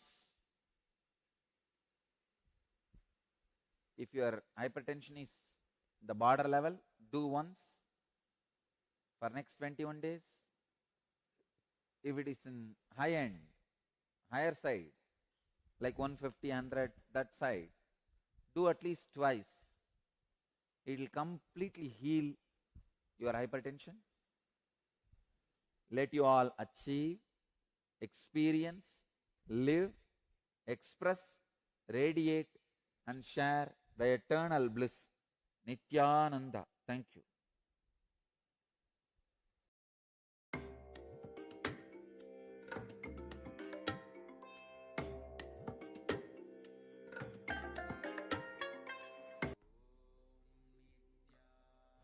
Yes, Nityananda, all of you. So we just witnessed a kriya on hypertension, and a few questions were also there about the Udyana Bandha and Bhasika. So Bhasika is a rapid exhalation. Sorry, we missed to mention at exactly that moment of time. Anyway, we have few questions regarding the kriya itself. Suma Alexandra says, what is the side effect of hypertension on the mind? And if the hypertension is always a disturbed mind, what is the best way to say this to my mother? My mother pulse is always very high and communication is enrolling as very jumpy and creating misunderstanding every second sentence. So, Soma, for hypertension, it significantly affects the mind. It leads to increased anxiety, stress, and even the cognitive issues over time. So it creates a state of constant agitation and makes it difficult for individual to maintain calmness and clarity in their thoughts. As you gave example of your mother, so when you are communicating with your mother, tell her about the condition, like approach the conversation. When you're approaching any conversation with mother, approach with compassion and understanding, so that she knows that you are actually entering into the conversation of understanding and compassion. And you might say, for example, like, I have noticed that you okay. So you can approach the conversation with compassion and understanding, so that she feels that you are actually entering into the conversation. Yes, and it is very important for you to approach with compassion, as we mentioned. Understanding the person, just give the listening to the person, so you'll be able to give a healing presence. And when you actually are able to radiate that calmness from within you, then the other person will also feel the same calmness within themselves. So the best thing that we can also say is for your mother to be part of the darshan that happens in the morning, especially during the Navaratri, the 9 nights of Devi Paramashiva Shakti manifesting through this supreme body of Hinduism. When even just a few moments of sitting in his presence during this particular time specifically, the healing will automatically happen. So the best thing that we can do is to actually have her come and be part of the darshan that happens at 7 p.m. Eastern time.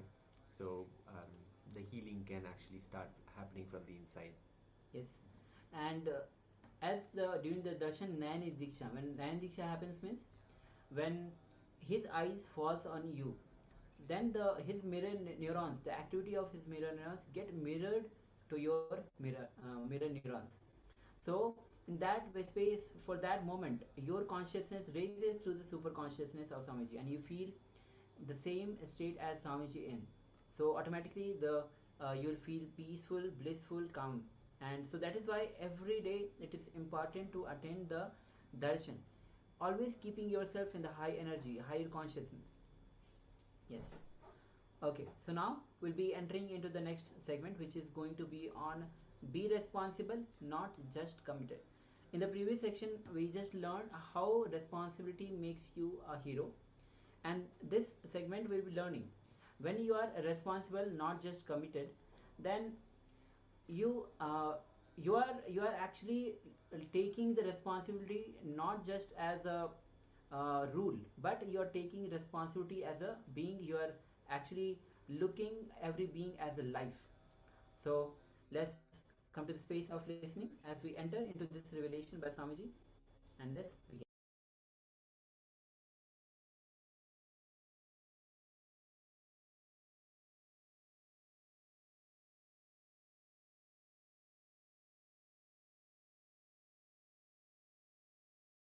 Listen.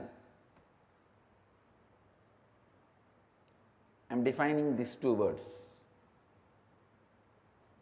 Responsibility is not commitment. Commitment is not responsibility. You can be responsible, totally non-committed. You can be committed, never be responsible. I'll differentiate. I'll explain. If you are constantly thinking about your future from powerlessness and go on thinking what all can go wrong, your involvement is called commitment. If you are constantly looking at your future from the space of completion and go on looking at what all can go right, your involvement is called responsibility. Listen,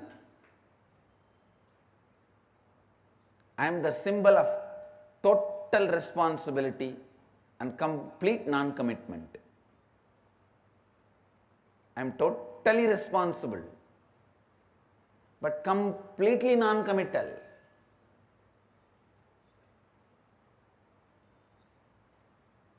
If just a devotee who has attended some free program sometime, if he is bitten by a snake or if he is caught into some accident or if he is in emergency,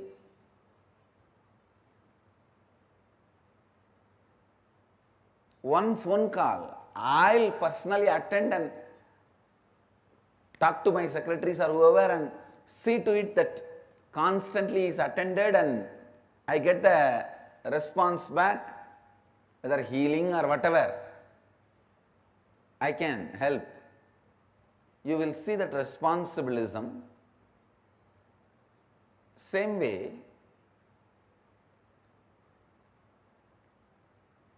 if you live around me, you can very clearly smell I am completely non-committed to the whole thing.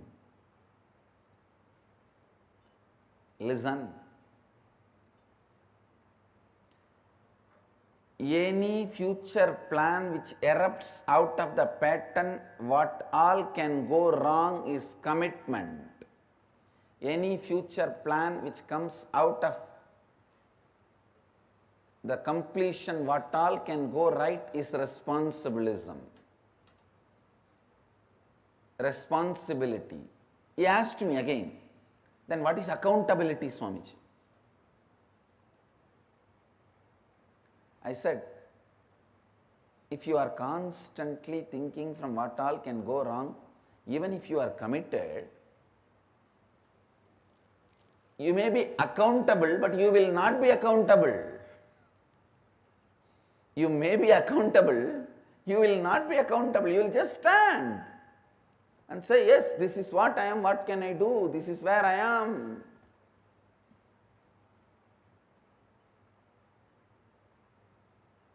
So understand, this subject is very, very, very confusing and people feel no. At least in responsibilism, I don't want this to be separated.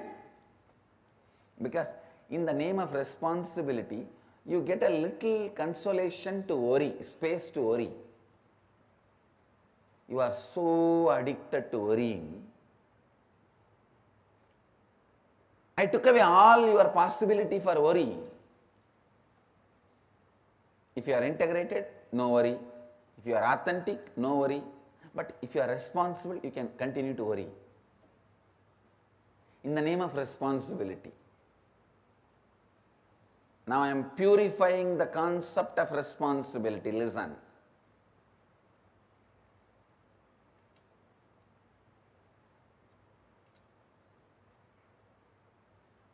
If you can move based on what all can go right, I am not saying don't look at what all can go wrong. You may not need to look at what all can go wrong if you look at what all can go right intensely. Looking at what all can go right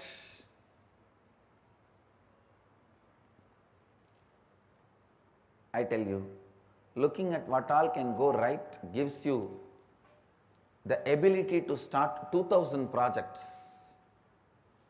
Even if you win in 20, you will be in the space of unimaginable expansion. The mind which looks at what all can go wrong will not even move to the second project. People constantly say, from morning I was making this call, this. Understand? Even when you are doing some action, is your worrying pattern keeping quiet? Is your lust pattern keeping quiet? Is your fear pattern keeping quiet? Even when you are working, doing your work, all the three are functioning. Same way, instead of lust, fear, worry, why can't your planning, celebration, gratitude function?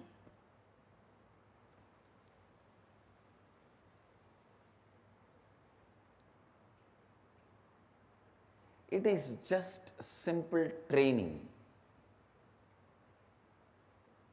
Whether you function from fear, lust, worry, or function from planning,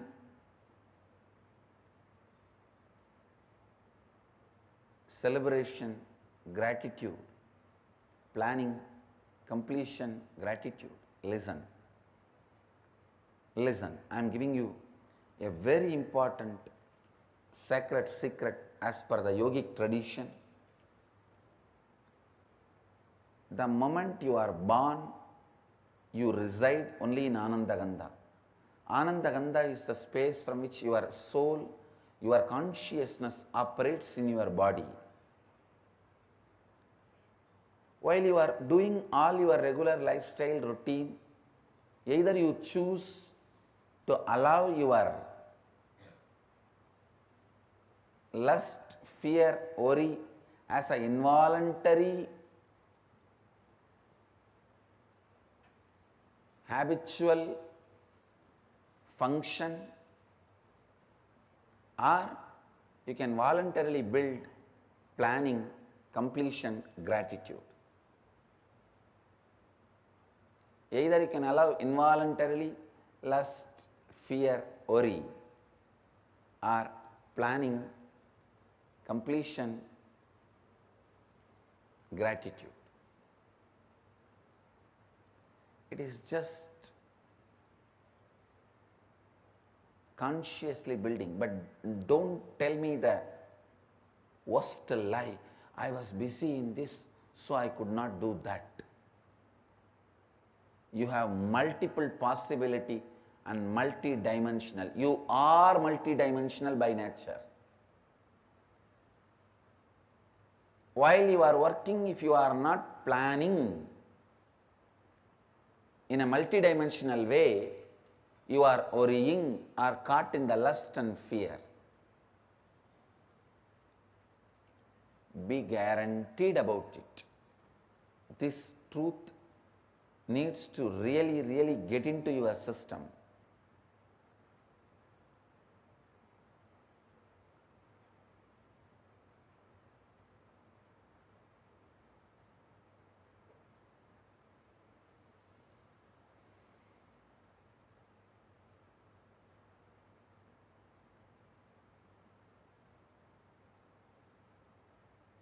This truth need to really get into your system. Listen. Only then you will understand the difference between commitment and responsibility. If you don't take responsibility, you are beaten black and blue by commitment in the life. When you take responsibility, you are given the reward of the freedom from all commitments.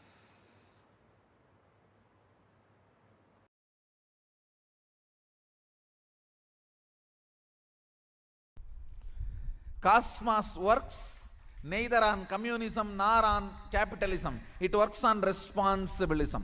What is the responsibility you take in life? What is the context you set for yourself in the life? Based on that, he manifests. That's all.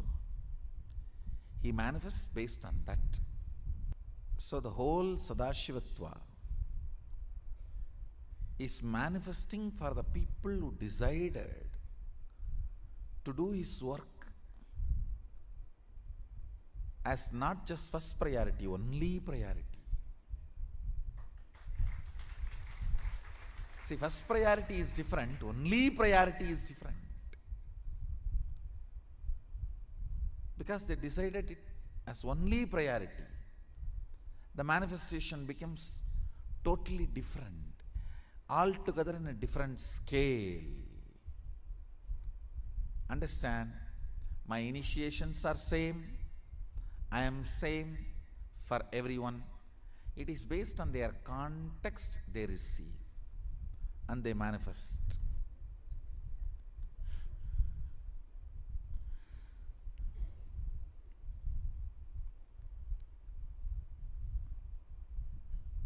So the context sets the consciousness to a different frequency. So what you are, surely I am available for you as much as you can receive.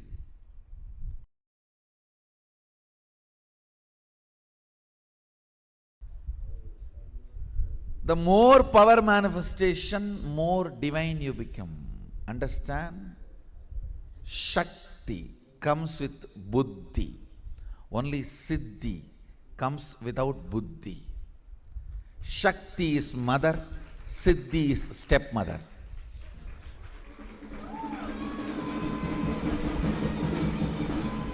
That is why in Tamil, for stepmother and siddhi, both same word.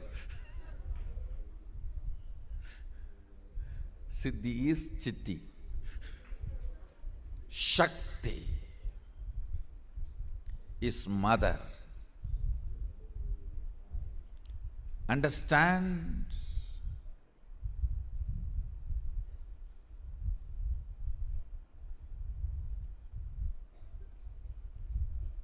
First principle about manifesting powers, it will not strengthen your ego, it will only take you beyond ego. First. Second, manifesting powers means manifesting qualities, state and space of Sadashiva also. Understand? When you manifest powers, naturally the state of Sadashiva and space of Sadashiva starts manifesting in you. I have always seen people who manifest powers have a very high level of integrity and unclutching. Because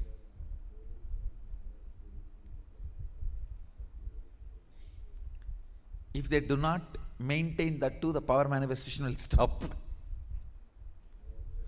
Understand?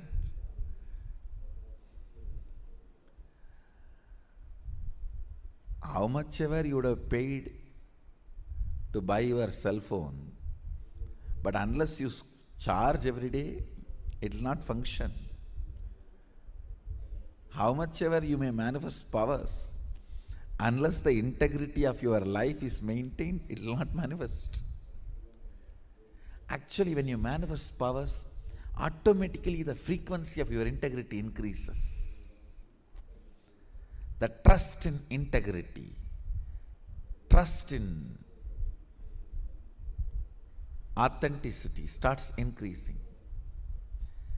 The reasons why you don't live a life of integrity is powerlessness. That starts melting down. With more and more power manifestation, powerlessness goes away. You become more integrated, more authentic. The second principle of power manifestation, listen carefully. Shakti comes always with buddhi. Means more power manifestation, more integrity. More power manifestation, more unclutching. More power manifestation, more nirvikalpa samadhi. More power manifestation, more joy.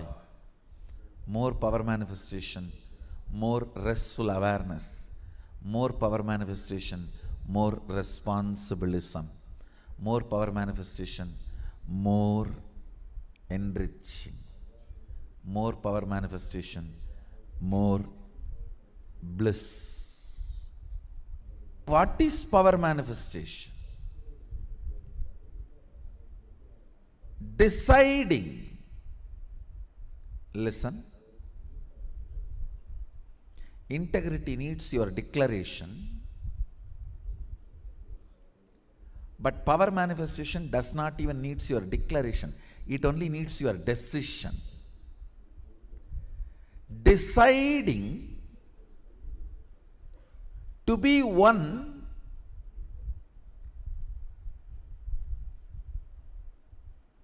with the original source, Sadashiva, which is you, even when you don't understand.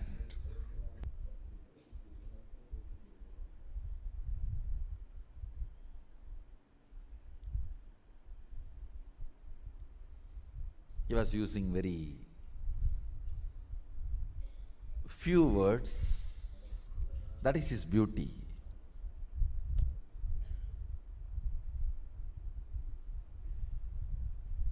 Just with few words, he will make that click happen. You know. First he was trying to tell that everything is one.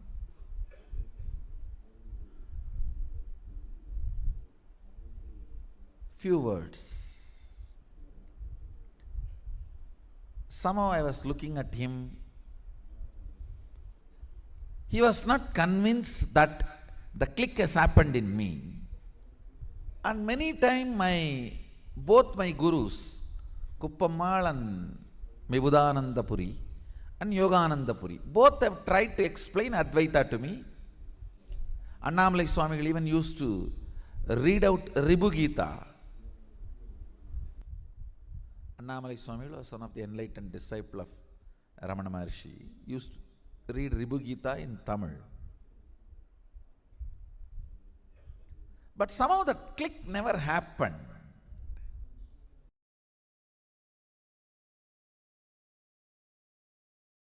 First awakening you need to have. No cunning strategies.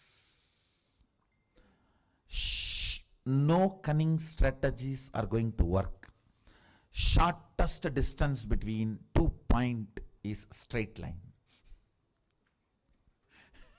Shortest distance between 2 points is a straight line.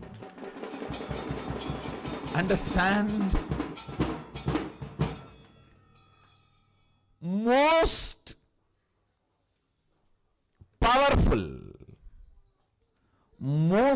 powerful strategy for manifesting wealth is integrity. Most powerful strategy. If you want 2-digit, 3-digit level money, maybe 1 or 2 lakhs or 1 or 2 crores, then cheating, stealing, all that may work. Robbing the bank, all that may work. But if you are really interested in living with wealth forever,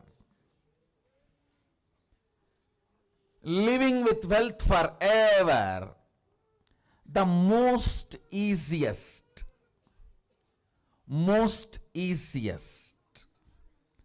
and the right strategy is integrity. Decide with responsibility. You will start contributing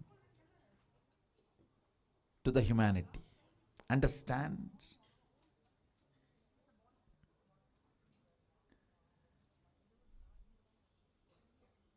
Manifesting your cognition is life. Understand? Whatever cognitions, conclusions you have about life in your life, you will go on be manifesting that every day. If you have the conclusion you are going to fall sick day by day, the more and more you breathe every day, every night, finally you will manifest that. It is your conclusions you manifest. If you have the conclusion, the cunning methods, cheating brings wealth, you will only be manifesting that, or waiting to some cunning methodology to click so you can manifest wealth. No.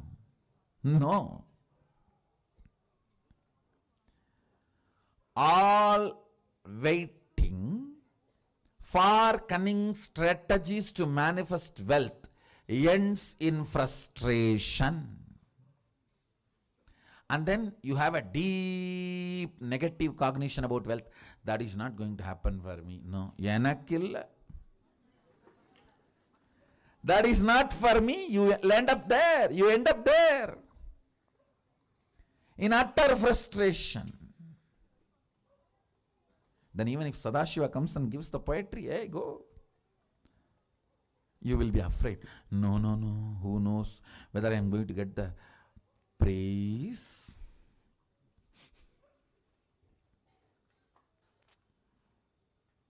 Or beating. Listen to this. Fundamentally, the first truth of awakening wealth consciousness, I am not giving you this as a teaching, I am giving you this as a software programming. Just internalize and come to this conclusion, that's all. You don't need to practice it. Anything you need to practice. Practice is a 4-letter word for me. Coming to conclusion is all I ask from you. No belief, no faith, no. Coming to conclusion, integrity. The first cognition you need to have, the first conclusion I request you to arrive. No cunning strategy will manifest wealth in your life. You may grab little currency through cunning strategies, but it will never become wealth of your life. I tell you, I am traveling all over the world. I am seeing all the culture, country, every background beings.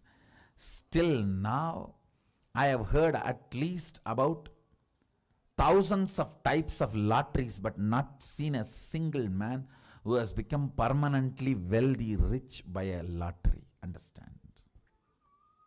I have not seen a single man who really became wealthy, stayed with his wealth through a lottery. No. That's the most funny thing. Then what is happening to all the big lotteries going on? The economy Sadashiva is teaching is neither capitalism, nor communism, or socialism. It is responsibilism.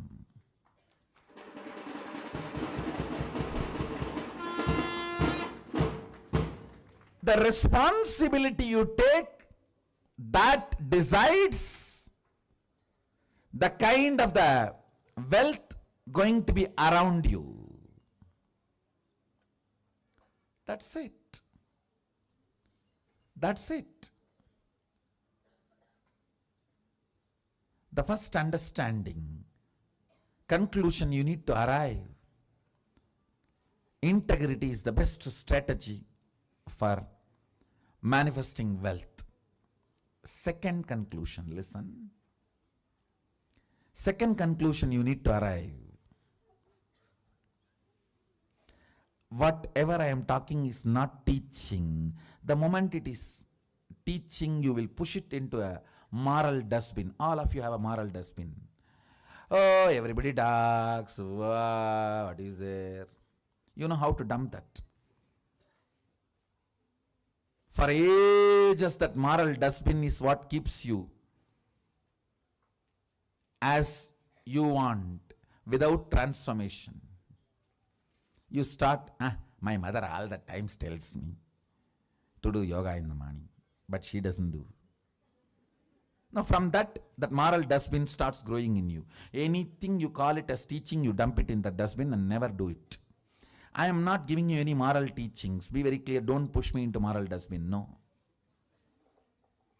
I am talking to you. If you come to all these conclusions, you will live wealthy forever. And if you are not able to come to this conclusion, I'll support you, help you by awakening your Kundalini Shakti to see these conclusions as reality. That's all.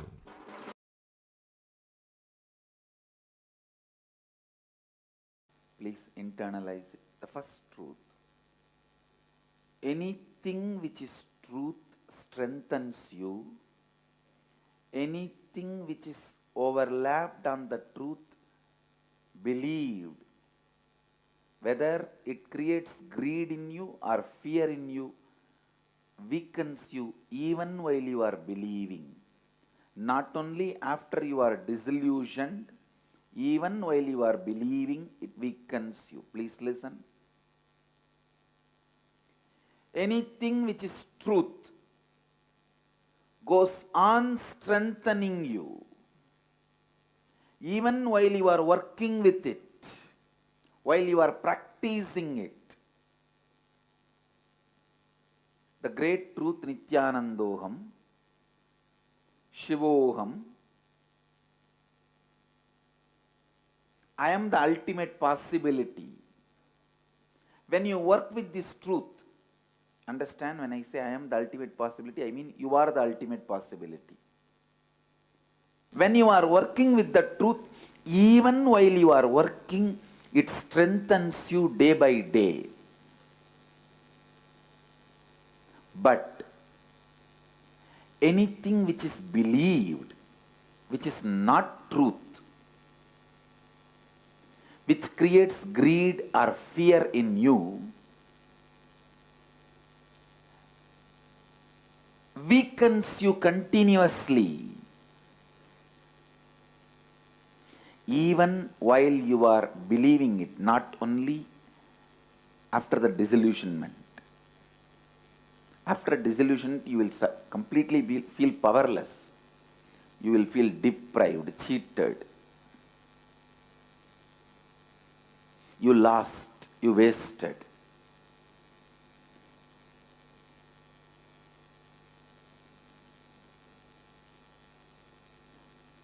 Not that only after you get disillusioned, you will feel cheated and deprived. Even while you are working with it, you will feel powerless.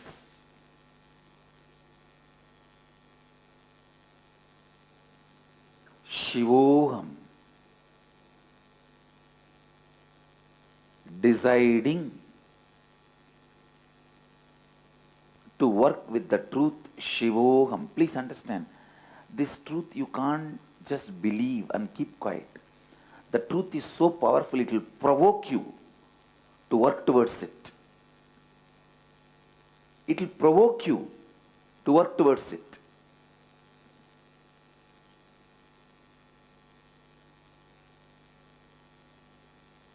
Truth uttered by the right person, listened by the right being, provokes you to work towards it. It can never be one more sermon. No. Satsang is not sermon or discourse. After the discourse or during the discourse, you can be sleeping. Continue to be in slumber. But satsang provokes you. Neither during nor after you can be in slumber and sleeping. It provokes you. It awakens you. That's the right word I should use. It awakens you. While you are working with the truth, Shivoham, even while you are working, you have to take the responsibility for it. Don't expect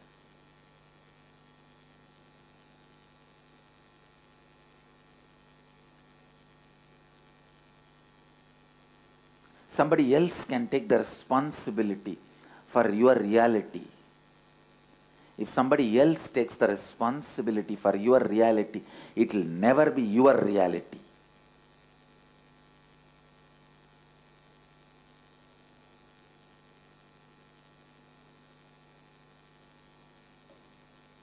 Yes, Guru can take the responsibility to make you responsible, not for anything else. Guru can take the responsibility to make you responsible. That is why his love is never appreciated. His love is not the cozy, comfortable feeling you felt in the name of love in your life when you were young. The pattern you believe as love.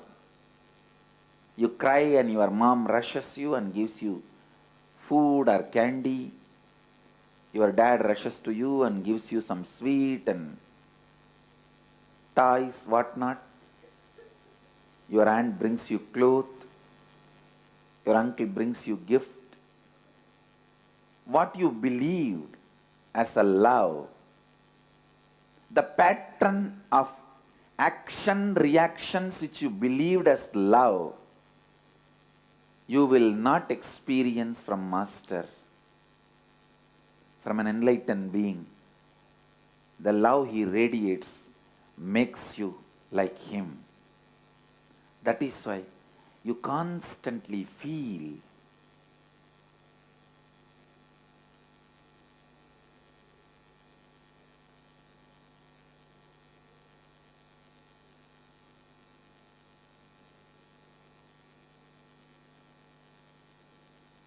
you will feel energized when you come near the Master, when you are in his presence, when you listen to his words, when you imbibe his presence. But you will not feel the so-called love. And if you feel what you felt as a love pattern from the young age, from the Master also, maybe he is giving you little time to settle down and become comfortable.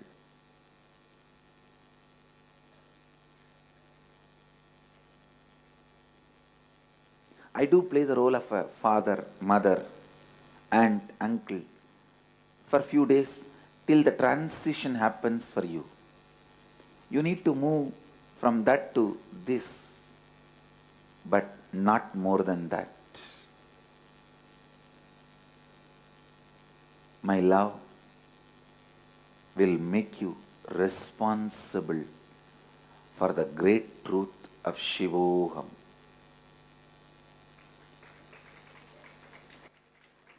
For the great truth of your reality.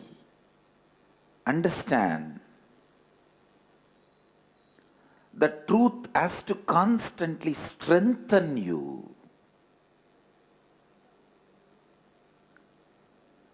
Truth has to constantly strengthen you. Anything which weakens you day by day is a belief. Anything which strengthens you day by day is a reality.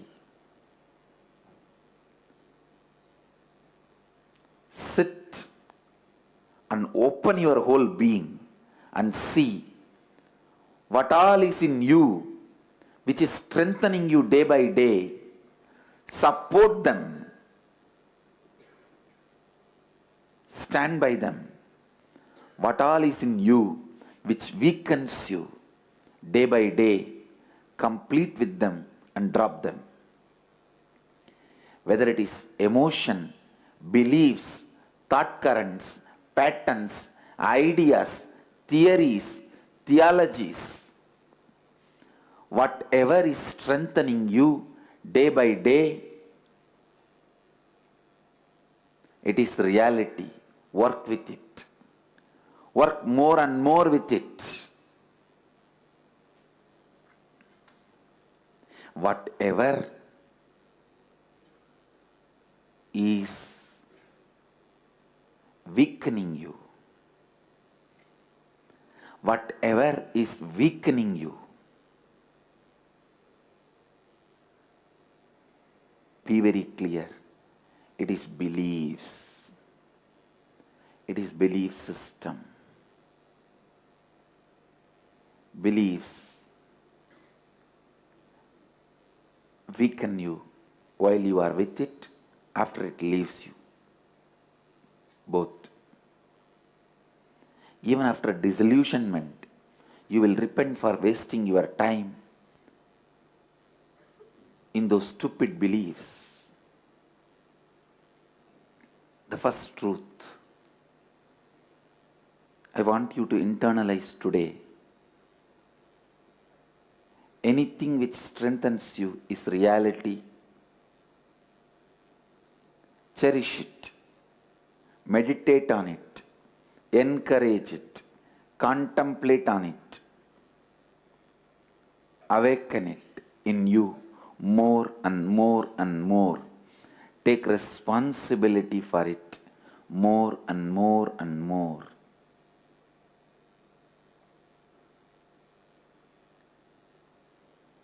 Anything which weakens you, be very clear, it is a belief system. Belief system either will create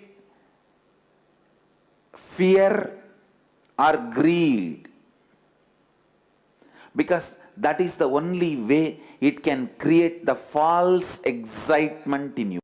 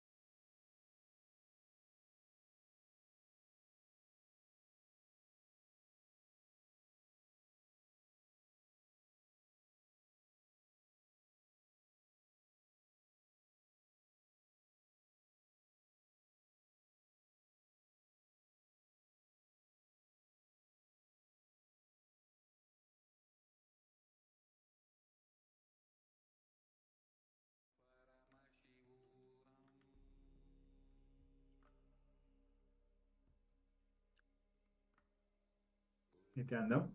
Welcome back. Now, let us move ahead with these powerful realizations. Let us move ahead to an internalization exercise. And the subject is to be responsible and not committed. Any future plan which erupts out of the pattern, what all can go wrong is commitment. Swamiji beautifully shared this. And any future plan which comes out of the completion space, what all can go right is responsibilism. So let us start this exercise. Reflect on this powerful cognition that anything done, any future plan done from the cognition, what all can go right. Reflect on this powerful cognition and pen down where in your life you functioned out of commitment and complete with all those incidences. Decide to feel responsible and function out of completion going forward.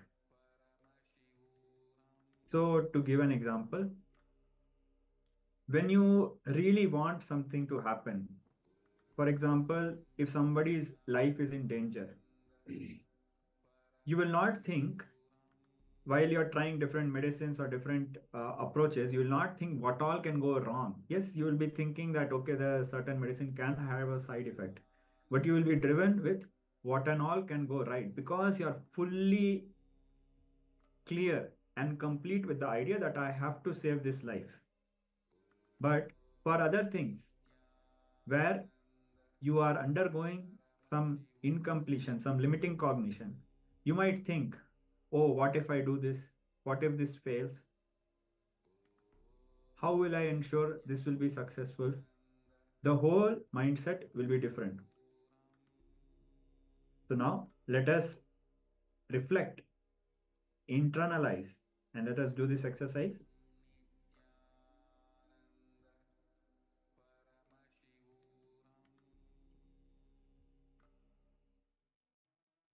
So we have projected the steps. Please refer to them and let's continue this exercise.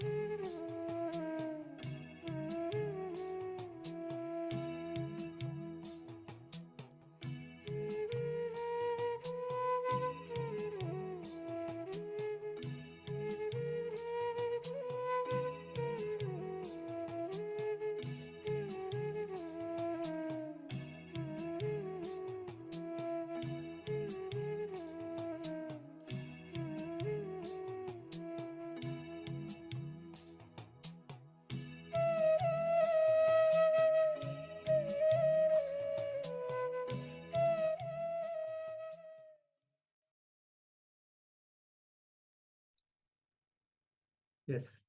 So we have many sharings. We have some sharings from Alexandra.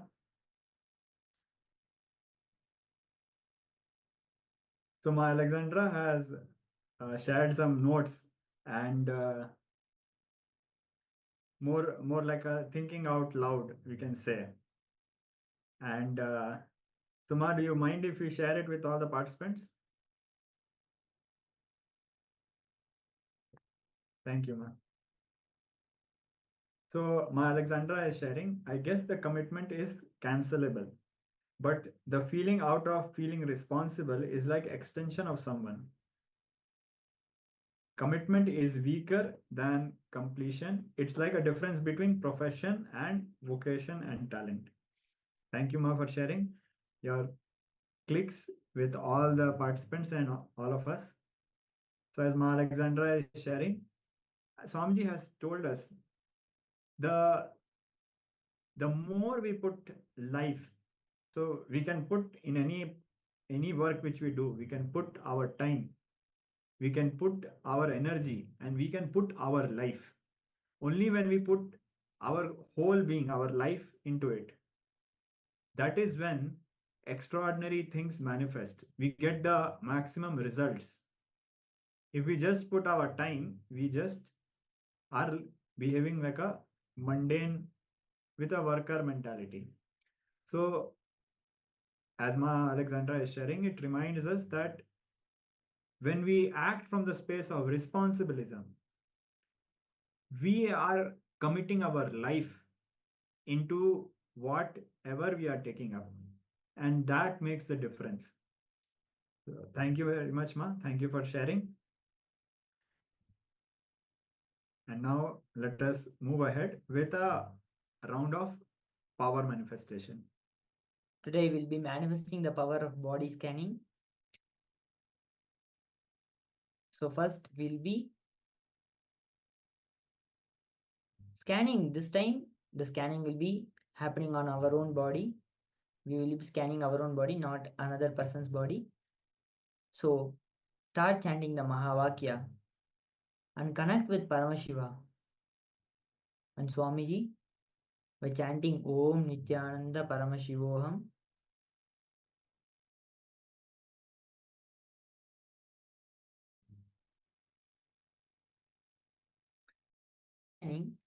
Is nothing but we finding out what illness, what suffering, or what disease is there in our body. So when we chant Mahavakya and connect with Swamiji and request Swamiji during the power manifestation, what is the suffering that I'm going through? A few times, many of the Balasans have experienced in their power demos that what will happen in the future, that will be revealed to them. So when you tell that to the other person that you're having a cancer, the other person may think that no, currently I don't have a cancer, but in future that cancer is coming. So during this power of body scanning, the future is also revealed, that in future this is going to happen to you. And not alone revealed, when the power of Paramashiva goes through your body, it removes all the sufferings, all the disease and ailments that are present in the body. So this is a wonderful power for all the participants to manifest. This is also a way to heal ourselves from everything that we are suffering from, either it be mental issues or physical issues. So now we'll be entering into the power manifestation. Start chanting the Mahavakya. Om Nityananda Paramashivoham. Om Nityananda Paramashivoham. Om Nityananda Paramashivoham. Slowly request Swamiji. What? Swamiji, please reveal to me. what is the suffering that I'm going through in my body, and please heal the suffering that I am experiencing. And at the end of the power manifestation, pen down what all Paramashiva revealed to you during the power manifestation.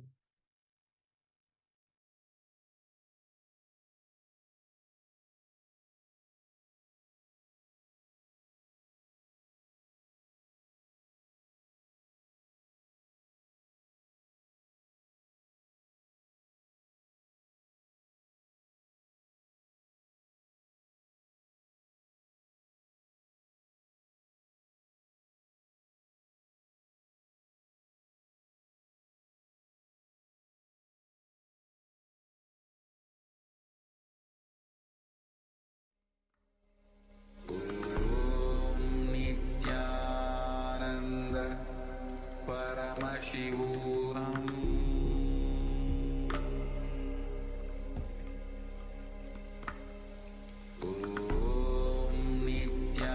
Nityananda Paramashivoham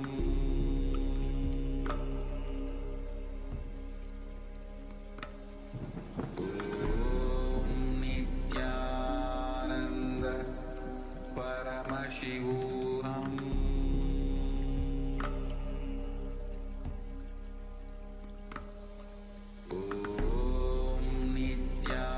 Nityananda Paramashivoham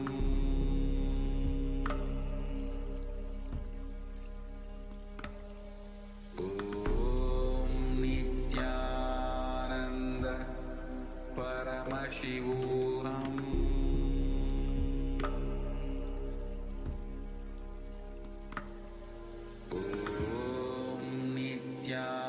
Nityananda Paramashivoham.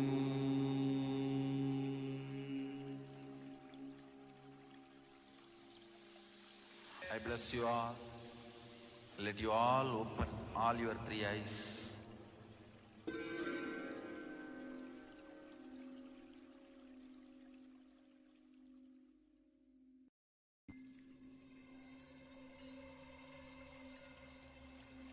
I welcome you all with my love and respect.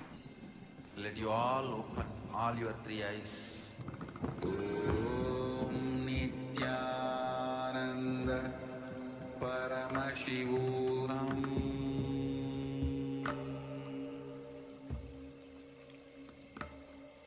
Om Nityananda Paramashivoham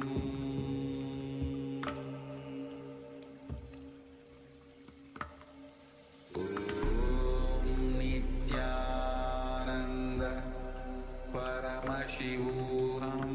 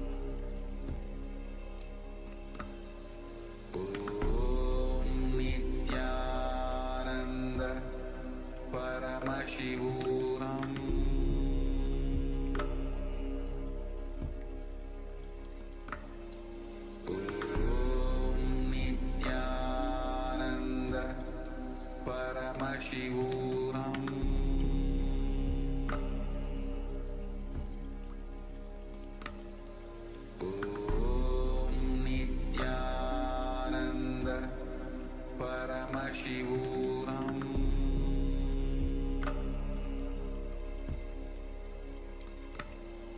Om Nityananda Paramashivoham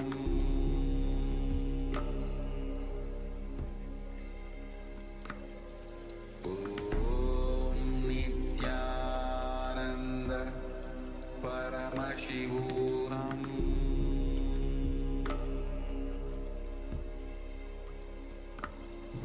Om Nityananda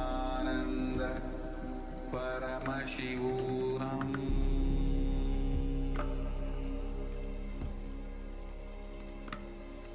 Om Nityananda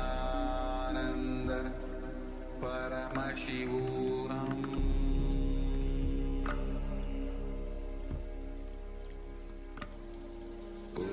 Om Nityananda Paramashivoham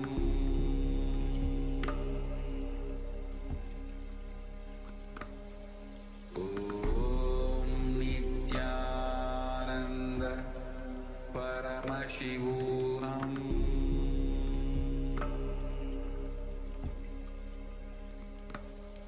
Om Nityananda Paramashivoham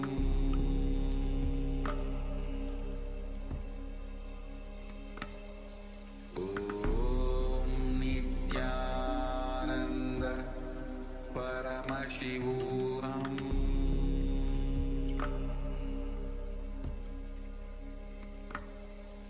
Om Nityananda Paramashivoham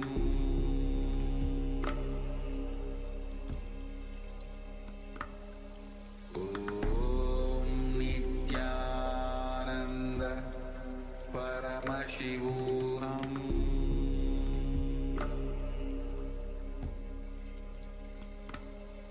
Om Nityananda Paramashivoham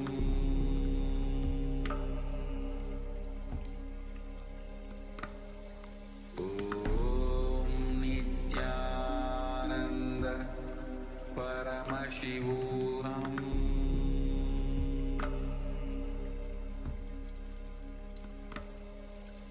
Om Nityananda Paramashivoham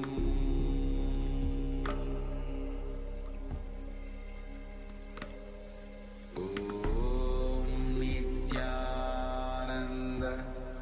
Paramashivoham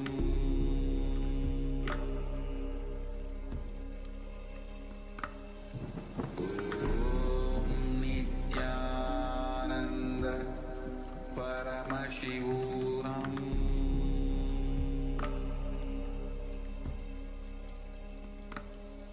Om Nityananda Paramashivoham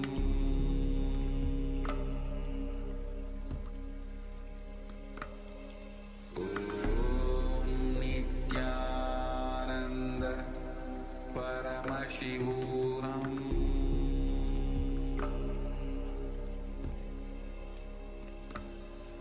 Om Nityananda Paramashivoham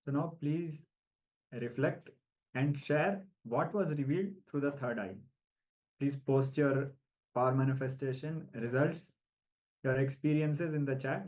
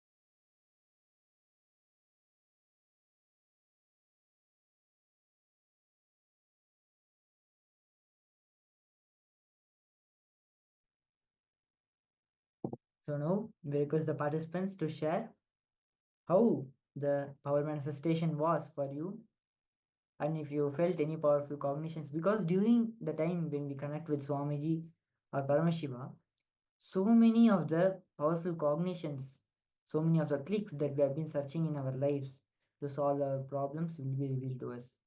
So we request the participants, if you had any such clicks that was revealed to you, you can share it to us. Rajendra Babuya, is English okay for you, or do we need to tell in any other language? You can let us know. You can clarify to us in the chat that if you are comfortable with English or you need any other language for us to explain to you.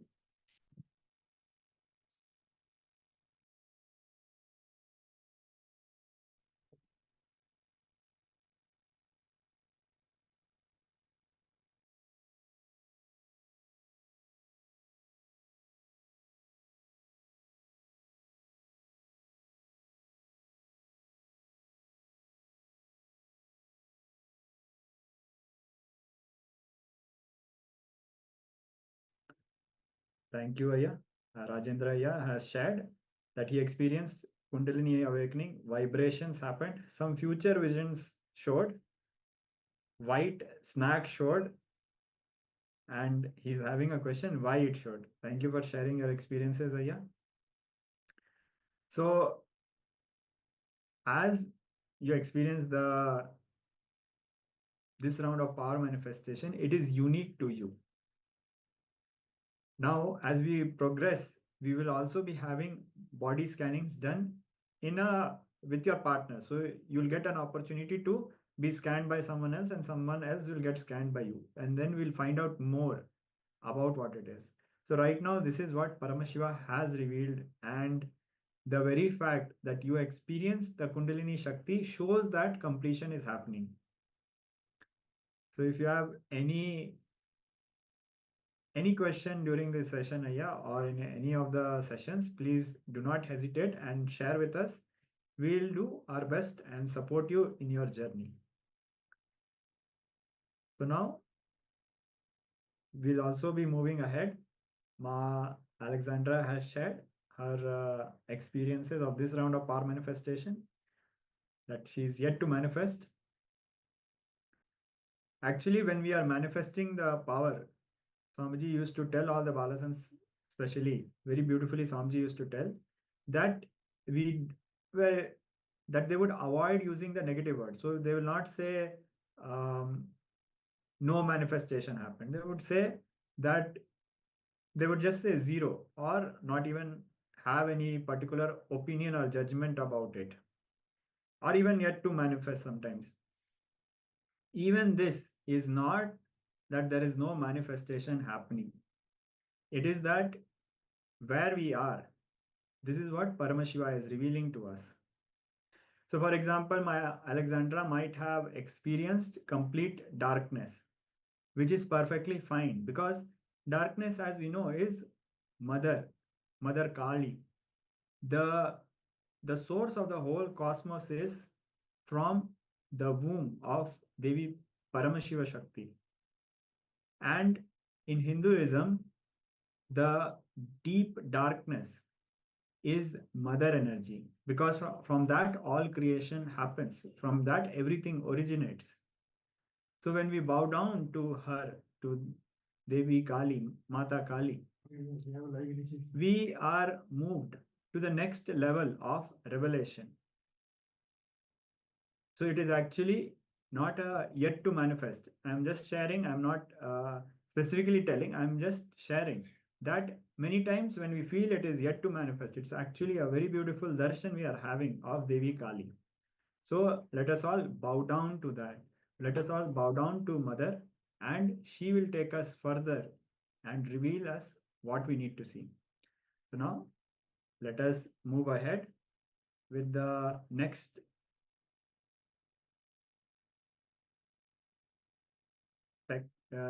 segment. So in this next segment, Swamiji will be revealing sacred truths for us to understand ourselves through enriching. When we enrich others, we get enriched, and the hidden parts of us is revealed to us, and it is healed. Many blind spots which are unknown to us not only get known to us, they get healed also. So let us discover this extraordinary sacred truths from Swamiji of knowing yourself through enriching.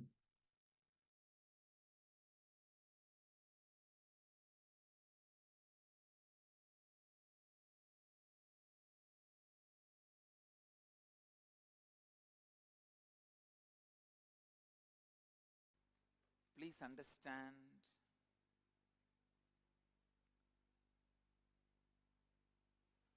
only when you reproduce the intense experience of you in others, the enriching happens. And I tell you, only when you enrich the dark corners of your mind, unconscious parts of your mind gets solidified. Listen.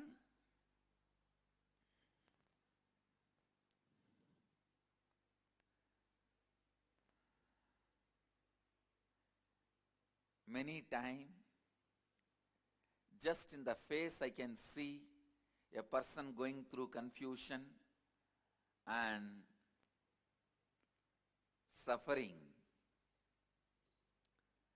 Unfortunately,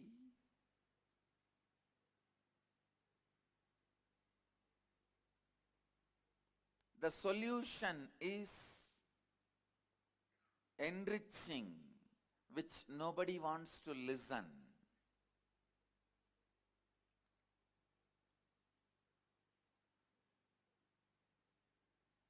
When you enrich other human beings, all the struggle you face in them is all the struggle your own unconsciousness carries. Please understand, when you enrich somebody and made them sannyasi, only then you are a real sannyasi. Because all the problems they face is nothing but the problems of your unconsciousness. If you can answer all their problems and questions, only then you answered all your unconscious problems and questions.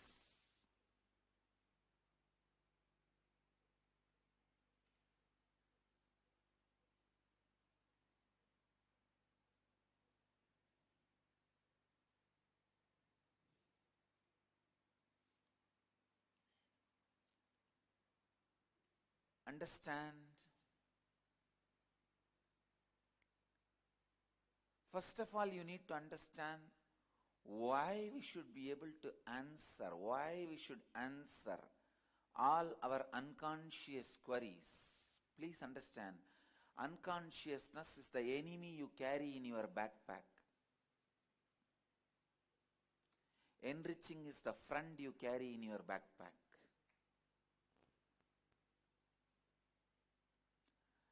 Unconsciousness is the enemy you carry in your backpack. Any moment he may attack you. Any moment he may put you in depression. Any moment he may destabilize you. Unless you kill your unconsciousness.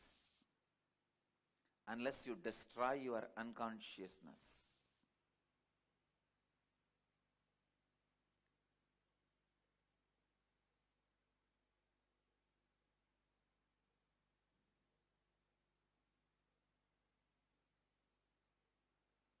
You will create hell for yourself, nobody else.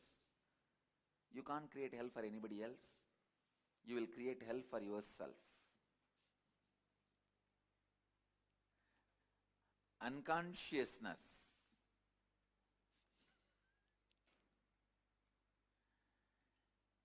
understand attacks you when you least expect.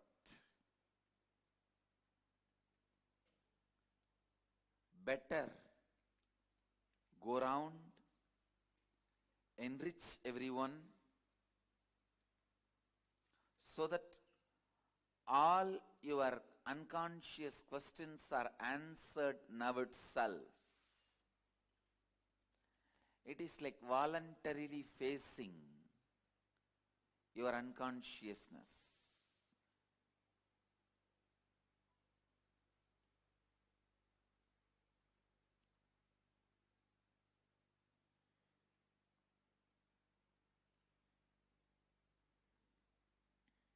When you face your unconsciousness voluntarily, you go with enough of equipments, power, and handle it. When you face your unconsciousness, suddenly you will unfortunately associate yourself with it. Please listen. This is a very important statement. When your unconsciousness erupts out on its own, unfortunately you associate yourself with it, then you are gone. You lost the game. When you face your unconsciousness voluntarily, you will not associate yourself with it. I tell you, the difference between you associating yourself with your unconsciousness and you not associating yourself with your unconsciousness is a small difference, like whether Krishna is in your side or not.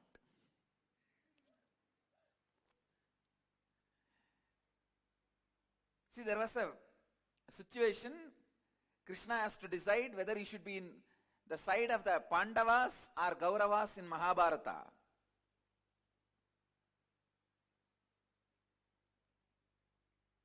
That 1 second, that one decision would have changed the whole history of Mahabharat and Bharat. If he has sided Kauravas, I tell you, it is not that Kauravas are worse people than Arjuna. After listening to the whole Gita, I can say very clearly, Arjuna was only socially moralistic. Consciously, he was equal to Duryodhanas. If the same Gita was delivered to Duryodhanas, all the 100 of them would have become Arjunas, enlightened. The whole story will be different. Understand, there is nothing special with Arjuna. I can boldly tell you. He may be socially good, but based on the questions of Arjuna, I can say he was equally unconscious like Duryodhana. The situation making you as a good person may be accident, but You making the situation good is incident. Understand? Situation making you as a good person is an accident. You making the situation good is incident.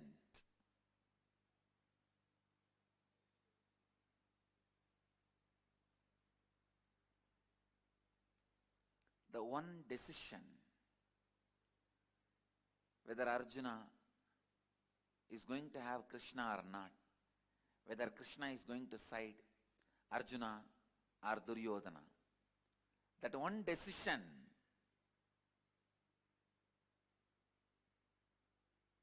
that makes the whole difference.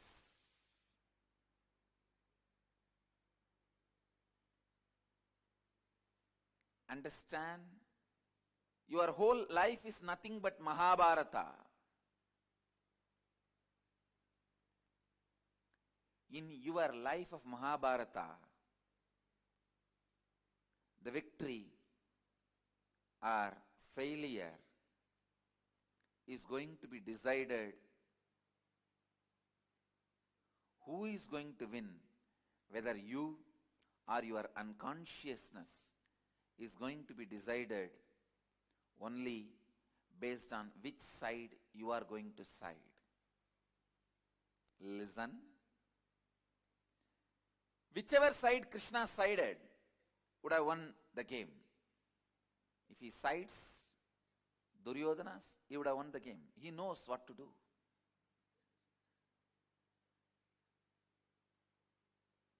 I have gone through the Mahabharata, I tell you, and won the game. And I tell you, you need Krishna to win the game. You really need Krishna to win the game. Most of the time, the immediate cognitions you have decides the quality of your life. Dhyan se suniye. Please listen. The immediate cognition you have decides your life. Whether falling in love or getting married or taking sannyas, accepting a job or rejecting a job or leaving a job, the immediate cognition that plays a major role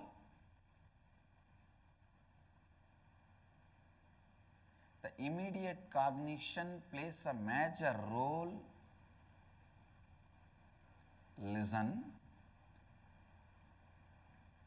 The immediate cognition plays a major role. I wanted all of you to listen to this word once more. Immediate cognition plays a major role. I am repeating it 3 times.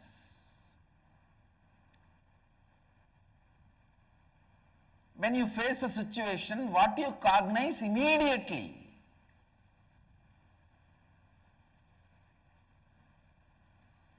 Sometimes you slowly think, rethink,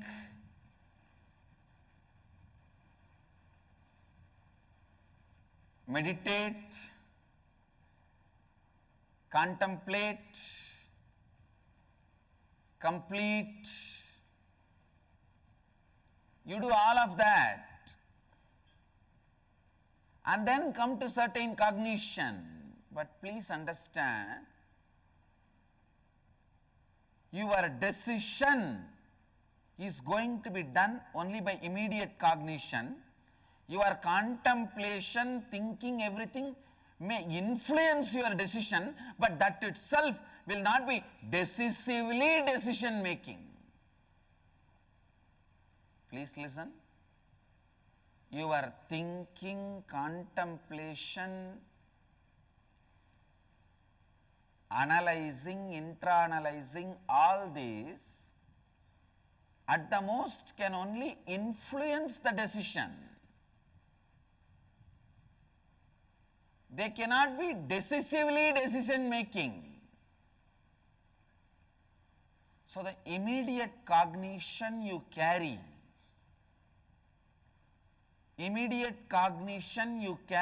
plays a major role. Please understand, in the inner awakening, I am giving you the right immediate cognition.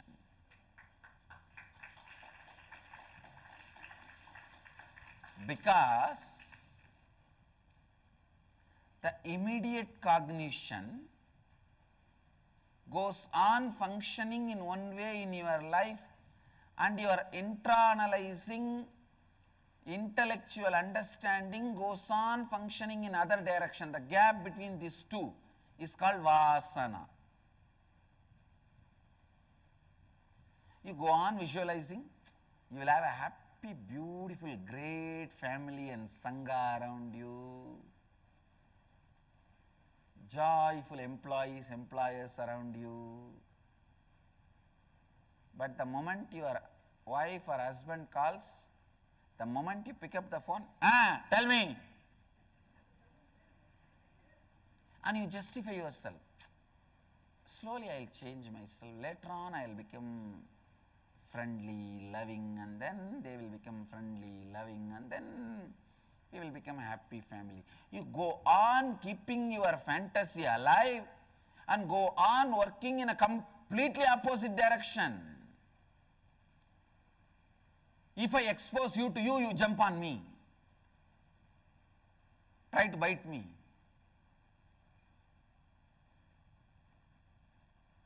The vasana, in Sanskrit we have a beautiful word, samskara, vasana. Vasana means having the unconscious life patterns which is completely against the reality you want to cause in your life.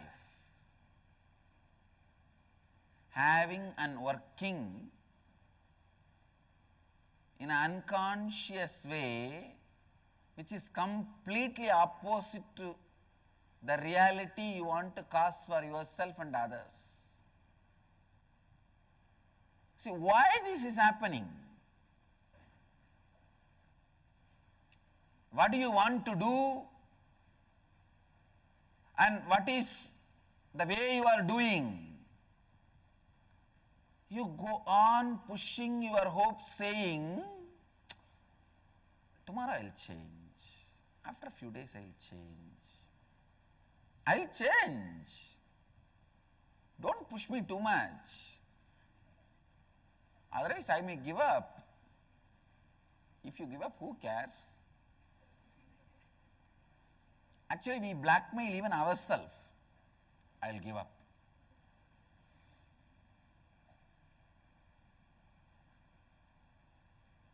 I wanted to give them the new name, self-blackmailers.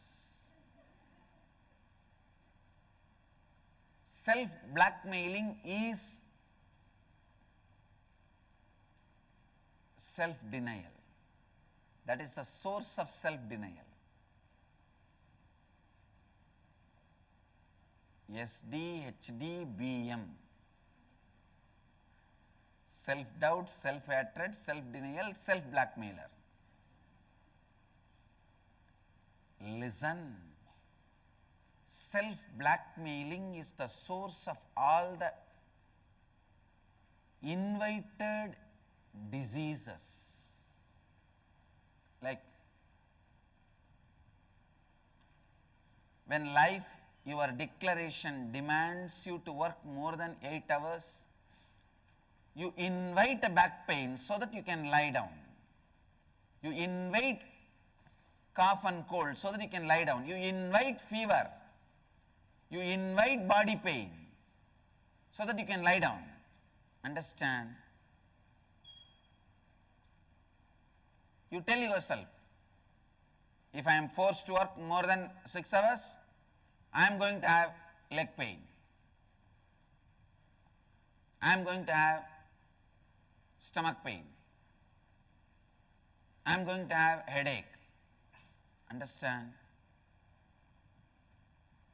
This self-blackmailing is the invitation for self-invited diseases. There are some diseases you inherit. There are many diseases you invite.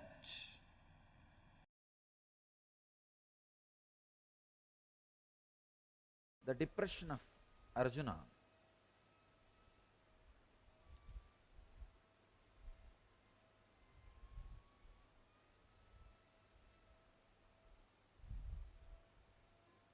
I can say is almost screaming.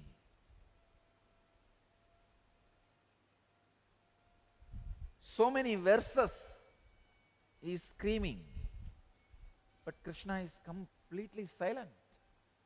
He is there, he is there, he is there.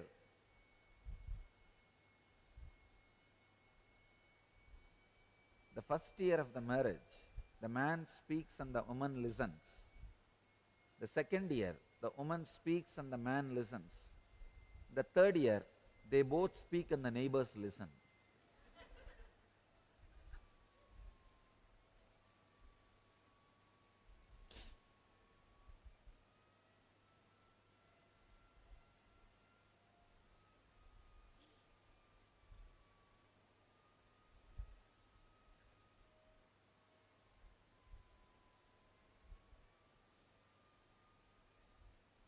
I think Arjuna is speaking, but Arjuna is not seeing any reaction in Krishna's face that Krishna is listening.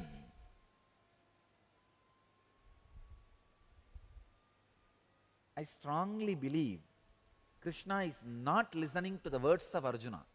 He is only looking into the depths of Arjuna with deep sympathy, to understand the root of the problem. Please understand, when you are agitated, confused, your words do not express your real problem. That is why when people come and tell me their problems, when they give me a long letters, more than reading their letter, I will be looking into their eyes. I will read their problems by looking into their eyes, not looking into their letter. Because you are habitual liars. Please understand, all human beings have got into the system of becoming habitual liars. Yesterday, we were having sessions in Inner Awakening. When you are challenged, when you are cornered, how you escape from situations. I was studying each one's patterns, how each one escapes, listening to their stories, incidents. I discovered one thing: 99% of the people tell lies and manipulate the situation and escape when they are challenged. And the remaining 1% told lies even to me when I asked them.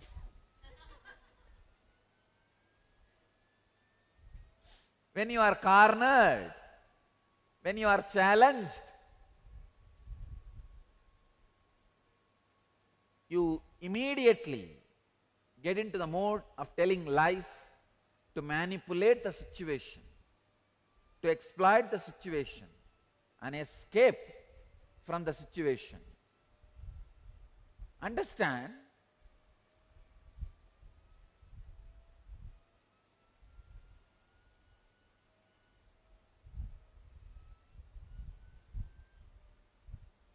more than the words of Arjuna, the eyes of the Arjuna can reveal the real problem to Krishna. More than the letters you bring, what you bring in your eyes will show your real problem to me. That's the reason usually I look into the eyes. But people feel I am not attending to them if I read if I read their eyes and not read their letters. So I just glance the letters also once in a while. But I tell you, I don't believe your letters. Because you have become habitual liar. Not only you start lying to others, even you don't realize you are lying. You have become such habitual liar, it becomes part of you. We hear that those who have lost family traditions dwell in hell for an indefinite period of time. Arjuna is crying. But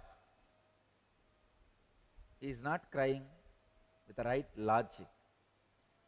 He is just using all broken logics, all broken ideas to justify his thoughts, justify his ideas. See, it is too late. You should have thought about all these things and had a group discussion, round table meeting, dinner, brainstorming, everything at least 2 days before. Too late.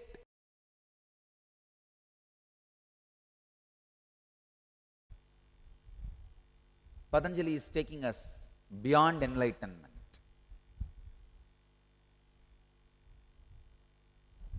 See, the spot where your mind explodes into a non-assemblable manner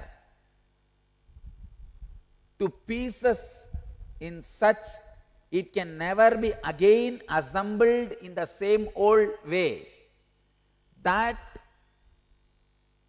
moment, that spot, that experience is what I call enlightenment. But Patanjali takes us a step deeper, step further, beyond that moment. This sutra is throwing light beyond what we call enlightenment. Patanjali says, even when the enlightenment, explosion of the instrument called mind happens in a way you can never assemble it back again as it was. Please understand. The conscious explosion happened in me. Explosion happened in me at the age of 12. The mind has gone to that pieces, that number of pieces. I can never bring all the spare parts and assemble it back. It got dismantled in a way it can never be assembled back.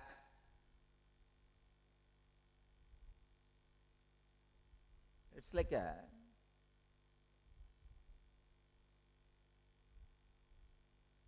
somebody's body is burnt and the ashes have been taken to different oceans and put in the ocean, and whatever is put in the ocean is eaten by some sharks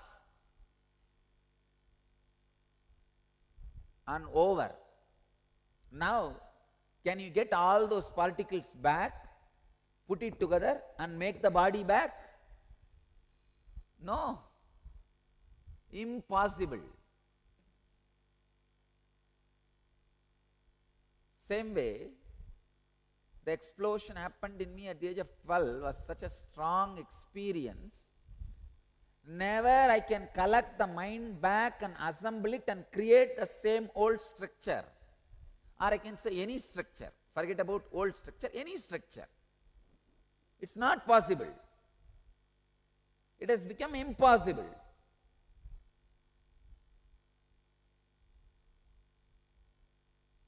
but things does not end there. It is not final.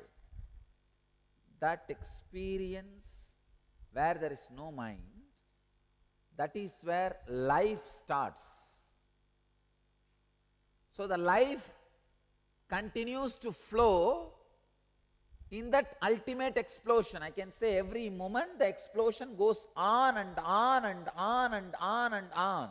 Enlightenment is a constant happening. It is like an atomic reactor.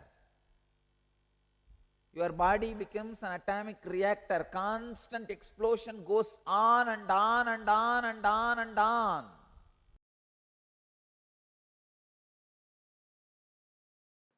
An unconscious person does not think through. So whatever is the flow of life for him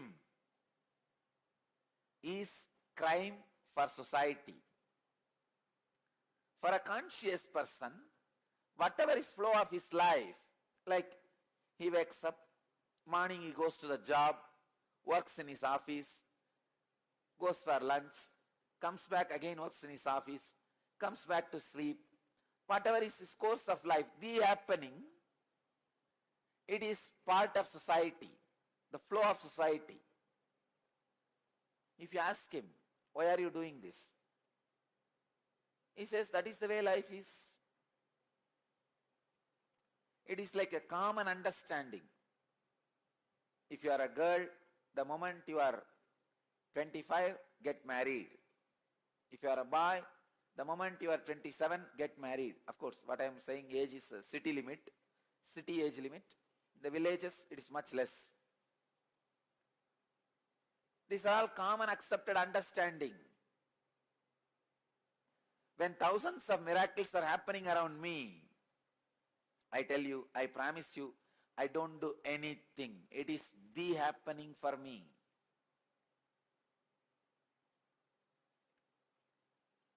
People come and tell me, Swamiji, I came to Kalpataru. I did not have kids for 20 years. I asked your blessings. In 1 year I am having the child. I am so happy.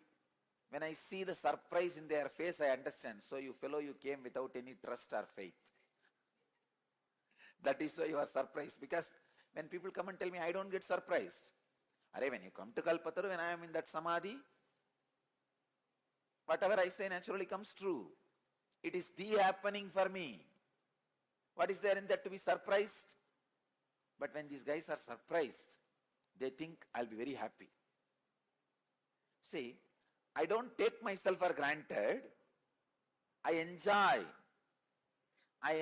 the devotion component of you reporting. When you come back and report to me, I did not have a child for 20 years and you blessed me in the Kalpataru, now I have a child.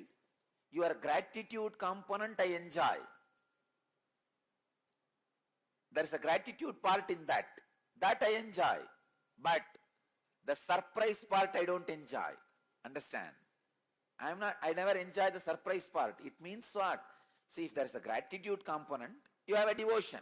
Yes, I did not have. I asked you, you gave me. I am grateful to you. But if there is a surprise component, I'll just turn my face and walk to the next person. Because I don't feel surprised.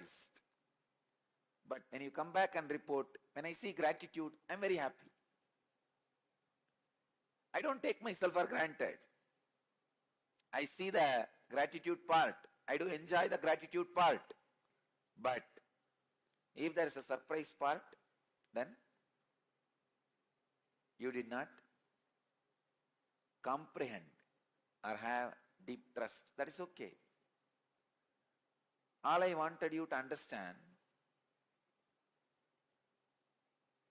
just the happening, ordinary happening for me becomes miracle for you because of the consciousness established in the superconsciousness.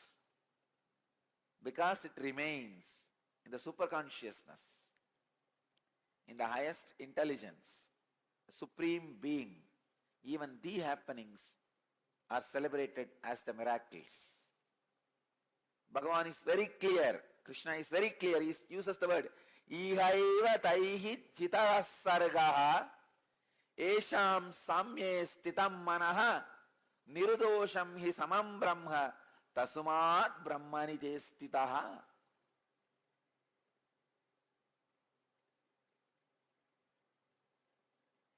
Here in this world itself, the nature is surpassed by them whose intelligence remains established in Supreme Being. See about Trinyana Sambandhar, 292nd Guru Mahasannidhanam asked me a question in Akashic reading. He put a question to me in the Akashic reading for Kalabhairava. What all miracles Jnana Sambandha Swami did? The Akashic reading I read out, 78 times he broke the nature, law of nature, science and law of nature.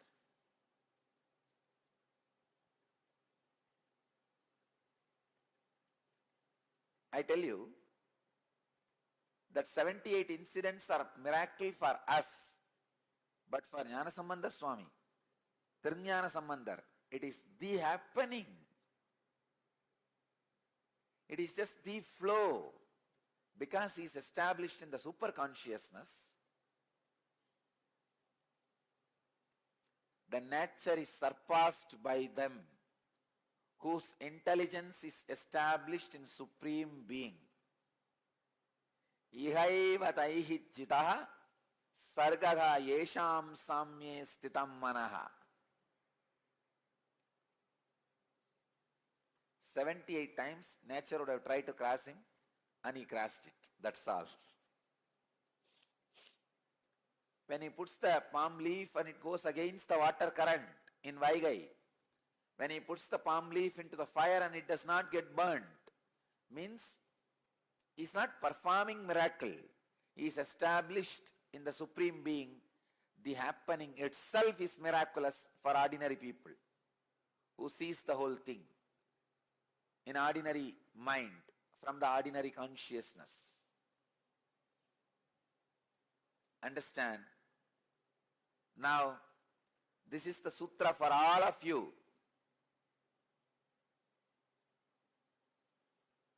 This is the important understanding for all of you. Be established in ajapa japa, feeling connection and unclutching. You will simply pass the law of the nature, which is you can't live without food.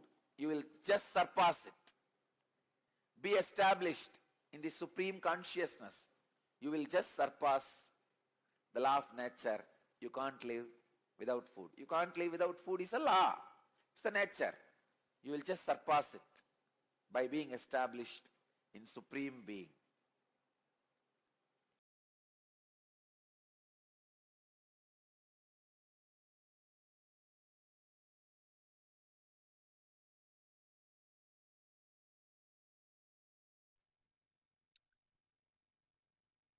So now let us apply this law of nature. We will be going through internalization exercise to understand how enriching leads to enlightenment. Only when you reproduce the intense experience of you in others, the enriching happens. Only when you enrich the dark corners of your mind, unconscious parts of your mind, they achieve completion. Take a few moments to think about a significant experience in your life that had a lasting impact on you. It could be a moment of joy, challenge, or transformative realization. So this is the first step.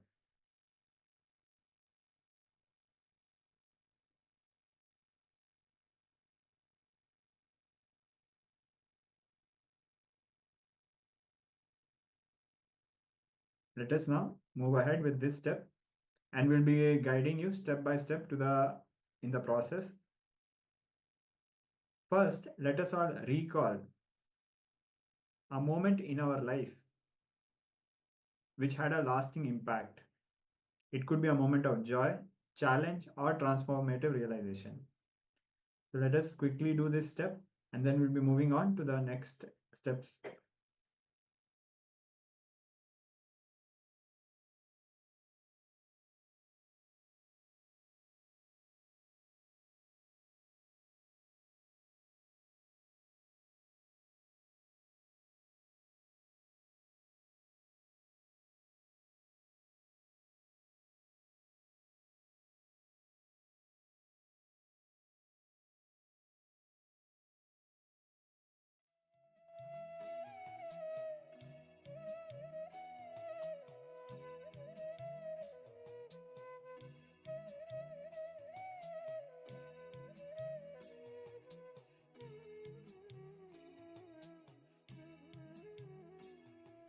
Just to share with all of you, the program is happening in full swing, and every day feels like so many days put together.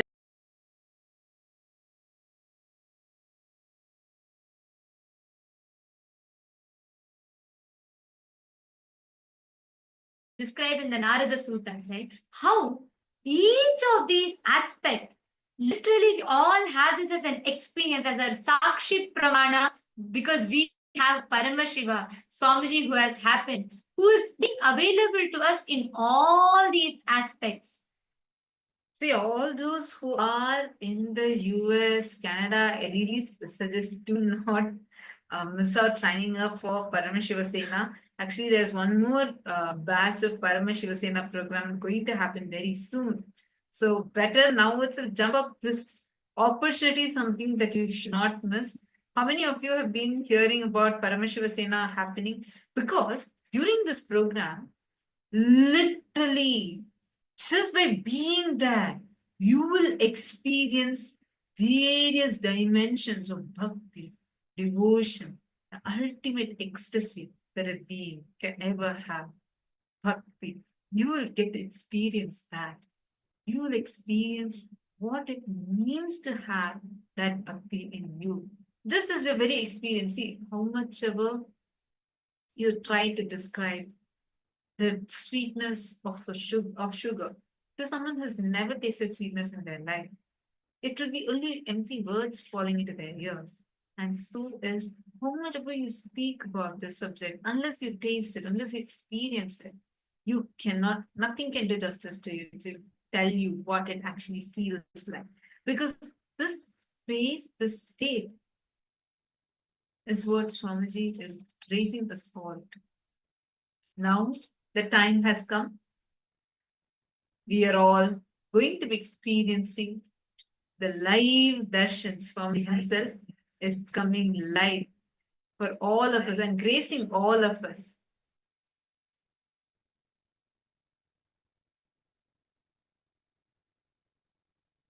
Please just straight. Close your eyes. Breathe in and breathe out deeply, slowly.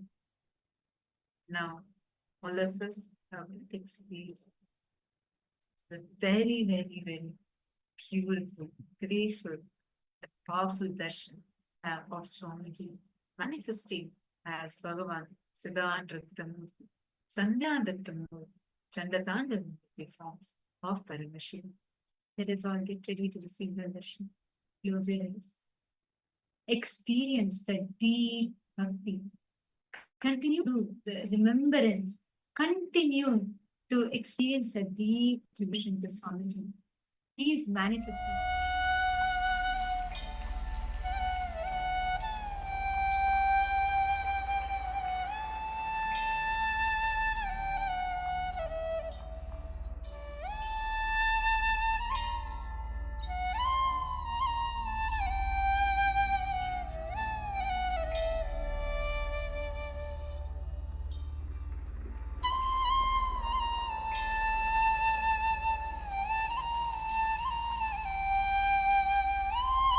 Get ready. Receive the darshan. Swamiji himself going to be manifest powerfully for all of your very being and innocence ready to receive.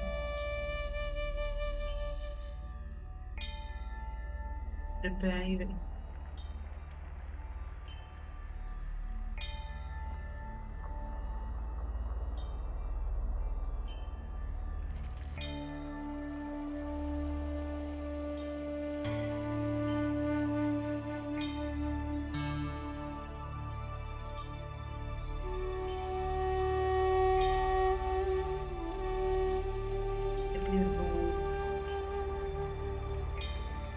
deep breath.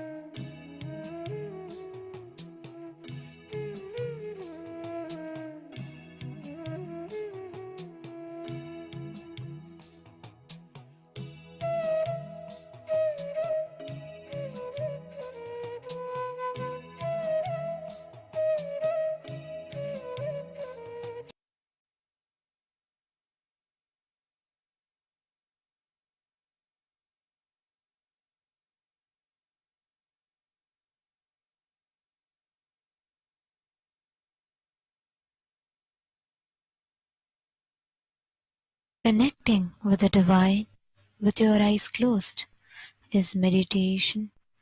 Connecting with the divine with your eyes open is darshan. Come, let us all now move from meditation to darshan. Slowly, very slowly, please open your eyes.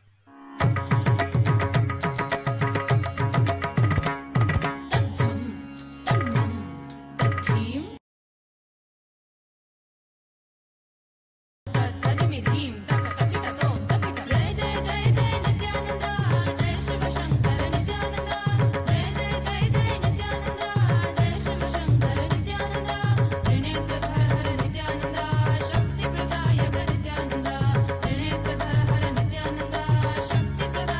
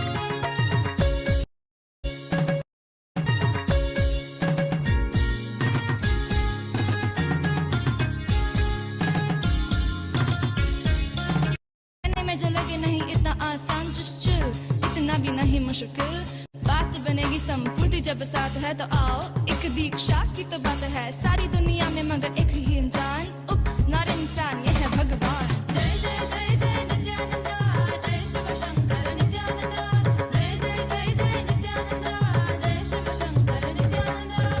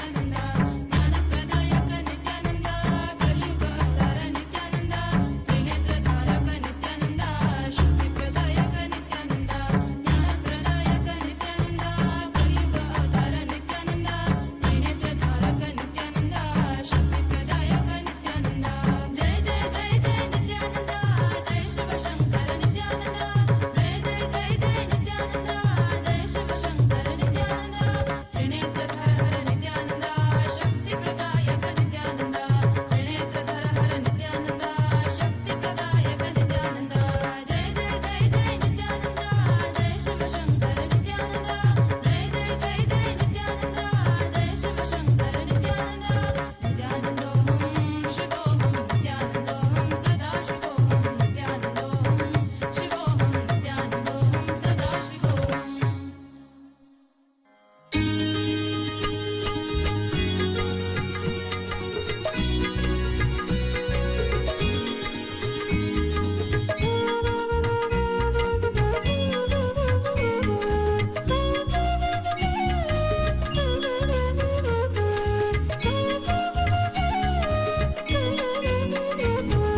Nityanand Nityanand जय